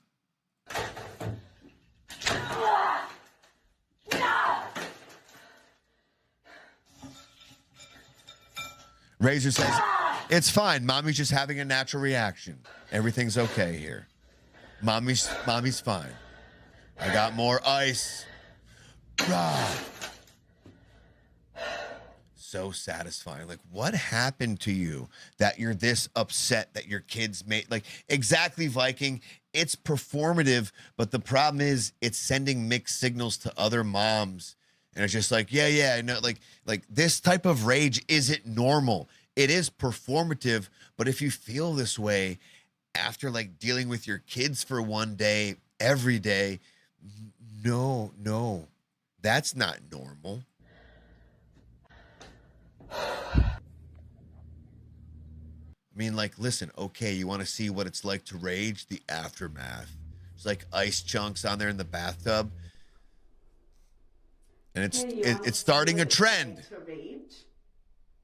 I'm so effing sick of people. Call from. What's up, Shamrock? You said mom's calling, so I mean, Yes, please. Like I don't want to sit here and just, bash women or moms because of something I'm ignorant on, but a lot of this stuff just seems like borderline creepy, Shamrock. Well, she was a labor and delivery nurse too. So She was what? I'm talk sorry. about- Say it again. She was a labor and delivery nurse. Really? Yep. Okay. She was a labor and delivery nurse. So That's even more creepy. Like this lady has dealt with giving birth and like watching others give birth, and it's just like it was her. Wow. Yes, it was literally her job to counsel other people, other women about postpartum depression because that's what you do in labor and delivery. Wow. I had no idea. Yeah. I had no idea she was like a labor and delivery nurse. Holy shit. Yeah. Talk about make your, the hair on your arm stand up, right? Yeah, that's fucked up. Sick. It is diabolical. It is really diabolical. Now, listen, I do agree postpartum depression is a thing, and I do believe that postpartum depression psychosis can Is be a thing. Yes. I'm not gonna sit here and disagree with you on that. I do believe it's a thing. I think Matt Walsh had something to say about it. Ben Shapiro kind of gave him a what for, and then Matt Walsh came out and kind of clarified himself. But I think the idea here is like, when you're having a child, you got a lot of hormones going on. And when the child's done, there's a depletion of these hormones, and some of these legit things can happen. I feel like it's almost like it's very ignorant to think it's not a thing, And I will say, there is something to it, like when they talk about breastfeeding, and I was all for breastfeeding. I breastfed both my children. And I will say with my first child, I think I did have a touch of postpartum depression because I did have intrusive thoughts.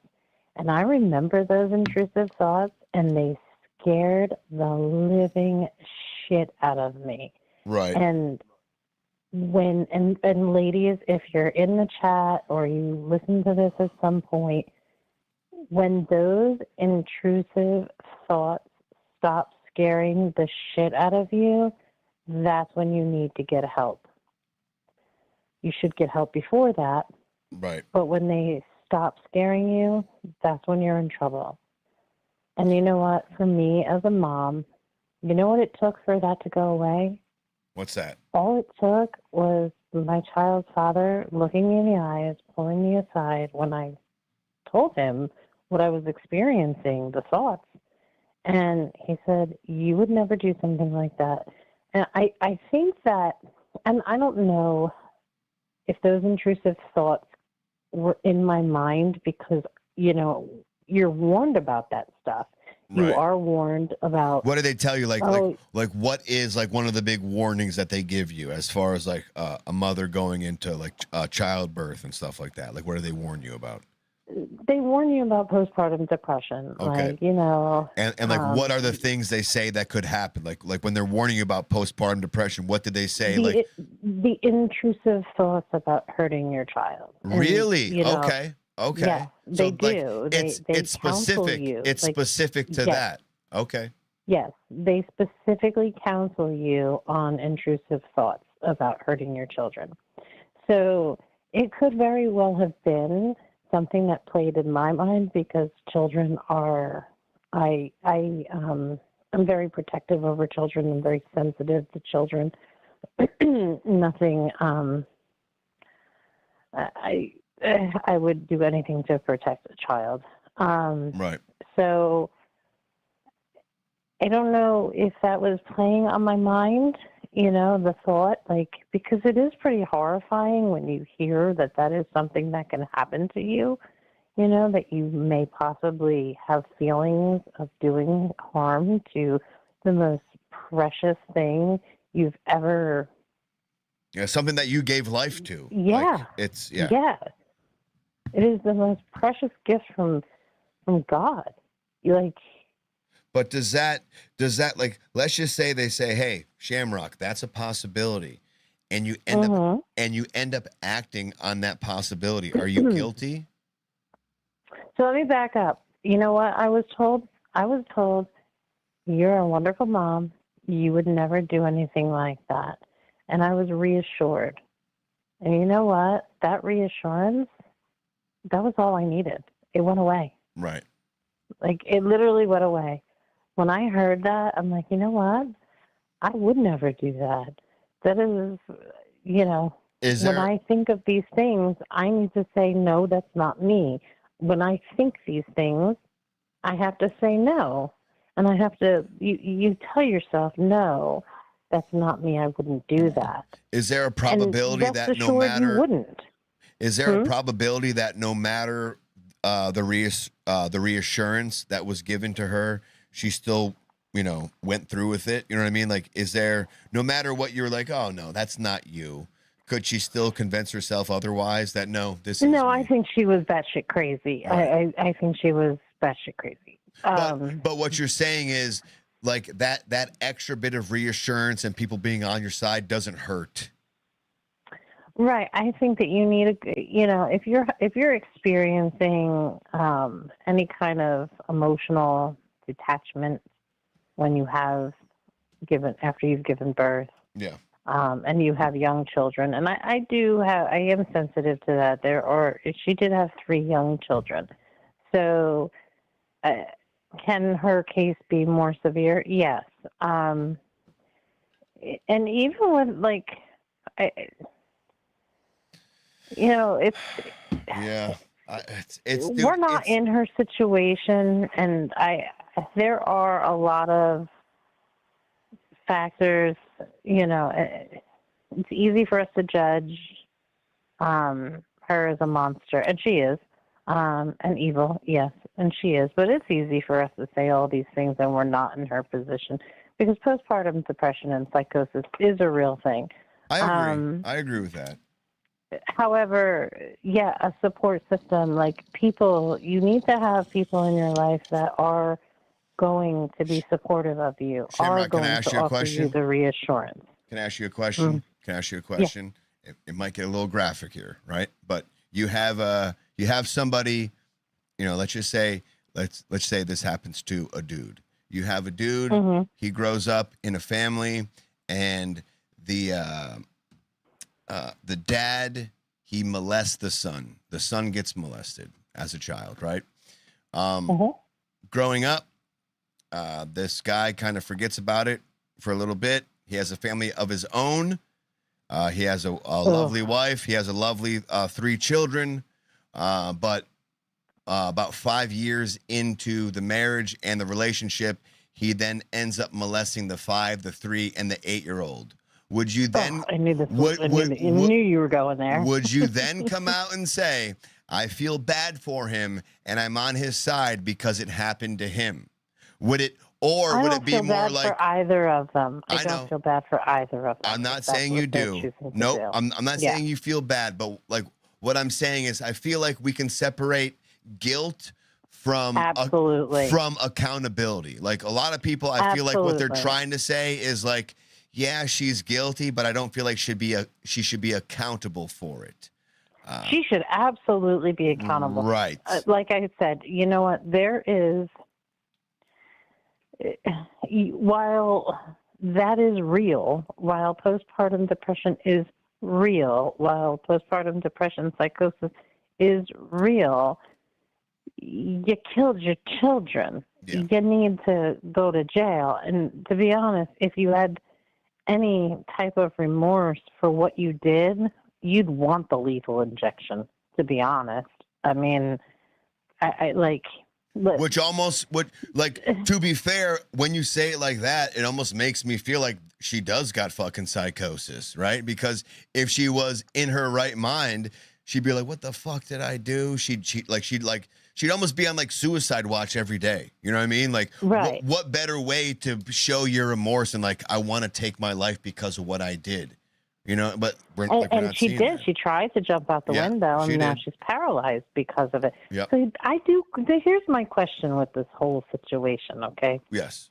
Is that she did it like she strangled them. Yeah. And okay, so, and I've dealt with people going through psychosis. I've been on the psych ward. I've dealt with a lot of different psych issues. So for me, it's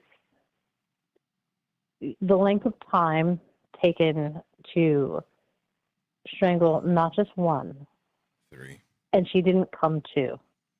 She didn't realize there was at no point was she like, holy shit. Yeah. Well, Oh like, my what about gosh, the like? I What just about the killed my fact? kid. Like, what about the fact that it was premeditated? Like, she essentially sent her husband to go to that, Walgreens or CVS. She knew how long the trip would take there and back, and kind of guesstimated how long he would take while he was there because she sent him to go get something, and in that time is when she did it. Like, that doesn't seem like someone in psychosis. There is a psychological explanation for that, but I'm not going to go into that because it's a little too hard to understand. But are you saying there's a probability that where they are methodical, like even in they're psychosis, organized and methodical? Even in psychosis, you're saying? Yes, Okay. they can actually be Fair. very methodical and organized and plan.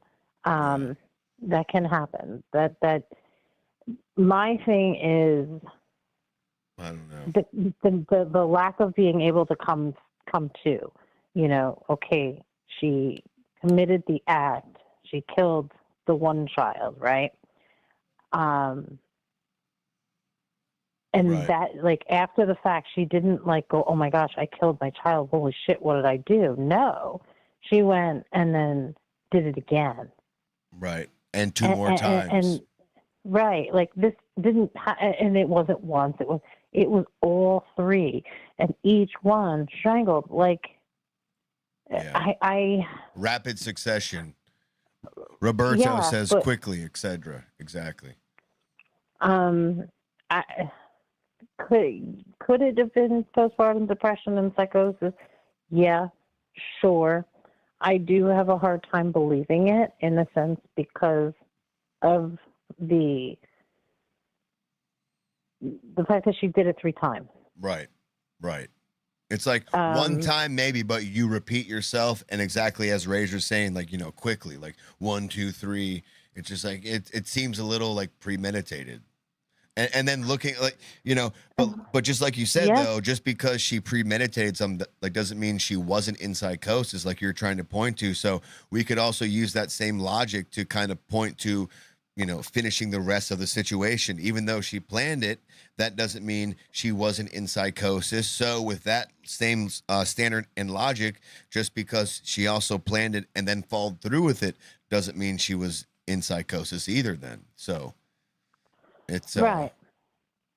I just we've had this situation happen before. I think it might have been in the 90s, maybe early 2000, where the woman drove her kids, and I don't know if it was an ocean, a lake, or pond, or whatever it was, and killed her children. And if you look back on those videos, society, women, men, mainly women, were protesting and calling the woman evil.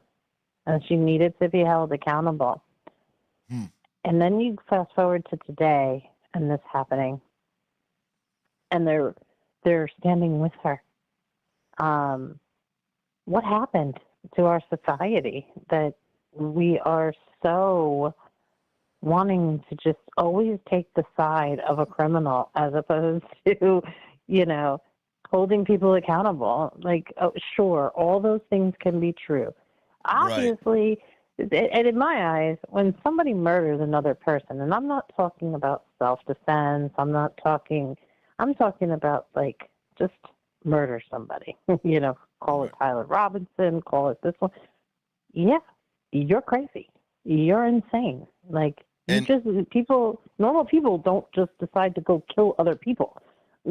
Yes, but you're insane. That's exactly what I'm saying. And again, I've repeated this same example time and time again, but when people expect after Tyler Robinson to unalive Charlie Kirk, which to me is an insane thing, is irrational, And then they're like, well, why did he send a text after that? It's like, you're expecting someone who did something irrational to then do something rational? That doesn't follow logic. The guy already did something irrational. It doesn't make sense why he wouldn't do something rational. Of course he's going to continue being irrational.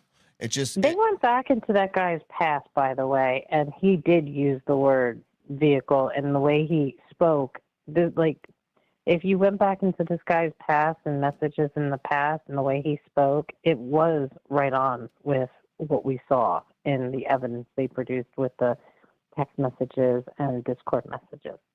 So with Tyler Robinson?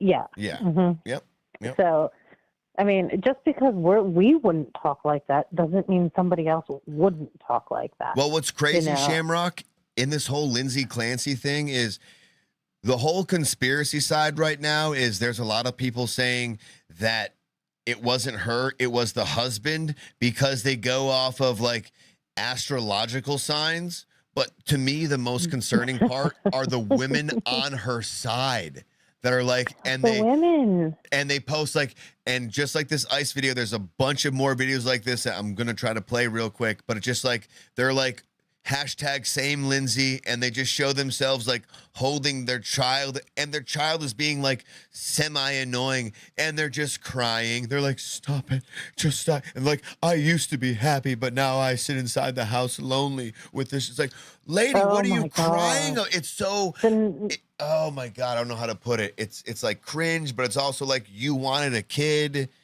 Like, you want us to feel bad for you.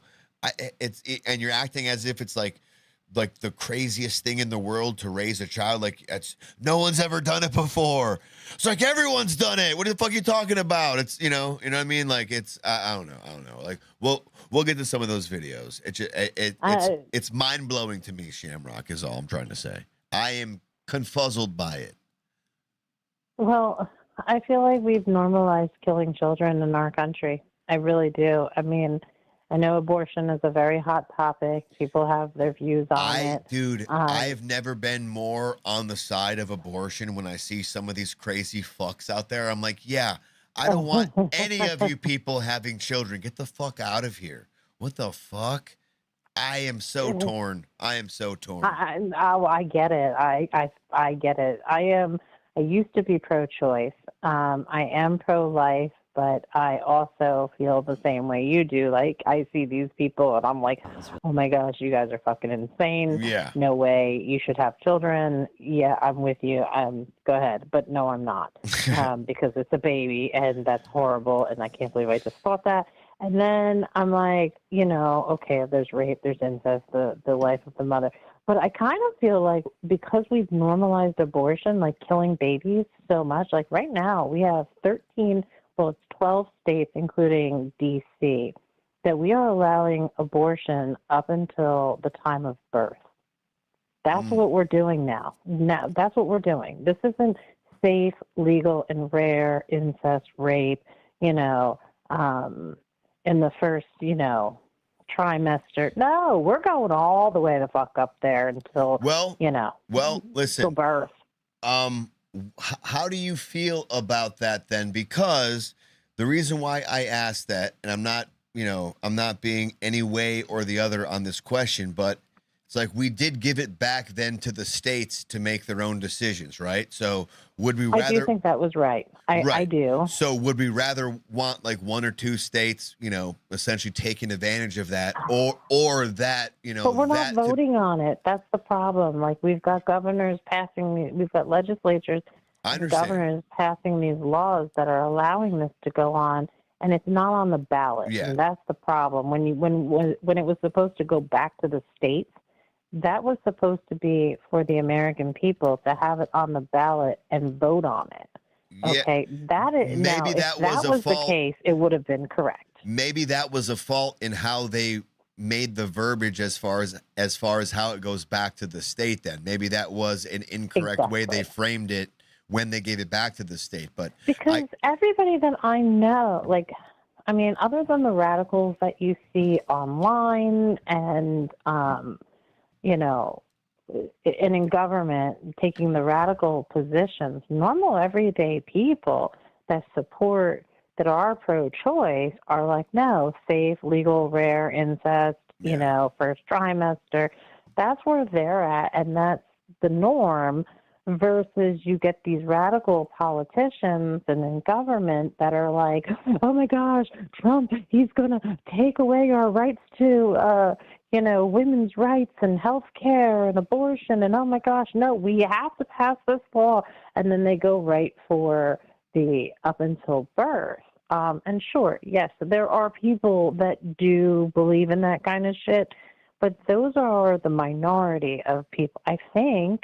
I mean, because it's not, I mean, I would hope that, unless I am wrong, then we have a bigger problem. And maybe, and that's where I go back to, we've normalized killing babies.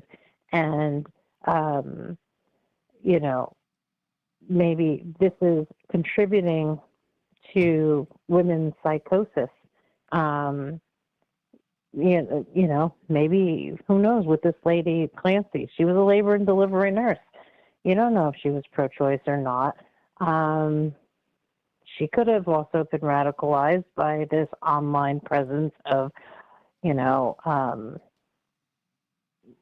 killing the babies, and eventually got into her head. I don't know. It's evil. Techno just sent this clip in. Shamrock, if you want to hold the line and watch it, no problem. If you want to hop off and watch the clip on your own time, no problem as well. But I think this is a stand-up clip from, let's see. Oh, Ryan Long. Tell me if you can hear this at all, though. Okay, men are more likely to kill their wives, but... Can you hear any of that? No. What the fuck? No? Nothing? No. Can the audience hear that? I think it's a Google Voice thing. Then you might only be able to hear. You might be able to only hear it through your YouTube. I can either jump off or I can mute and watch it. Yeah, it's up to you. Just mute for a second. I think this is on par with kind of what you're talking about, and then we'll kind of bring you back on after this. We'll see how it goes. I'm going to hit mute right now. All right, Shamrock, thanks. Okay, men are more likely to kill their wives, but women are more... Hang on, we're bringing this out of full screen. Hold up. All right, here we go. All right, Ryan Long. Love a good Ryan Long clip. Appreciate it, Tech. Thank you. Okay, men are more likely to kill their wives, but women are more likely to kill their kids. And... Whoa. There was another one recently, Lindsay Clancy, you know? Oh, shit. Techno, I didn't know this was like new. This is that new. Holy shit. He's going in on Lindsay Clancy. Okay. I don't know what the kids did, but and it's crazy because all the detectives on TikTok have decided that the husband did it, right? Right? Is that not crazy? These psycho bitches online? Thank you. One of the things they say, they go, he was too calm on the call. You're like, yeah, because he's relieved that the whole rest of the world is going to know how crazy his wife is too now. He's like, thank God, everyone knows now. Whew. Did I hear an internet detective in the audience who disagrees? What happened? Okay, tell me the true story that I'm missing. All of a sudden... Once you get them away from their keyboard. Yeah, it's like every Stu Peters and Candace Owen debate that Andrew Wilson did. You don't get nothing from them. From the safety of their laptop. Alex Jones lost everything for doing what these people do 40 times a day. There's 4 women in this audience being like, he's guilty though. But he did do it. Okay, so one thing they did do is they did kind of help solve the Idaho murder. And this one woman on TikTok said she was using astrology to find out who the killer was and told everyone online. And they all went to the person's house and found them. And it turned out it was the wrong person. But kind of ruined his life, actually helped the killer. So to go off with what Ryan Long is saying real quick and to kind of piggyback off that, literally right now, I started to bring the clip up. People are saying it wasn't Lindsay Clancy. Mind you, the defense is not arguing that Lindsay Clancy is not the killer. Lindsay Clancy has also essentially confessed that she was the one who killed all 3 children. facts aside, this is what the moms out there are, the SSRI moms out there are arguing check right this now. out. It's really crazy. Lindsay Clancy's birth chart. It's so crazy. Now, I don't have the time of birth, so really, you can disregard the ascendant, descendant, IC, MC, vertex, and all the houses. I need the birth time. So, like, not all of these aspects are necessarily true, because all those points, we don't really know. I just put it at noon. But, first of all, I need to show. Okay, so, notice anything here? She's got her North Node Aquarius, South Node Leo. She's in her nodal return right now. It's been a while, but I have to pop on here just to say that I've been... So this lady explains it a little better, but the first clip, the lady was bringing up astrological signs and saying, "You see what's going on here?" And I think this lady, tons of fun right here. She's going to tell us exactly why we should be concerned. Following this Lindsay Clancy trial, especially as a mother of two who dealt with a lot of postpartum mental illness, and just following all their birth charts and birthdays and zodiac signs, he did it.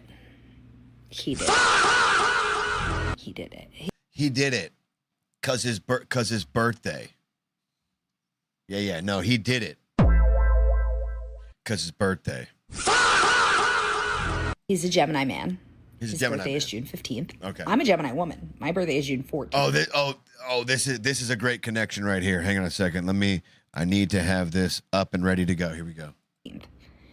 Let me give you another example of who a Gemini man is. Who's a also Gemini birthday man? June 14th. Men and women are different. Keep that in mind. Please don't judge me. Donald Trump. You are fake news. There you go. So her issue right now is this guy shares a similar birthday as Donald Trump. You are fake news. So he's bad. Patrick did it. Patrick did it. The husband did it. One, he's a Leo or a Gemini, the birthday, and also two, because he shares Trump's birthday. You are fake news. All right, dude, case closed. All right, we can go home. All right, boys, have a good day. We'll see you later. Shamrock, I mean, what the fuck? What the fuck is going on here? Please help me out. Anything, any comment, question, or I don't concern? know. I'm a Virgo, so I'm in the clear, okay? All Virgos are I'm sorry. It's very, normal. like everything was very blurred together. I didn't hear a thing you said. What'd you say? I said I'm a Virgo, so I'm in the clear. I'm sane. Got you. Well, actually, I'm a Libra, so whatever they're saying, I don't care for. So it's all good. Gotcha. Yeah, you Geminis are all the worst. Yeah. You're all insane. You sons of bitches. That's hilarious. Okay, well Oh played. my gosh. Hang on, You're coming to my TED Talk. let's So if see. you're watching the Lindsay Clancy What was that? case, Okay, there's one more lady. Hold on 1 second. If you can go back, there's one more lady. She's about to talk about astrology one more time. So if you're watching the Lindsay Clancy case, I've already gone over the forensic astrology charts that show that the perpetrator is a male, the perpetrator is having an affair, and that the victims, specifically Lindsay, was drugged during this. And I've also gone over with the theory and the lie detection.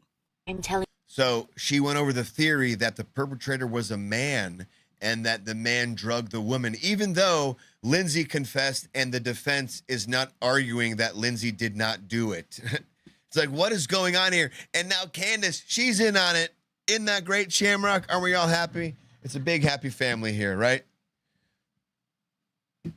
Shamrock, are you still there? Shamrock? Is Shamrock there? Shamrock? Shamrock is here. Okay. Yes. Did you see the last video? I'm sorry. Maybe you didn't. I'm relying too much on a back and forth that isn't there because of the stupid ass fucking delay that Zoom and Voice has. But this forensic scientist comes in and it essentially says over the astrology charts that the male that the perpetrator is a male via what astrology says. And that, and that during this, the astrology also tells her that the female was drugged. Right? Isn't that awesome? I'd ask what drugs he's on. Yeah, isn't that awesome? So good.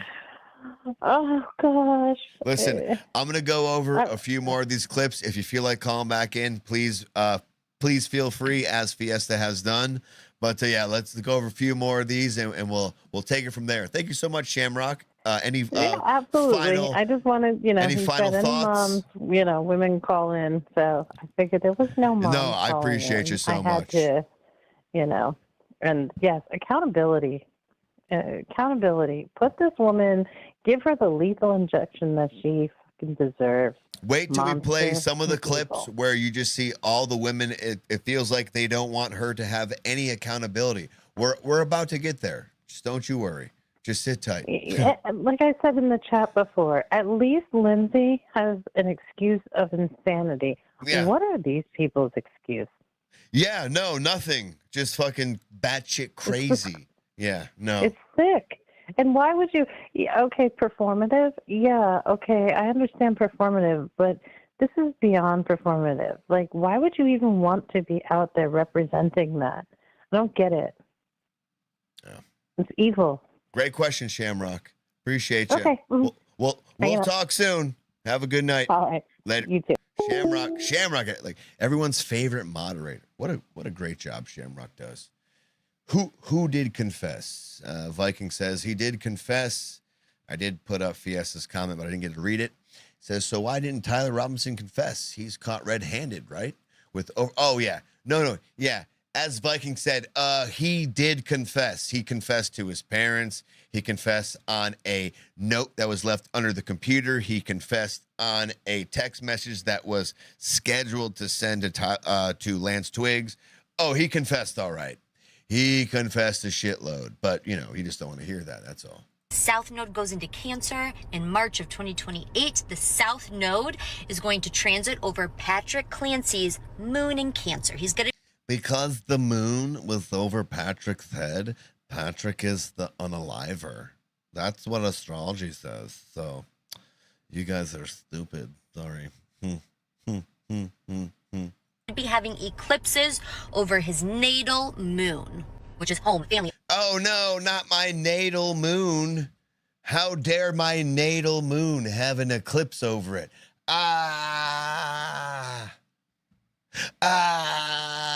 You got me. You caught Patrick. I was the one who did it via my natal moon. Emotions, his emotional life. And then it gets better. 2029, all the way into 2030, he is going to have eclipses over his Gemini placements. The South Node is going to move over his Sun, his Mercury retrograde, his Venus retrograde. It's about to get real interesting in the next, 3 to 4 years for him.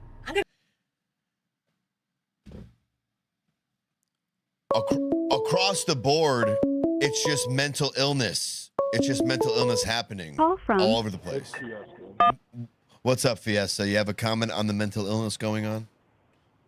Yeah, no, I'm saying if he's caught red-handed, dead to rights, they have all this overwhelming evidence against him. Why doesn't he just confess to the police and just have it a cut and dry case? Why even go through all this? Well, can I ask you the same question? Why isn't Lindsay Clancy going over the same thing? It's a cut and dry case. She confessed, but her defense attorneys aren't going off the fact that she confessed. They're going off the fact that she's pleading insanity or something like that. So it's not far-fetched to me that they're just not capitulating to the prosecution. They don't want to lose. That's not the defense's position, is just to capitulate to what the prosecution is trying to put upon them. They're trying to win this. So why would you capitulate? I'm talking about Tyler Robinson. I am talking about him too. I'm talking about him too. She got caught. Overwhelming evidence against her. She said she did it. Tyler or Lindsay? You keep saying she. Tyler or Lindsay? Who are you talking about? Tyler's a he. Yes, but you keep saying she. You keep saying she, though. I'm saying she, as in Lindsay, made a full confession to the police, to the detectives, a full confession. My apologies. My apologies. By anybody. You're not that she can. Not hold on. Not that she. No. I just want to apologize. You're making a comparison between Lindsay and Tyler. That's what you're doing right now. Yes, sir. Okay, go ahead. I'm sorry. My bad. Okay, so she's caught dead to rights. She believes she did it. She knows she did it. She jumped out the house. It's on paper. It's in the paperwork. She confessed. So why wouldn't Tyler Robinson do the same thing if he has all these things against him? He's clearly caught. Why would we take the confession from this to that? Why wouldn't he just say, yeah, guys, I did it. You got me on the phone. You got me on this. You got me on that. Right. Why wouldn't he just confess? Let me ask you a question. So you don't take his 3 different confessions as confessions? He did confess. No, because there's such thing as phone cloning. I can clone somebody's phone. I've done it before. But it's not okay. It's phone. not just the phone. It's the text message that was sent, that was scheduled. It's the Discord message that he sent, and it was the paper message that he left under his computer. It's 3 separate things that he had essentially what is considered to be a confession in. Right. So I have Discord on my phone. I have all my apps on my phone. If somebody clones my phone, they can make a message through Discord. They can make a message What through about Facebook. the paper message? Yeah, the paper message says burn me, but I've already confessed on text that can't be erased, that can be pulled up from anywhere by any company. So yeah, burn this paper, but I've already confessed to you. So Does it you make don't. sense? So you just don't believe that's a true message, is what you're saying? No, I don't. I believe Okay. somebody cloned his stuff and sent messages from it.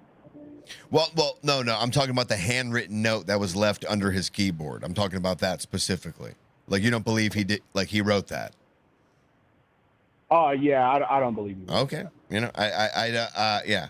That's one of those things that's just like, you know, there's no way to really argue that just kind of feels and vibes. You know what I mean? So it's just like, all right, yeah, I can't. Well, did they confirm it through handwriting, or they had a specialist and they confirmed it was his handwriting? No, but okay. So I'm just gonna let you know what I use, right? Hang on, so Fiesta. what you're doing is not feels and vibes. You asked me a question. No, but it's not though. You didn't let me answer, right? So if we're going off that specifically, right? There's that doesn't in itself corroborate what it is, but there is the family gun. There is the Discord messages. There is the text messages. There is Lance Twiggs identifying him at the scene. There is his DNA on the gun, the towel, the screwdriver. It's not just one thing. If we sit here and nitpick one thing, it's almost it's not apropos to the entire situation, because it is the litany of things that corroborate him being there.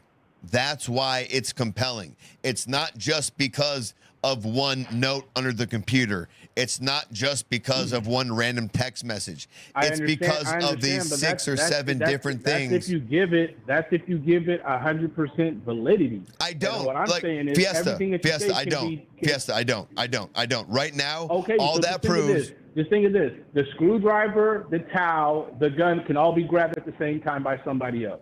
The messages can be sent by.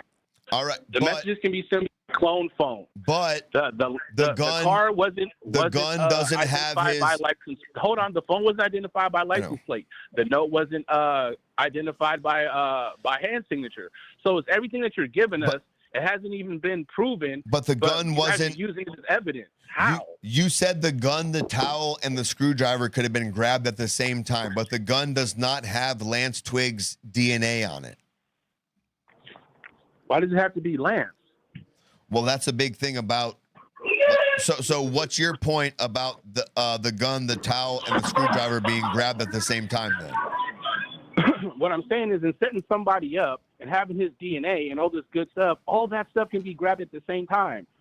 His car being. I know. So okay. There, So hey, all I'm asking is. How can you All I'm asking is just something, you know, I'm not being like a dick about this. I'm just saying. So if everything was grabbed at the same time, what is the next logical step then? Like, what are you implicating that after the towel, the screwdriver, and the gun were grabbed at the same time, what's the next thing that's happening after that? The next thing is any messages sent from his phone number could have been from a cloned phone. But what about the written message? The message hasn't been identified as his handwriting. No, So the you can- written you can one. say it's anybody's. Are we talking about the written one? Yes.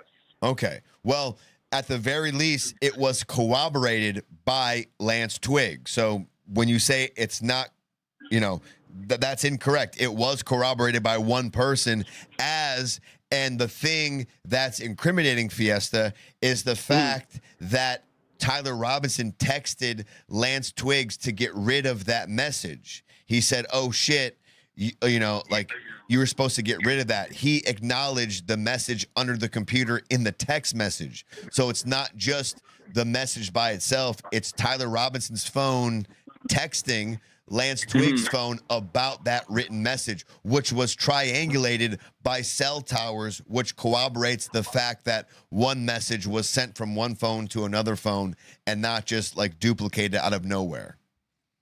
Right, and you can't tell when a clone phone sends a message. That's why it's called a clone. And for two, you're talking about this was told by the guy that got immunity. Are you gonna? I'm just asking. This is not a gotcha. Are you gonna sit here and tell me as far as give me a percentage, right? 80%, 90%, 100%. Are you gonna tell me that someone who uses like a clone software can skirt around the government's identification of that phone or IP address because they're using like NordVPN or something like that? You don't think the government has a lot more, I guess, for lack of a better word, invasive technology where they can figure that shit out, where they can kind of essentially, break your privacy and figure out who the fuck was what? You don't think that's the case? No, because then why do we have these hacking situations in our government? How are people hacking Vegas and holding them at ransom for money?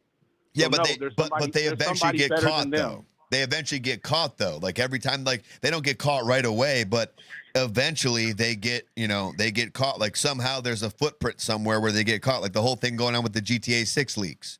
Eventually, like Take-Two's going after their asses right now. Fucking come hell or high water. They put it they put in a subpoena for Microsoft and they put in a subpoena for Discord, and they're like, yo, you tell us you got like till September 4th or something like that to give us everything you know about these IP addresses. So it's not. Well, that's cool, Josh, but you act like you didn't live through JFK and they're just now giving us information on him, 40 years later? 50 years later? So this will probably happen 50 years are you later. saying that everything the government does is a conspiracy? Because if everything is a conspiracy, that means nothing's a conspiracy, Fiesta. I didn't say everything's a conspiracy. I'm just. But you're bringing up another conspiracy, and I'm just saying, like, if you're only standard. I'm not bringing up the conspiracy itself. I'm just saying how they release information. Why would it take all those years to tell us this information now? The same reason it's going to take us 50 years to hear this Charlie Kirk information, and they're going to come out and say, "Hey guys, yeah, they did have a clone this, they had a this," and then it'll just be too late. I feel like first and foremost, one of the big reasons why it took a long time for information to come out of the JFK thing was just, this happened in the 60s. There was a lot of, things weren't transposed right away into the internet. There was things that were written down, and it took a long time for these things to be transcribed into other means of information.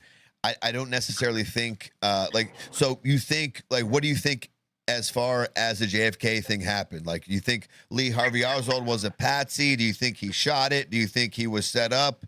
Like, what do you think happened there? Hey, man, I believe the official narrative, just like the official narrative of the moon landing, bro. And they lost all that information from back then, too. I believe all that. You know what? I feel like you're lying. That's what I believe. I feel like you're lying to me. You know what, Fiesta? I know you're lying. Come on, man. Don't I'm saying, hey, bro, who am I, man? It's the government. Who are you? You're Fiesta. You're Fiesta. You don't give a fuck about what the government thinks, man. They lost the information to the moon, bro. They say Oswald hit him up, bro. What can I say? That I don't want to be a conspiracy theorist my whole life. I was a big. I was like, you know what? That's one that gets me all the time. That's one that gets me because.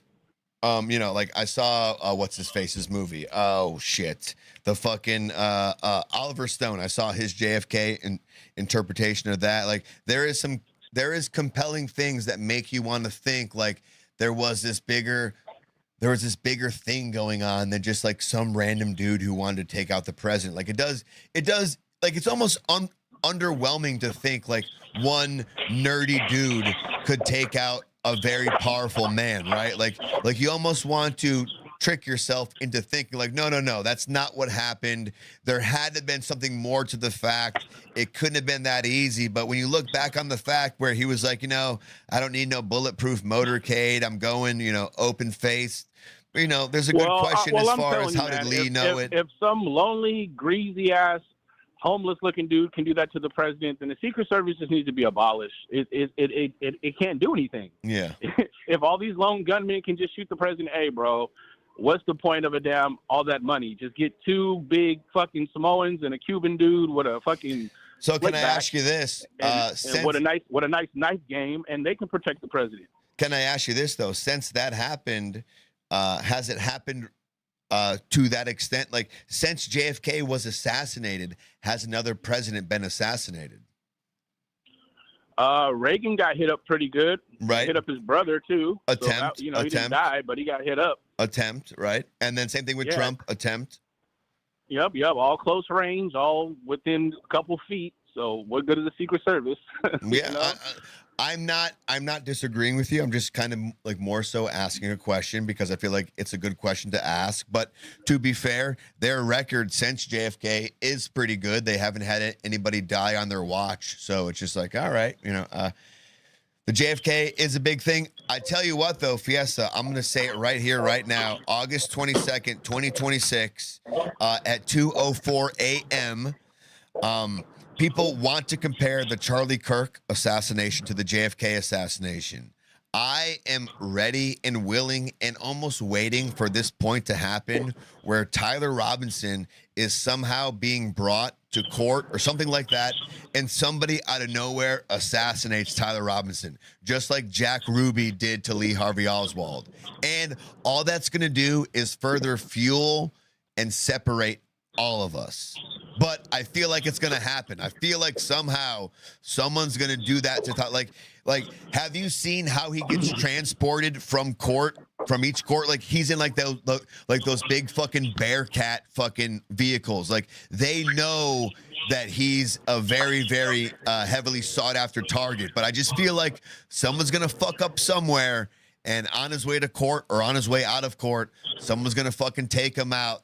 And it's just gonna make everything so much worse. We're never gonna get any fucking final answers, and it's just like fuck. Well, if that happens, Josh, that's the grand design, man. Nobody can get to this guy unless they want him gotten to, and more than likely that probably will happen to shut down and shut up the whole situation.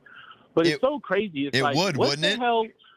Huh? Like I'm saying, like it totally would. Like it would shut down the whole thing. Like it would make each side kind of further dig into their points, and it would, what I mean? It would just would make a mess of things. Yeah, just for a little bit, man. But my thing is, okay. Somebody tell me, what the hell did Charlie Kirk do?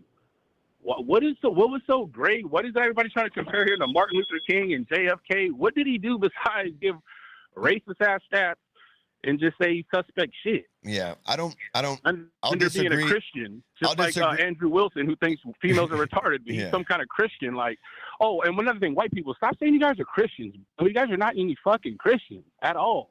You guys are pagan worshipers. Right. Stop doing the Christian thing. Nobody believes it.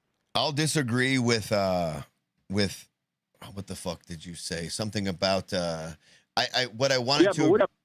I'm sorry. Go ahead. Say it one more time, man. I didn't mean to cut you off. So I wanted to say that I disagree with you phrased Charlie Kirk in some way, but I wanted to say I disagree with that. But I did want to say like when you're saying what the fuck did Charlie Kirk do? I think what Charlie Kirk did do is he brought a lot of awareness to the conservative, to the mainstream right, especially in the college campuses, where those college campuses were literally and figuratively taken over by the left. Like college indefinitely was a leftist ideology, and here Charlie Kirk goes just questioning people where they go, where you get your school from. I just want to talk to you about a few things, and I felt that was a very good, Fiesta, do you have anything wrong with people doing blue collar work, going to school to be like a mason, going to school to be a carpenter, going to school to be a machine worker? Do you have any problems with those kind of jobs? No, not at all. All right, because, and I'm being honest with you, like and like myself, I am one of the people. When I left high school, I was essentially kind of forced to go to the Art Institute of Fort Lauderdale. I wanted to do like film stuff like that. At the end of the day, I would have graduated with like a bachelor's of science. A bachelor's of science, it does nothing for you really in the real world, right? It didn't teach me any skills that I already knew. So I felt like what Charlie Kirk was doing is when he was going to some of these schools, he was letting them know, like, you know, some of these degrees you guys are getting are just bullshit. Like, you're wasting your money, you're wasting your parents' money when you can go to school to learn a trade and, you know, to do something that's in really high demand that over time compounds on itself as far as hourly wage goes, as far as yearly wage goes. And like, you start to make a lot of money by doing something that, you gotta sweat a little bit. Yeah, you gotta get a little bit dirty. But those jobs are those things that are really, they're never going to be taken over by like an AI, by like a computer, where like film, editing, a lot of this stuff, like there's a high probability that there are like computer programs that will take over, you know, half of the responsibility. Well, do we know if he ever had any of those jobs? Who, Charlie Kirk? Yeah. Can I ask you what does that matter as far as him promoting Why are you those asking jobs? me a question? Can you answer my question first, please? Do we know if he did any of those jobs? No, like I don't know if he did any like of those jobs, but again, what does that matter if he's promoting those jobs? What does that matter?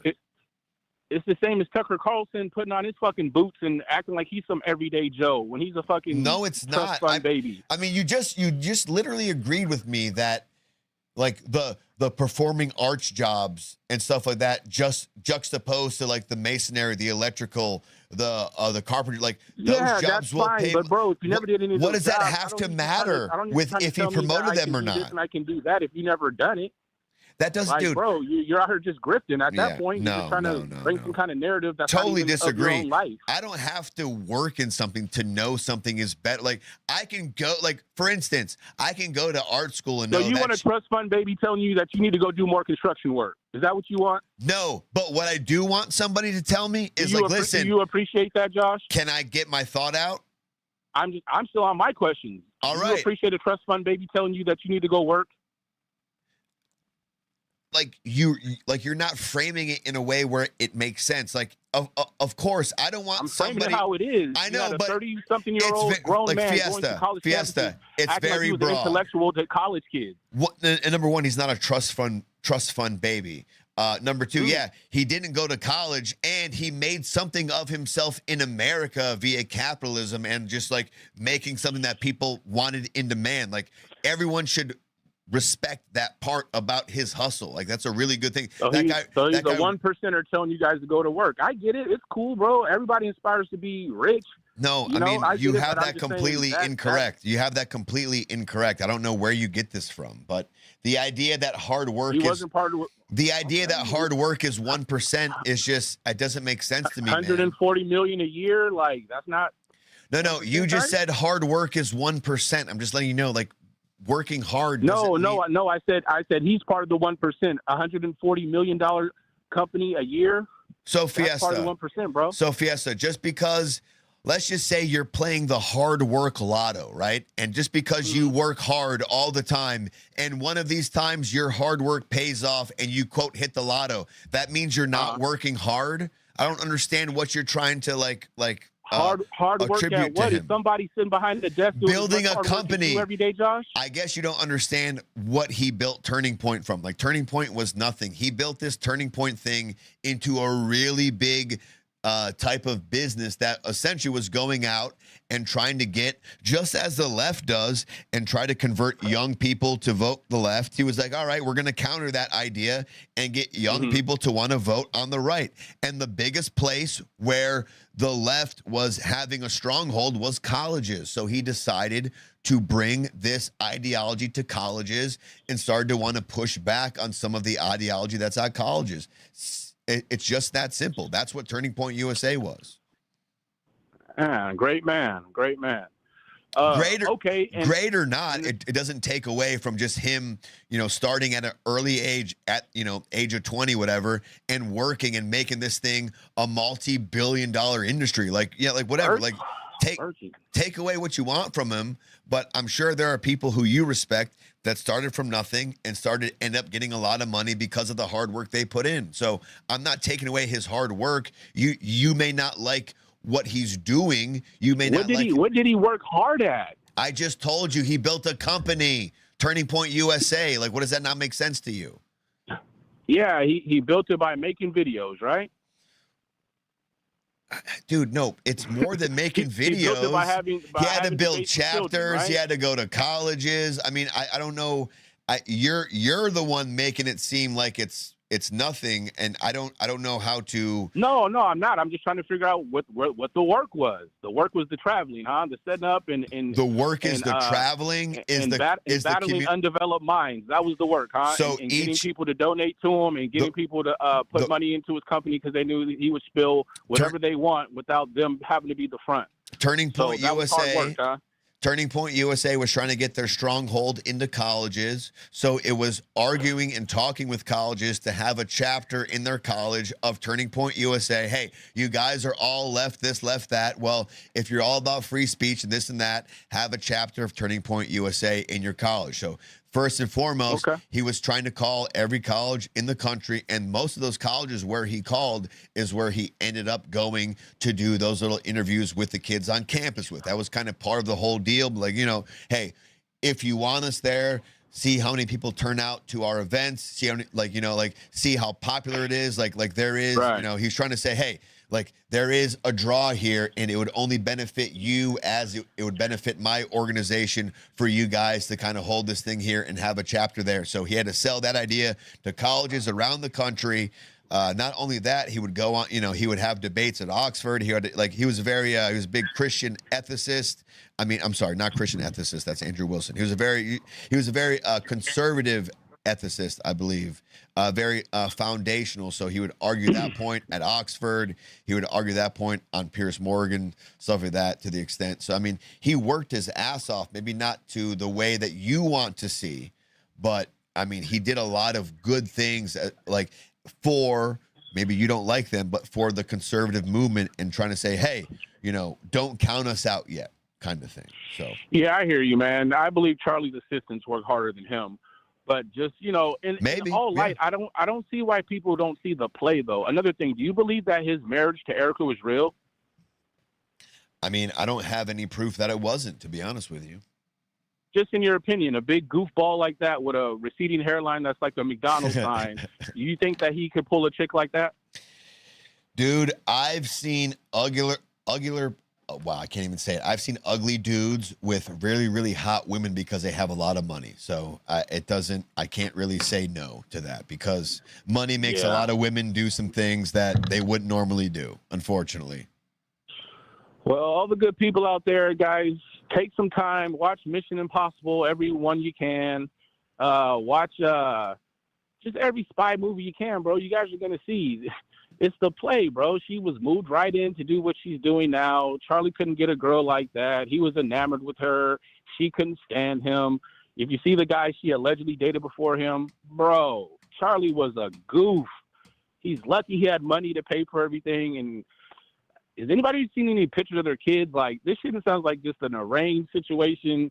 He might have been on some Nick Fuentes download stuff, and they just had to put a beard on him, probably. Fiesta. Well, I don't want to put that on. I don't want to put that on Kurt. Fiesta. People just are seems unlikely, bro, that he could be with a beauty pageant. Fiesta, respond to this real quick. Please have something to say about this real quick, because you're being called out. You're saying this guy is a troll and undeserving of being a call-in guest.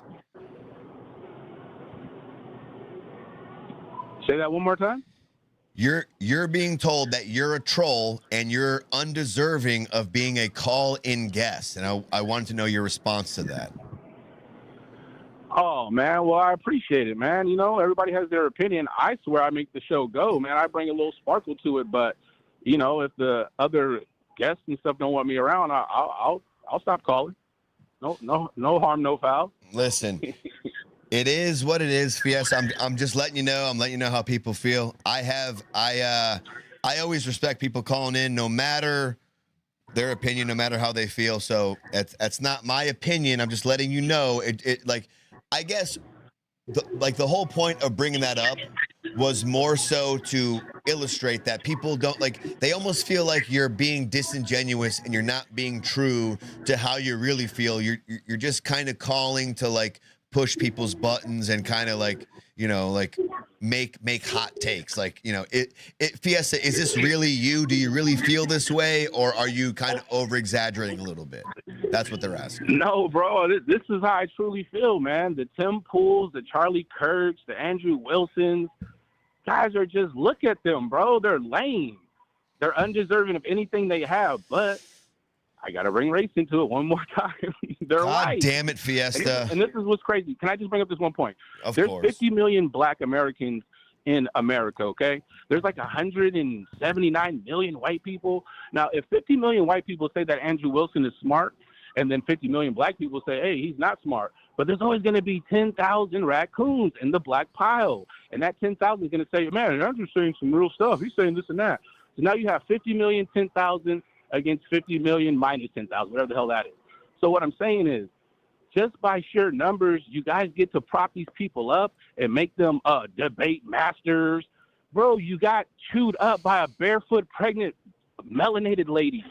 Like, come on, bro. She's barefoot and pregnant, and you're over there stumbling. Don't even know half the shit she knows. That's all I'm saying, bro. Like, so, you know, I don't want anybody to think I'm trolling. This is how I feel as a foundational black American. And, hey, man, I don't see what was so great about Charlie. If there's something great about him, you know, I'll research him. I'll look at more of his debates and school stuff. But he just seemed like the average weird white dude. All right. Well, listen, Fiesta, I appreciate you calling in. And I would extend your way. Just maybe check out some clips beyond of what you think about him, because he was a good debater. He had a lot of good points. And just like anybody, we can all be clipped out of context and made ourselves look bad. So I feel like every now and again, Fiesta, you and I, like, we get along and we have some type of common ground. And if we could just for a second just be like, hey, like from Josh to Fiesta, just like legit, I feel like there is some common ground that you would agree with him on. And if you can't find it yourself, maybe reach out to me, reach out to Select the Middle page, and I'll try to shoot you some links, and I'll send you those. And if you have any questions, we'll talk about it. You know what I mean? But, you know, I highly suggest just don't fall into the clip thing that a lot of people do. That's all. All right, for sure, man. And never want to tarnish a dead man's legacy, man. So RIP to Charlie, man. And shout out to all the black pilots. You know what I mean? Hell yeah, man. Them as well. Hopefully they're qualified. You know what I mean? Yes, sir. All right, Josh. Stay white. All right, Fiesta. You know I will, man. Fiesta, everyone. Doing his thing. Listen, we can't have us stuck in the middle without Fiesta giving his opinion and telling us how racist or improper we are. So it's par for the course. We appreciate Fiesta's call. Thank you for calling us racist. We appreciate that. Very good. Very good. All right, the next one I wanted to play for you all. We did the Leo thing. This is just ridiculous. This one right here. Why is it going up on that screen? Get over here, damn it. All right. Play that. But first, I have to use the restroom. But hey, I'm still hanging out. So just dadgummit, if you want to hang out and hate on some more people doing some crazy shit, stick around. We'll be right back. Chill, damn it.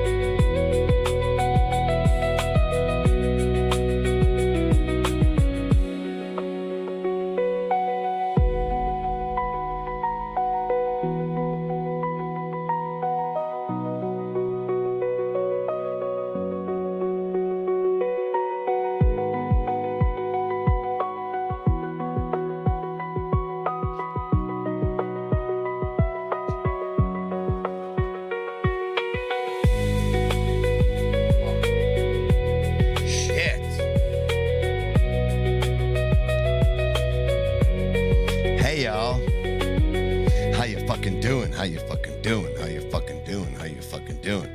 All right, we're gonna watch some more crazy ladies defend Lindsay Clancy. Lindsay Crazy. That's what I say. That's what I call her ass. You crave it. You crave it. All right, here we go. Hold up. Thank you for hanging out. If you're still hanging out, hit the like button, hit the subscribe button. We appreciate it here. It's Stuck in the Middle. Thank you so much. I'm being totally serious here. Any other New England ladies like myself, and yes, I'm a lady before the men start saying, yes, sir. I'm so used to that fucking bullshit. Men are fucking trash. Anyway, my point is, how many other New England girlies would like to take the day off from work and drive up to the courthouse to show our support and advocacy for Lindsay Clancy? We ride at dawn. Seriously, like, let me know if you're down for that. I have decided I'm going to send Lindsay Clancy a letter of encouragement. Of course, I'm not going to mention anything about like the case or anything like that, but I did want to write to her and tell her that there are so many women that are out here praying for her. I think some words of encouragement might bring a smile to her. I don't know if she's able to receive any mail or not, but at least I want to try.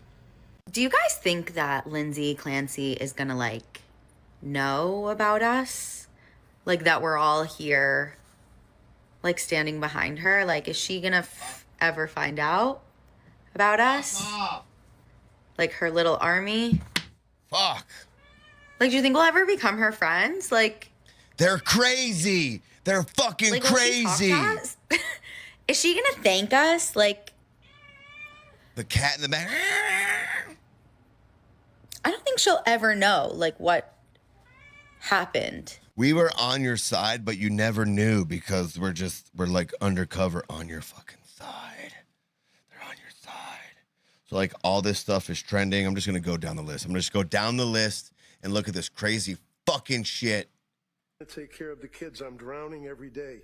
I feel guilty that They're setting up their cameras. Women are setting up their cameras to like illustrate how tough motherhood is. I'm completely overwhelmed trying to take care of the kids. I'm drowning every day. I feel guilty that I'm spending my family's money and not making any. I feel like I spend way too much. And they're putting over, I believe this is Lindsay Clancy's like message. Like I feel guilty. I'm doing like this. They're putting their lives over the text of Lindsay Clancy, the woman who killed her children. She wrote that, right? Correct. I'm terrified of Callan getting sick. He's a sick baby. A sick baby is miserable. He's sick now with a double ear infection. Same Lindsay. He has a bellyache. It's miserable. I feel like the other kids are going to get him sick all winter long. She wrote that, right? Correct. I always feel strongly against sleep training. I feel like it's abusive to let the baby cry and not respond, but I made the decision. I did it with Cal. Oh my it is God. way too much crying. It's incredibly stressful. She wrote that, right? Correct. He's okay. He will be okay. It's not harmful in any way. The doctor said it was okay. Plenty of people sleep train their kids at that age. It's necessary as a third child, is what she wrote, right? Correct. I feel incredibly sad and guilty. Yeah, that's her diary being read as Tech said, but it's juxtaposed over to people on TikTok, women on TikTok, who are using her diary being read to kind of like say, like, I stand by her. Hashtag same Lindsay. About not breastfeeding anymore. That was the one thing I could do to help his immune system, and I can tell he really doesn't like the formula. I'm very sad about this. I know at this time it's what I needed to do for my mental health. She wrote that, right? Correct. And then the statement started getting smaller and smaller as time went by. One occasion, it's like I'm desperate to get a mental break from taking care of everyone. My mind is trying to make something physically wrong with me. My mind never shuts off. It's constantly thinking of the next thing someone. We're gonna keep going. So it just keeps going with some of these women. This is where this is what's going on is they're using this guy talking about her diary and they're juxtaposing it to themselves' lives. Indicated further on into her travels. I am Same Lindsay. I'm trying to take care of the kids. I'm drowning every day. Like imagine the husband, like you're seeing this on TikTok and like your wife is like posting the words of a lady who unalived her 3 children and she's sitting there holding your child in her hands with those words juxtaposed over this video. day. I feel guilty that I'm spending my family's money and not making any. I feel like I spend way too much. She wrote that, right? Correct. I'm tired. Talk about this. Don't make a fucking TikTok video. Don't make a fucking Instagram. You talk about this. You talk about with this somebody. You talk about this with somebody. My apologies. You don't keep stuff like this inside your head. I'm terrified of Callan getting sick. He's a sick baby. A sick baby is miserable. He's sick now with a double ear infection. Clearly has a bellyache. It's miserable. I feel like the other kids are going to get him sick all winter long. She wrote that. Look at that. It's like I'm adjusting my face so you see my tears. Like, this is mental illness. I always feel strongly against sleep training. I feel like it's abusive to let the baby cry. And they're siding with Lindsay. But I made the decision. I did it with Cal. It is way too much crying. It's incredibly stressful. She wrote that, right? Correct. He's okay. He will be okay. It's not harmful in any way. Like, these are people setting up their camera to get these. Like, that's what's crazy about this. Plenty of people sleep this training is kids at that age. thought out. Necessary as a third child is what she wrote. Maybe they're really crying, but they're still thinking about capturing themselves crying, which maybe inadvertently makes them cry a little better, right? Cry a little harder. I feel incredibly sad and guilty about not breastfeeding anymore. That was the one thing I could do to help his immune system, and I can tell he really doesn't like the formula. I'm very sad about this. I know at this time, she wrote, and by everyone, my mind is trying to make something physically. She's crying over it. No, feel bad for me, not my child. That I'm essentially saying I might unalive the child, but feel bad for me. It's a me thing, not my child. It's another mom. Another mom. Some days, as a mom, I get pushed past my limits. Imagine being the child, if the child's home, and you just hear mom going, ah, ah, ah. A lot of SSRIs, just me and MPLS. A lot of SSRIs.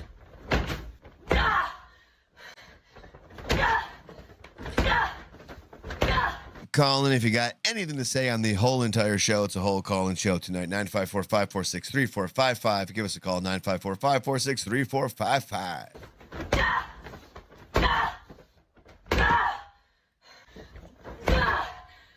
I want to punch and scream as hard as I can. As much as I want to chill out when I reach this point, it feels impossible. This seems just so... It just seems so, like, performative. I don't know who said it. Someone said it in the chat. It seems so performative. I know the camera's on. Oh, thank you, Razor. I appreciate that. Appreciate you, Razor. Thank you. It's very kind of you to say. Just beating up pillows. Beating up pillows.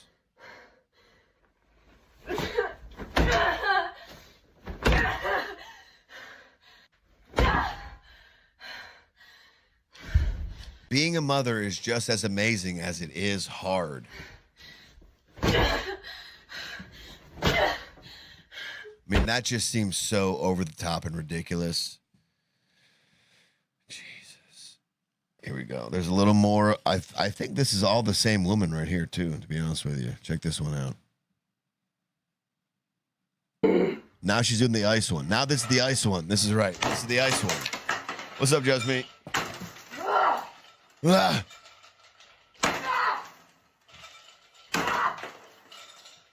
So these girls are on Lindsay's side. They're like, yeah, you go, girl. They aren't even the conspiracy people. They're just like, no, she's definitely cool. I believe her. No, she's definitely innocent. Definitely never did anything wrong. Not a thing. Not one thing at all. I mean, maybe one, but nothing. All right, let's keep going. Girl breaking down. It gets so good. I think it's, this one is fantastic. I'm going to smoke a bowl for this one. Sorry. Didn't mean to say that out loud. If anybody is smokers, smoke them if you got them. Now's the time to do it. Hang on one second. Yeah. Appreciate y'all hanging out on this Friday. Little break real quick. Little breaky poo. Gotta do a little smoky poo. Oh, wow. The whole show. I didn't do a Zin. Ooh, look at that. I feel good. I feel good about that. Not gonna lie. Makes me feel good. Oh, here we go. Hang on.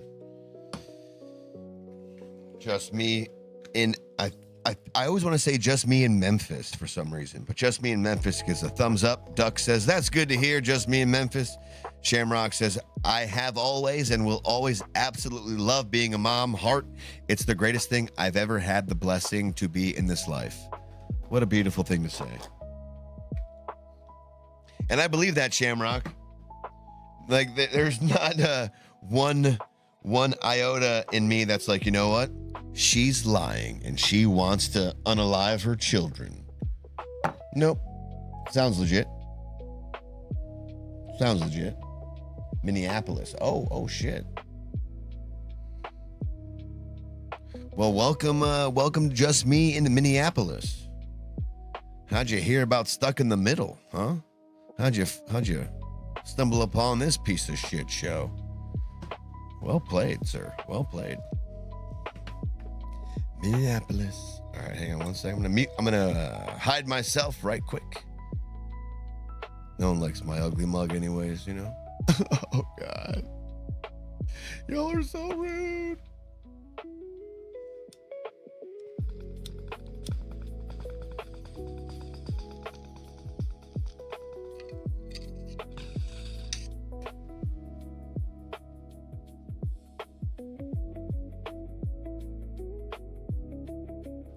All right. Look at all you lovely people being nice to each other in the chat. What the heck is going on? Love that. All right, back to the piss and vinegar of this show. All right. So we're on the side of Lindsay Clancy mom supporters right now, and this lady is probably the penultimate, if not the ultimate, of the Lindsay Clancy mom supporters. She's fucking close. She's fucking close. I am officially over it. We just got home. Just got home from the playing cafe. My daughter just had a full-blown meltdown trying to leave this damn place. Throw her in timeout because she won't chill Indeed, out. just me in Memphis. It smells like shit. It smells Minneapolis. So now I have a fucking unhinged. So her daughter or whatever, her child had diarrhea and shat on the floor. And now she's like, my child had diarrhea and shat on the floor, and like is complaining and crying about it. So now I have a fucking unhinged toddler. And I gotta clean up. Thank you, just me diarrhea. in Minneapolis. Appreciate you. Oh my God, I'm. Do you know a little morning show called the Steel Toe Morning Show? I'm just curious. Just me in Minneapolis. Just curious. Literally gonna throw up. I think. Let us know in the chat. Actually, I think I'm actually gonna throw up. This is my fucking breaking point. It is 5:30. My husband doesn't get home for another hour.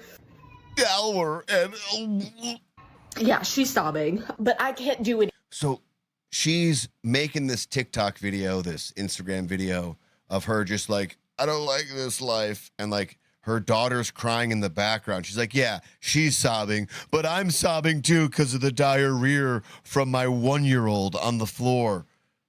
What? Huh? You think about it. Oh my God. If y'all ever wonder why your mothers acted crazy growing up, this is why. This is why. It's not one thing. It's not two things. It's a million. And they all happen at once. There's never a second. There's never a second to breathe. I gotta pee so bad. Can't do that. Well, thank you, Duck. We appreciate that. We appreciate that. Thank you for telling Indy all that fine stuff. Shamrock says, how are you not laughing hysterically? Your kid shit all over the floor. Get off the internet, weirdo, and go live in the moment. Yeah, you crazy goose. You just shit. You diarrheaed all over the wood floor, you fuck. Like, that's like something you kind of put in the back pocket for later. Oh, yeah, you want to mouth off to me, asshole? Remember when you diarrheaed all over our kitchen floor? Mom, not in front of my friends. Yeah, that's what I said when you were diarrheaing all over my floor. Not in front of my friends. You had no care in the world for that then. No, did you? No. You fucking runny piss shit all over my floor. It smells like a literal butthole. Oh my God. She is. She's creating her own prison. Indeed, she is. It's a very great observation. It's a very fine observation.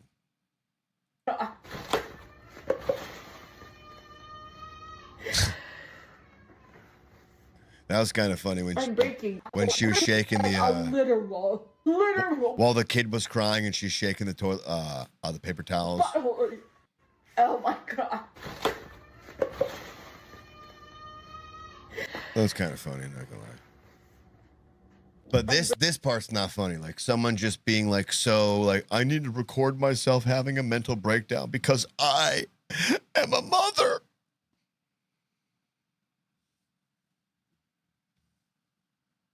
What? I'm breaking, and I did my makeup today, so it's gonna. Oh no, she did it. Oh, that's what it is, folks. Oh wow, hold the stop. Everyone just. She did her makeup. This is. Oh wow, I get it now. She did her makeup, so she's afraid that because she did her makeup might become undid. That's what's going on. This is the problem. I understand. Run.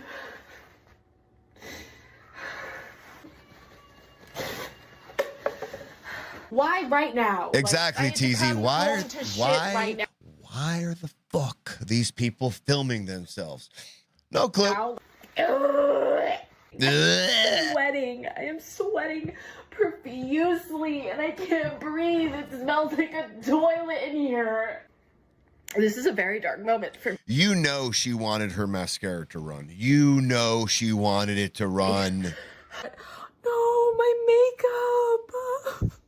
I actually took time to do my makeup today. My husband's not even home, so I can't even show him because this shit happens. Here comes the runniness. Your husband and your wife stays at home and takes care of the kids, and you wonder why she's losing her mind by the time you get home. It's because shit like this fucking happens. And then we've already dealt with shit like there this it all is. fucking day, so we're dealing with it some more. I don't even. I mean, she's just sitting there like yelling at a camera. Like, what do you think her child is hearing? Like, the child is acting out, crying, but then she just, in between her bursts of tears or his bursts of tears, she just hears her mom like, and then this is shit happening. And like, all right, so I'm gonna learn what she's doing to get attention. Gotcha. What the fuck? Know what to do. I don't even have children. I know this is not the way to do it. Like, I'm supposed to be punishing her right now Yes, because Tech. she acted like Yes, a literal Tech. lunatic, and she would not listen And to me. every one of these girls are using the Lindsay Clancy case to get this type of attention. It is crazy. And also, she's using social media to garner empathy and sympathy to justify the empathetic watchers to feel good about what she's going to do. Yeah. Yep. Precisely. I can't stand it. I just want to go to bed. I just want us all to go to bed. Can we just go to bed, please? How long does it take to clean up diarrhea? Come on, lady. My husband's not even home yet. This is the moment she's been looking for. The running mascara. I'm by myself and I'm the victim here. I'm the true victim. He's not even home yet. This is motherhood, y'all. Is this really motherhood, y'all? Is this really motherhood? Come on. I don't ever remember my mom. I mean, like, maybe if she had a phone and access to the internet, she'd be like, this fucking piece of shit. He's just, but I don't think she ever did. Like, nope. Just gonna figure out how to take it out him on some other way and fuck him up on some other way in life. But not this way. Not this way. Unfortunately, motherhood sometimes. Ugh. Good Lord. Keeps going. Let's watch a few more. Oh yeah, this gal. Postpartum depression. I don't know if Miska's still here, but you know, she's not the only one that can comment on this. Obviously, all the ladies can, but postpartum depression after 2 years. This lady, this right here is performative if I've ever seen it. She's not even looking at, and she's just like looking straight ahead. And obviously she has a kid. She's not even paying attention to the kid. Listen to this. This is fucking crazy. Mommy, what are you doing? Why are you looking away like a crazy person? Things that send me into postpartum depression and rage 2 years after birth.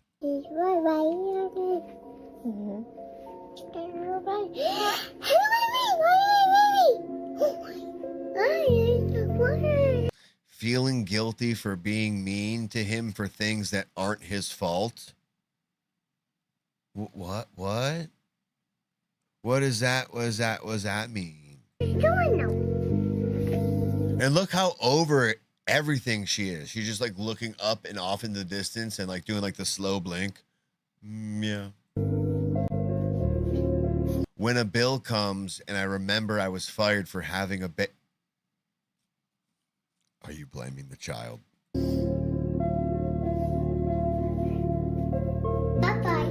Yes, we're going bye. Repeated questions, cleanest, not having a minute alone. Bye.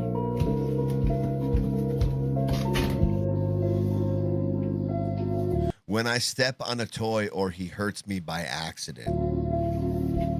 She's so over it.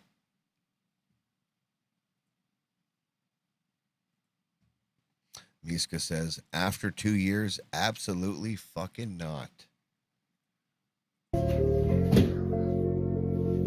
Feeling isolated as a stay-at-home mom with no adult interaction.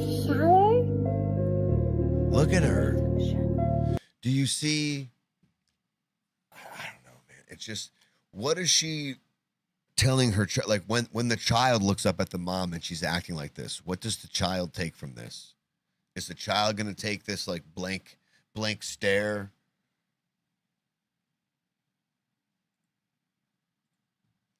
Shamrock says, how can you treat that sweet little one like that? Miska says, she may have depression. Yes.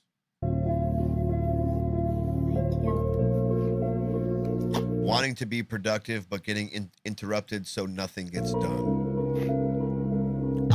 I listen, I agree she has depression, but she's trying to blame this. Like, and Miska, Shamrock, ladies, you'll know this better than I, but can you have postpartum depression 2 years after your birth? Is that a thing?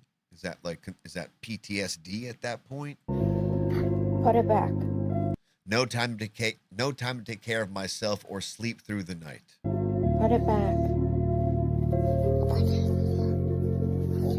Cleaning, but then the house is a mess again and it looks like I didn't do anything. It just feels like a lot of like whammy stuff. It's like, yeah, no, you have a kid now and the kid makes a mess of things. Stop it. Stop making it seem to be like this burden. But I maybe, someone like her wasn't given the full understanding of what having a kid is like. Are you ready? I'm not saying that's an excuse, but maybe they're, sex education type thing. I don't know. Feeling like a lazy mom because I didn't teach him something today.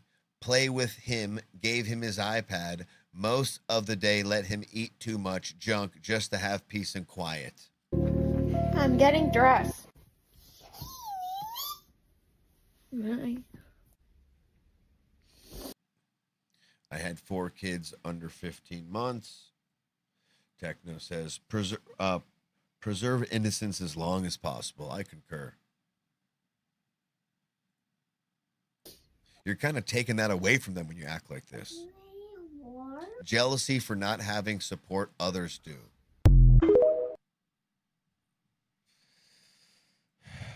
Maybe you got with the wrong guy. I don't fucking know. Like it goes on. There's a lot more supporters than of the conspiracy side of things, which is fucking crazy here. Check these, like, so all these girls right now are lined up for Lindsay Clancy's trial. They're outside the courthouse supporting Lindsay Clancy, who unalived her 3 children.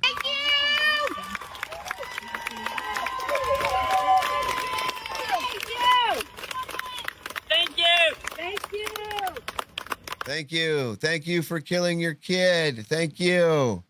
We appreciate you. Thank you, Lindsay. You're so strong. Thank you. Thank you. Here's some of the moms from that little line there. One of my best friends, and it could be one of my sister-in-laws. It could be one of my best friends, and it could be me. So just here to support. We are hearing her. We see that she tried everything, and I really do believe that she went into a state of psychosis. I feel like the system failed her. She was begging for help, but no one was there. I don't know if us being here will make her feel any better, but I mean, she's living in hell right now. One of my. It is interesting how it's all us white fucks there, you know? She's totally innocent. She didn't do anything wrong.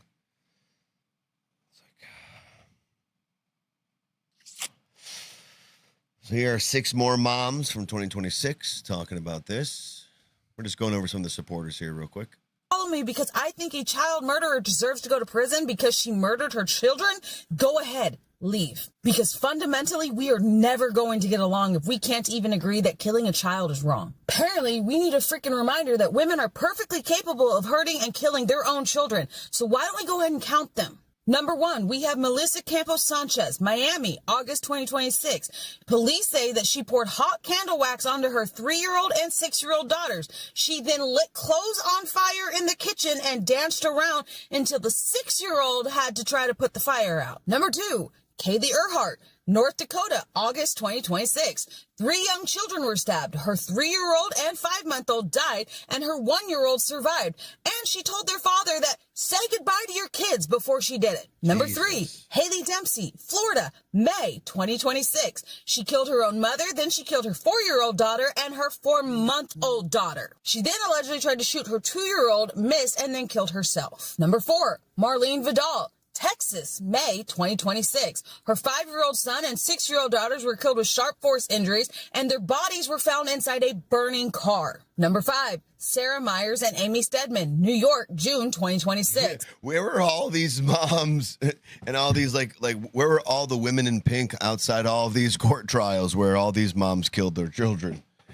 Well, yeah, that one, it didn't make sense. But this one, though, this one seems a little more like up our alley. A mother and a grandmother are accused of murdering 4 children, 13, 11, and 10-year-old twins. Drugs were used and 1 child was stabbed. And investigators say that the planning appeared aimed at keeping those children away from their father. Number 6, Mackenzie Critton, Wisconsin, July 2026. Charged with smothering her 7-month-old baby to death. That is 6 cases in 2026, and it's only freaking August. Just to prove to you that moms can do things like that. Here are more people on Lindsay Clancy's side. This is more from the that are upset and believe that she killed her 3 children and she should be convicted. What would be your message to them? I'm so grateful for you that you never experienced even remotely what women experience in postpartum. Yeah, and admittedly, she did admit to killing them, but the woman you see now is completely different from the woman who did that to her kids. And I think it's really difficult for people to hold. Whoa. Do we agree? Do we agree with that? The Lindsay Clancy we see now is completely different than the Lindsay Clancy that we heard about killing her children, which she admitted to. Does that work for every murderer? Does that work for every triple murderer? Oh, well, they were different when they did it, but then they're also different now. Oh, okay. Well, then they should go free then? Yeah, it's fine. Well, I mean, only if it's a woman though, then they should go. Then they should go free. So, just me in Minneapolis says a huge problem today is kids are used to commodities instead of being human beings. Yeah, they're very we're all kind of spoiled on the commodities of everyday life, to be honest with you. Miska says postpartum depression is not an excuse. I feel like most of the people here could not argue more. TZ's out. Thank you, TZ. TZ says, okay, we'll say goodnight, everyone. Ladies, go outside and touch grass, have a glass of wine out of a box, and watch Gilmore Girls. Thank you, TZ. We appreciate you. Thanks for hanging out tonight. Yeah, we're about to get out of here in just a moment or two ourselves, man. Appreciate you. Hold to truths that may seem opposite simultaneously. She can be a wonderful, loving mother, and she did this horrible thing that she's a loving mother, but she also like did a bad thing. Like very loving, but also very, very murdering. Loving, murdering. Very loving, very murdering. Tomato, loving, murdering. I don't know which way to go, but we'll figure it out. We're all in pink, right? Horrible thing that she did this horrible thing that she was so sick. I mean, I've seen the testimony every day. I can see how devastated she is, and I believe her. Thank God that she believes her. Whew. For a second, I thought she wouldn't believe her. Just me, my baby, my camera. So like, okay, here we go. Yeah, just some more of the supporters with the same Lindsay stuff going on. Hashtag same Lindsay. Another one. I catch myself looking out the window, watching everyone enjoy their summer. Shamrock, yeah. She was a murderer, lovely lady. Yeah, such a lovely murderer lady. Very, very kind. Very, very murderous. Such a sweetheart. Good person. Murderous, good person. Such a good, murderous, lovely lady. Meanwhile, I'm inside pumping, feeding, rocking her to sleep. Look, she's crying, like she's making herself cry. Like you're moms. Are you upset that you're a mom? All she's repeating right now is just like, yeah, here are the things I do that make me a mom. I'm feeding, I'm pumping, I'm doing this, I'm being attentive. Like I'm being a fantastic mom. And like she's telling herself that's not the way to, like, it's a bad thing to do that. What's going on? What the fuck are we doing? I'm pumping, I'm feeding her and rocking her to sleep. Yeah. Okay. And you're mad, upset? What's the problem here? Most days, it's just me and her inside these four walls.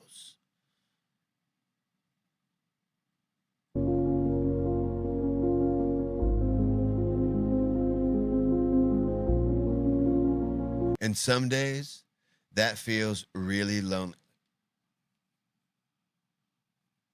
This mom put this about, like, ladies, correct me if I'm wrong, but maybe there are times when you're like, oh, it does feel kind of lonely. It feels like me up against the world with this baby, right? But feel like maybe that comes in waves. You're like, all right, everything's fine. That like the joy I have in raising this baby kind of overwhelms like some of the lonely feelings I get. Like I am more proud of the positive than I am the negative, right?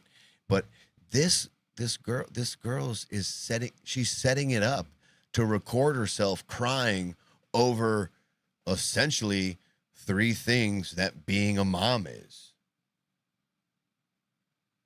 What? Techno, I'll tell you what, to leave off, I will end the show with that clip. If you don't mind, Can you send that link again? And I will. I'll end the show with that clip here in a little bit here. But just go ahead and send that link again so I can get it. So I don't got to look back. I might be able to find it in history, but it'd be a lot quicker if you could just send it again and maybe even give me a timestamp. That'd be sick. That'd be sick, Techno. I know one day I'll miss these days, but some days they're still like that part. Like, I respect that. Like, that, of all the things she said, that part I respect. Like, which makes, for sure, like, I know one day I'll miss these days where it's very intimate. It's me and my daughter. It's me and my son. You know, even though some of these days are hard, I'm going to miss, like, that's the proper way to look at it. Every other way she's just looked at it in this video is the complete improper way. You're putting everything... You're taking all of the attention off your daughter, off your son, and just being like, yep, this is me now. I'm a mom. Isn't that a shame? Right? Isn't that a shame? I'm a mom now. Fuck.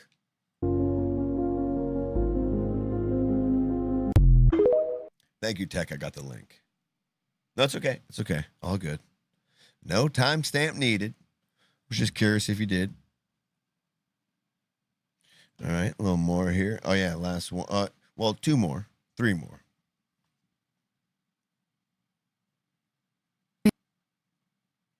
Let's check out, sorry, ladies. Let's check out Tits McGee here. I forgot about this one. Like, she's not doing anything that makes you feel bad. It's just the words on the screen.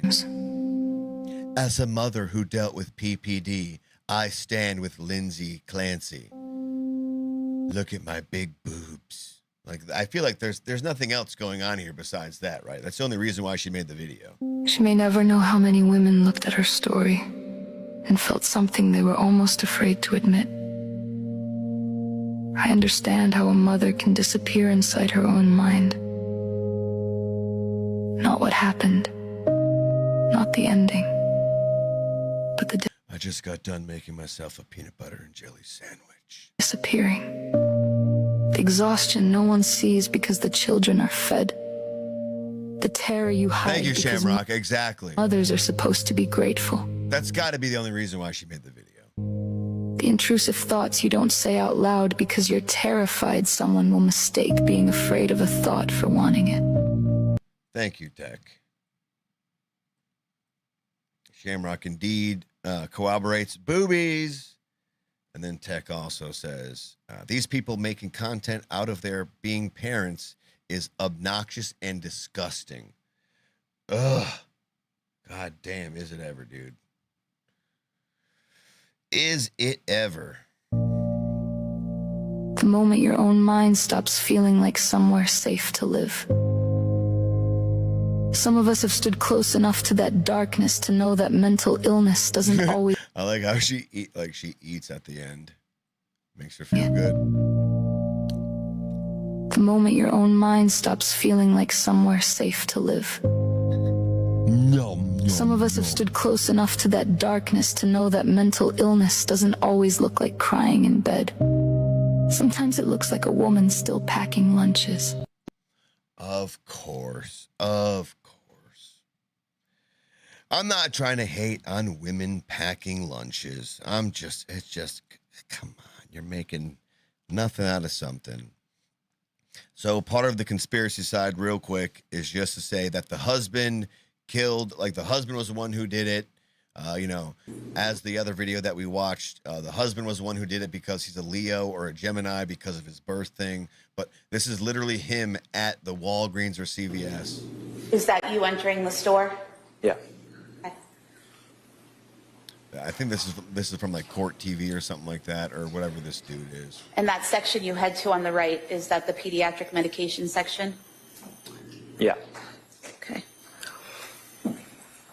This is the husband, and mind you, people are kind of upset because the husband, the ex-husband, remarried really quickly.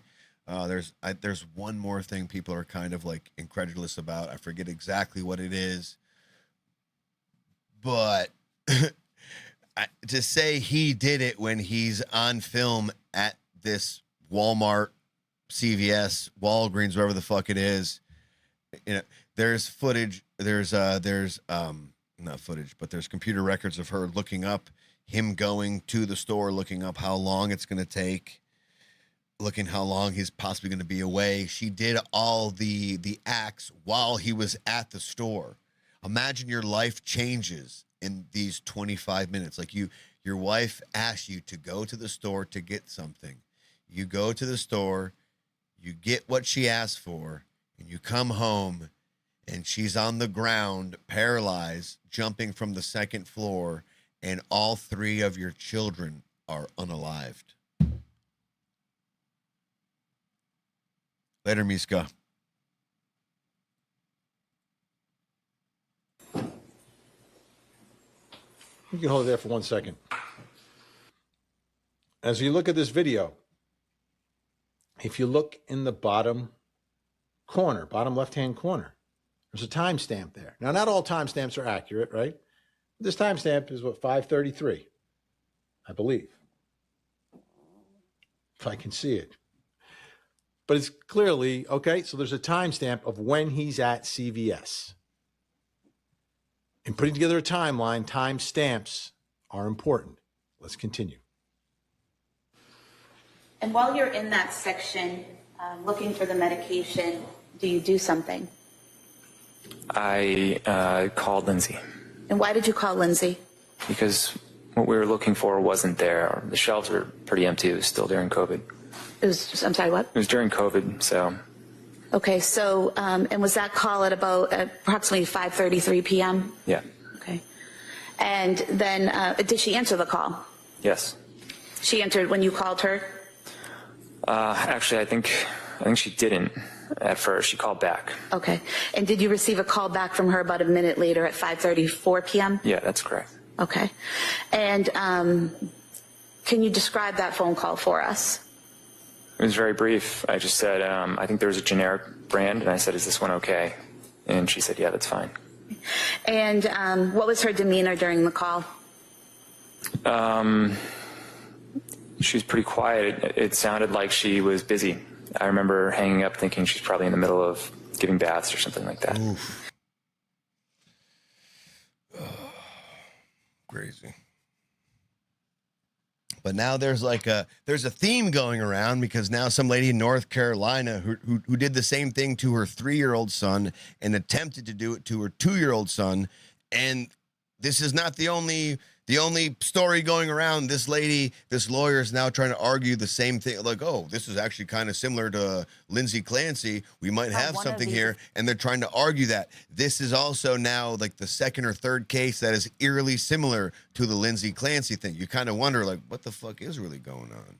Woman living her own worst nightmare. That's how one of the defense attorneys representing a Durham mother describes her case. Andrea Faust is accused of killing her 3-year-old son and trying to kill her 23-month-old child. In February, she plans to plead not guilty by reasons of insanity. Just like Lindsay's trying to do. Sean Gallagher has been following this case. He joins us live. Sean, we should mention Faust's defense says that this case is eerily similar to a national case, the Lindsay Clancy case out of Massachusetts, that's making big headlines. Yeah, that's right, Dan. She said exactly that these are eerily similar, and you can see why when you see that case in Massachusetts where Lindsay Clancy is accused of killing her 3 children. But here in Durham, the attorney for Andrea Faust hopes that this case will demonstrate how to properly treat and rehabilitate a woman who's going through her worst nightmare. The attorney for Andrea Faust tells me the headlines read like a postpartum psychosis case. But after meeting with Faust for the first time, attorney Nicole Golinsky tells me in a statement, I knew this was a not guilty by reason of insanity psychosis case. Faust was initially found incapable to go to trial in March, but that was reversed in May, according to court documents. Now, she'll undergo another mental health evaluation for her not guilty by reason of insanity plea. It is a defense that is easily made, but very difficult to prove. NC Central law professor Irving Joyner explained what the bitch is crazy, but also she done killed somebody. So it's just, I just played this video just real quick just to illustrate this idea here that there's something going on right now with moms and doing something to their children. Not a good look. Not a good look, may I tell you. I'm going to get to one more story real quick because it is in the title. So those of you who want to hang out and watch this, no problem. If not, fuck me, right? Am I right? The Trump thing. I want to get to the Trump thing real quick. I thought this was kind of funny. Let me see if I can do this real quick. Come on. Don't ruin this.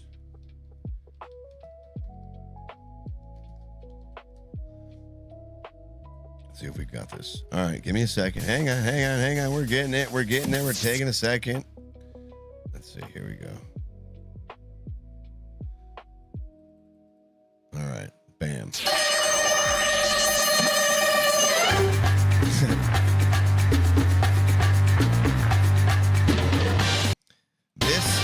This really pissed off a lot of the mainstream media.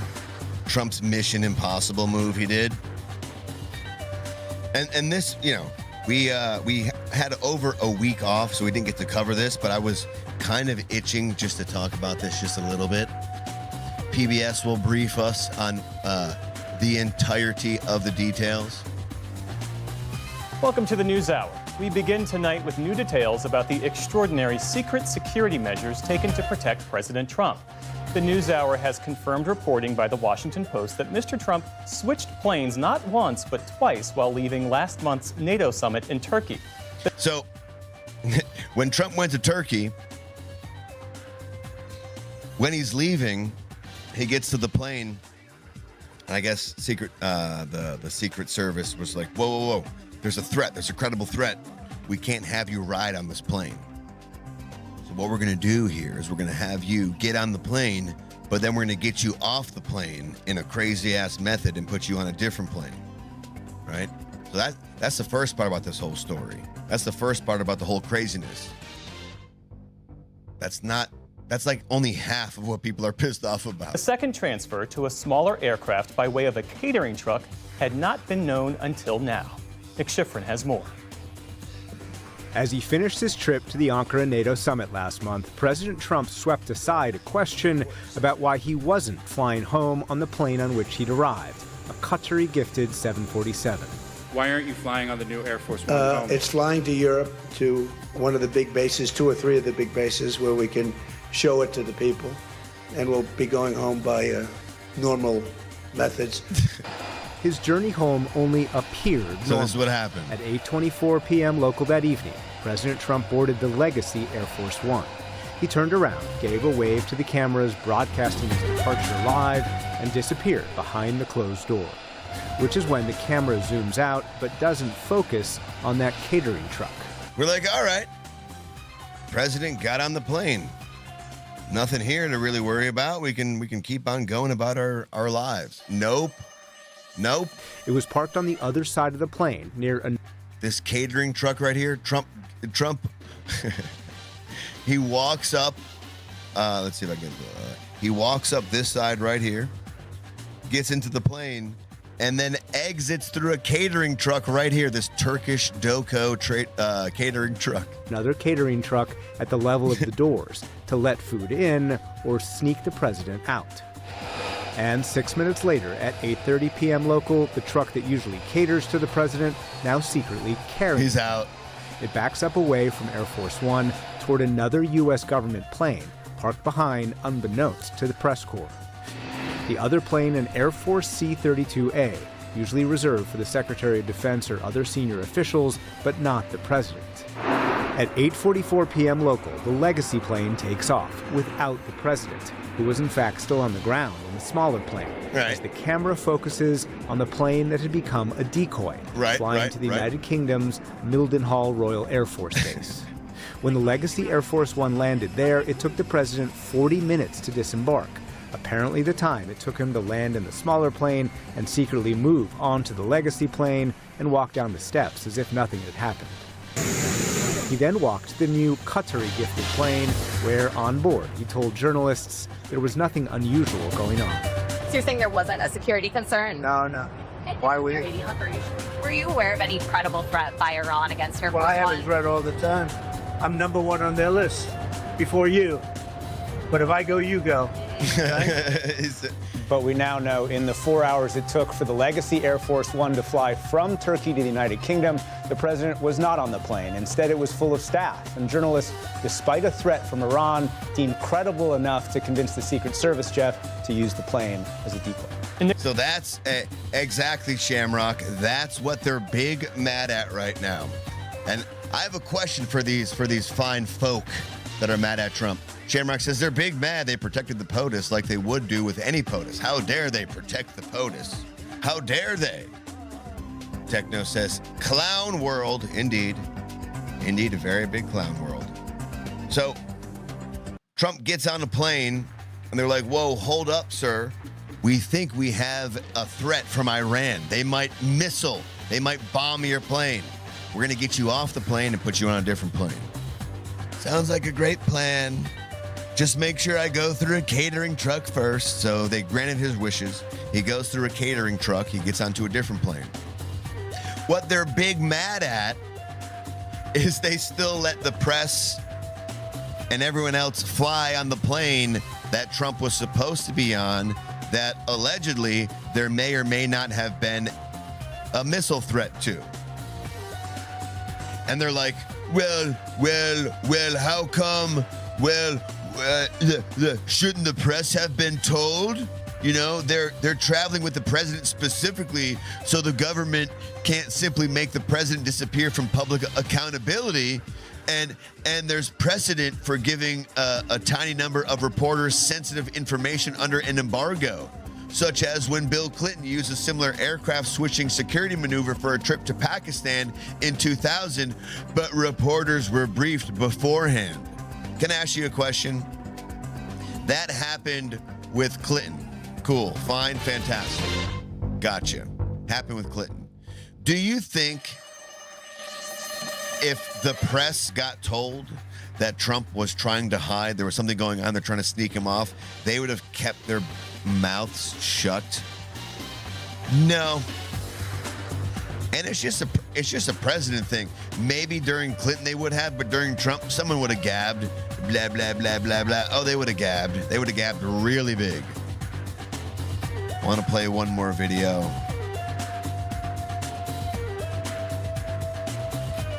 CNN being big mad. It's just weird how they're just like, yeah, no.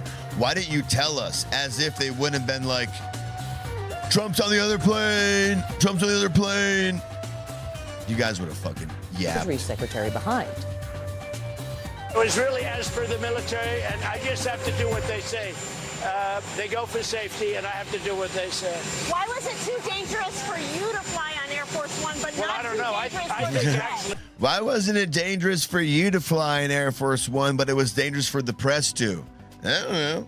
the plane that I flew on was at greater risk.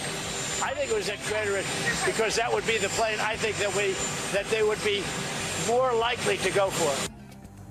Yeah. The plane that no one knew he was on. Because here's the thing. This ruse at this point, people can identify on video. The Secret Service hid the president inside a catering truck. It was a bait and switch. He put people in harm's way to save himself. That's who Donald Trump is. Right, right. Okay, group chat is back. We have two takes. Right, he's the POTUS. He's trying to make sure he doesn't die. How dare he?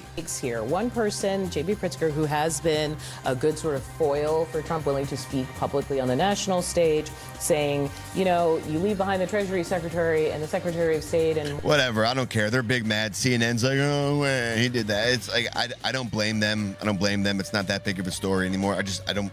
Sure, gotcha. He didn't trust you guys to tell you that he was moving planes because you probably would have. Hey, Trump's doing this, Trump's doing that. All right, so move on. One more funny thing. Trump fell asleep.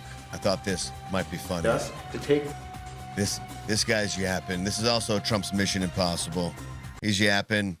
Trump's like, orders us at HHS. Time for me to sleep. Extremely seriously, as we have been for the last year and a half. He's sleeping. This is his Mission Impossible. How can I get in a quick nap while this guy's yapping? He naps, I yap. More of the presidency. At the NIH. You do more nap, I do more yap.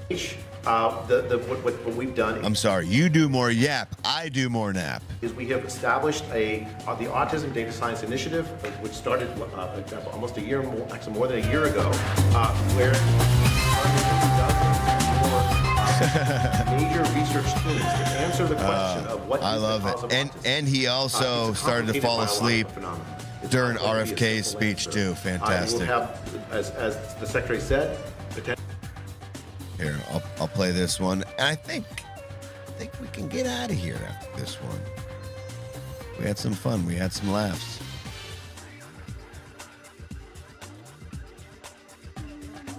Against the best available science and the practices of other developed nations. You know it's a special skill at this point when you can fall asleep during RFK talking like, it's when I'm talking.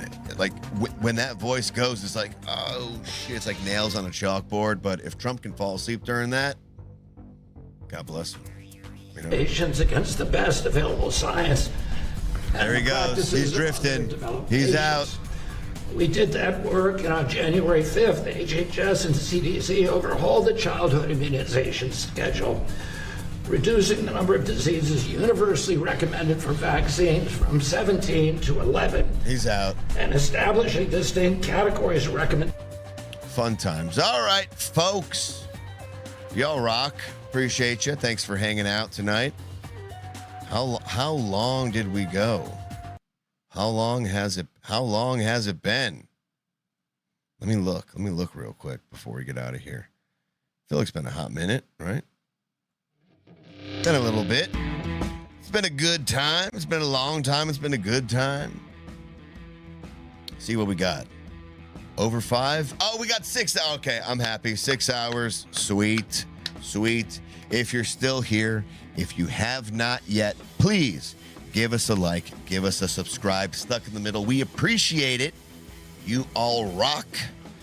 We will be back in full swing on Tuesday and Friday of next week.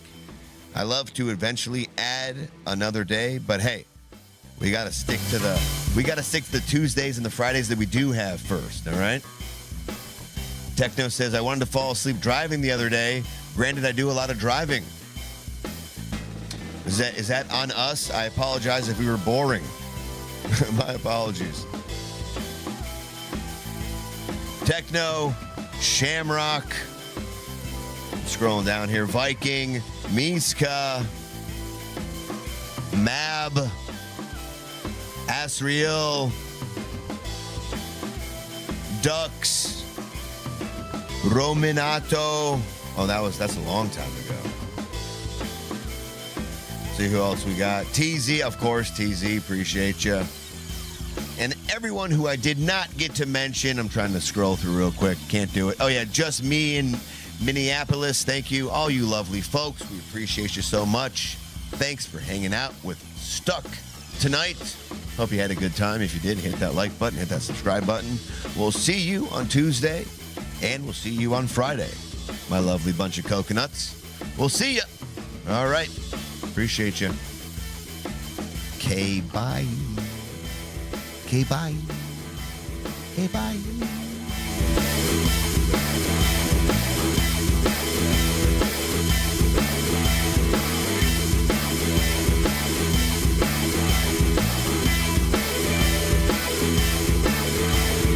And Viking. Thank you, Viking. Thank you, Tech. I appreciate you, Tech.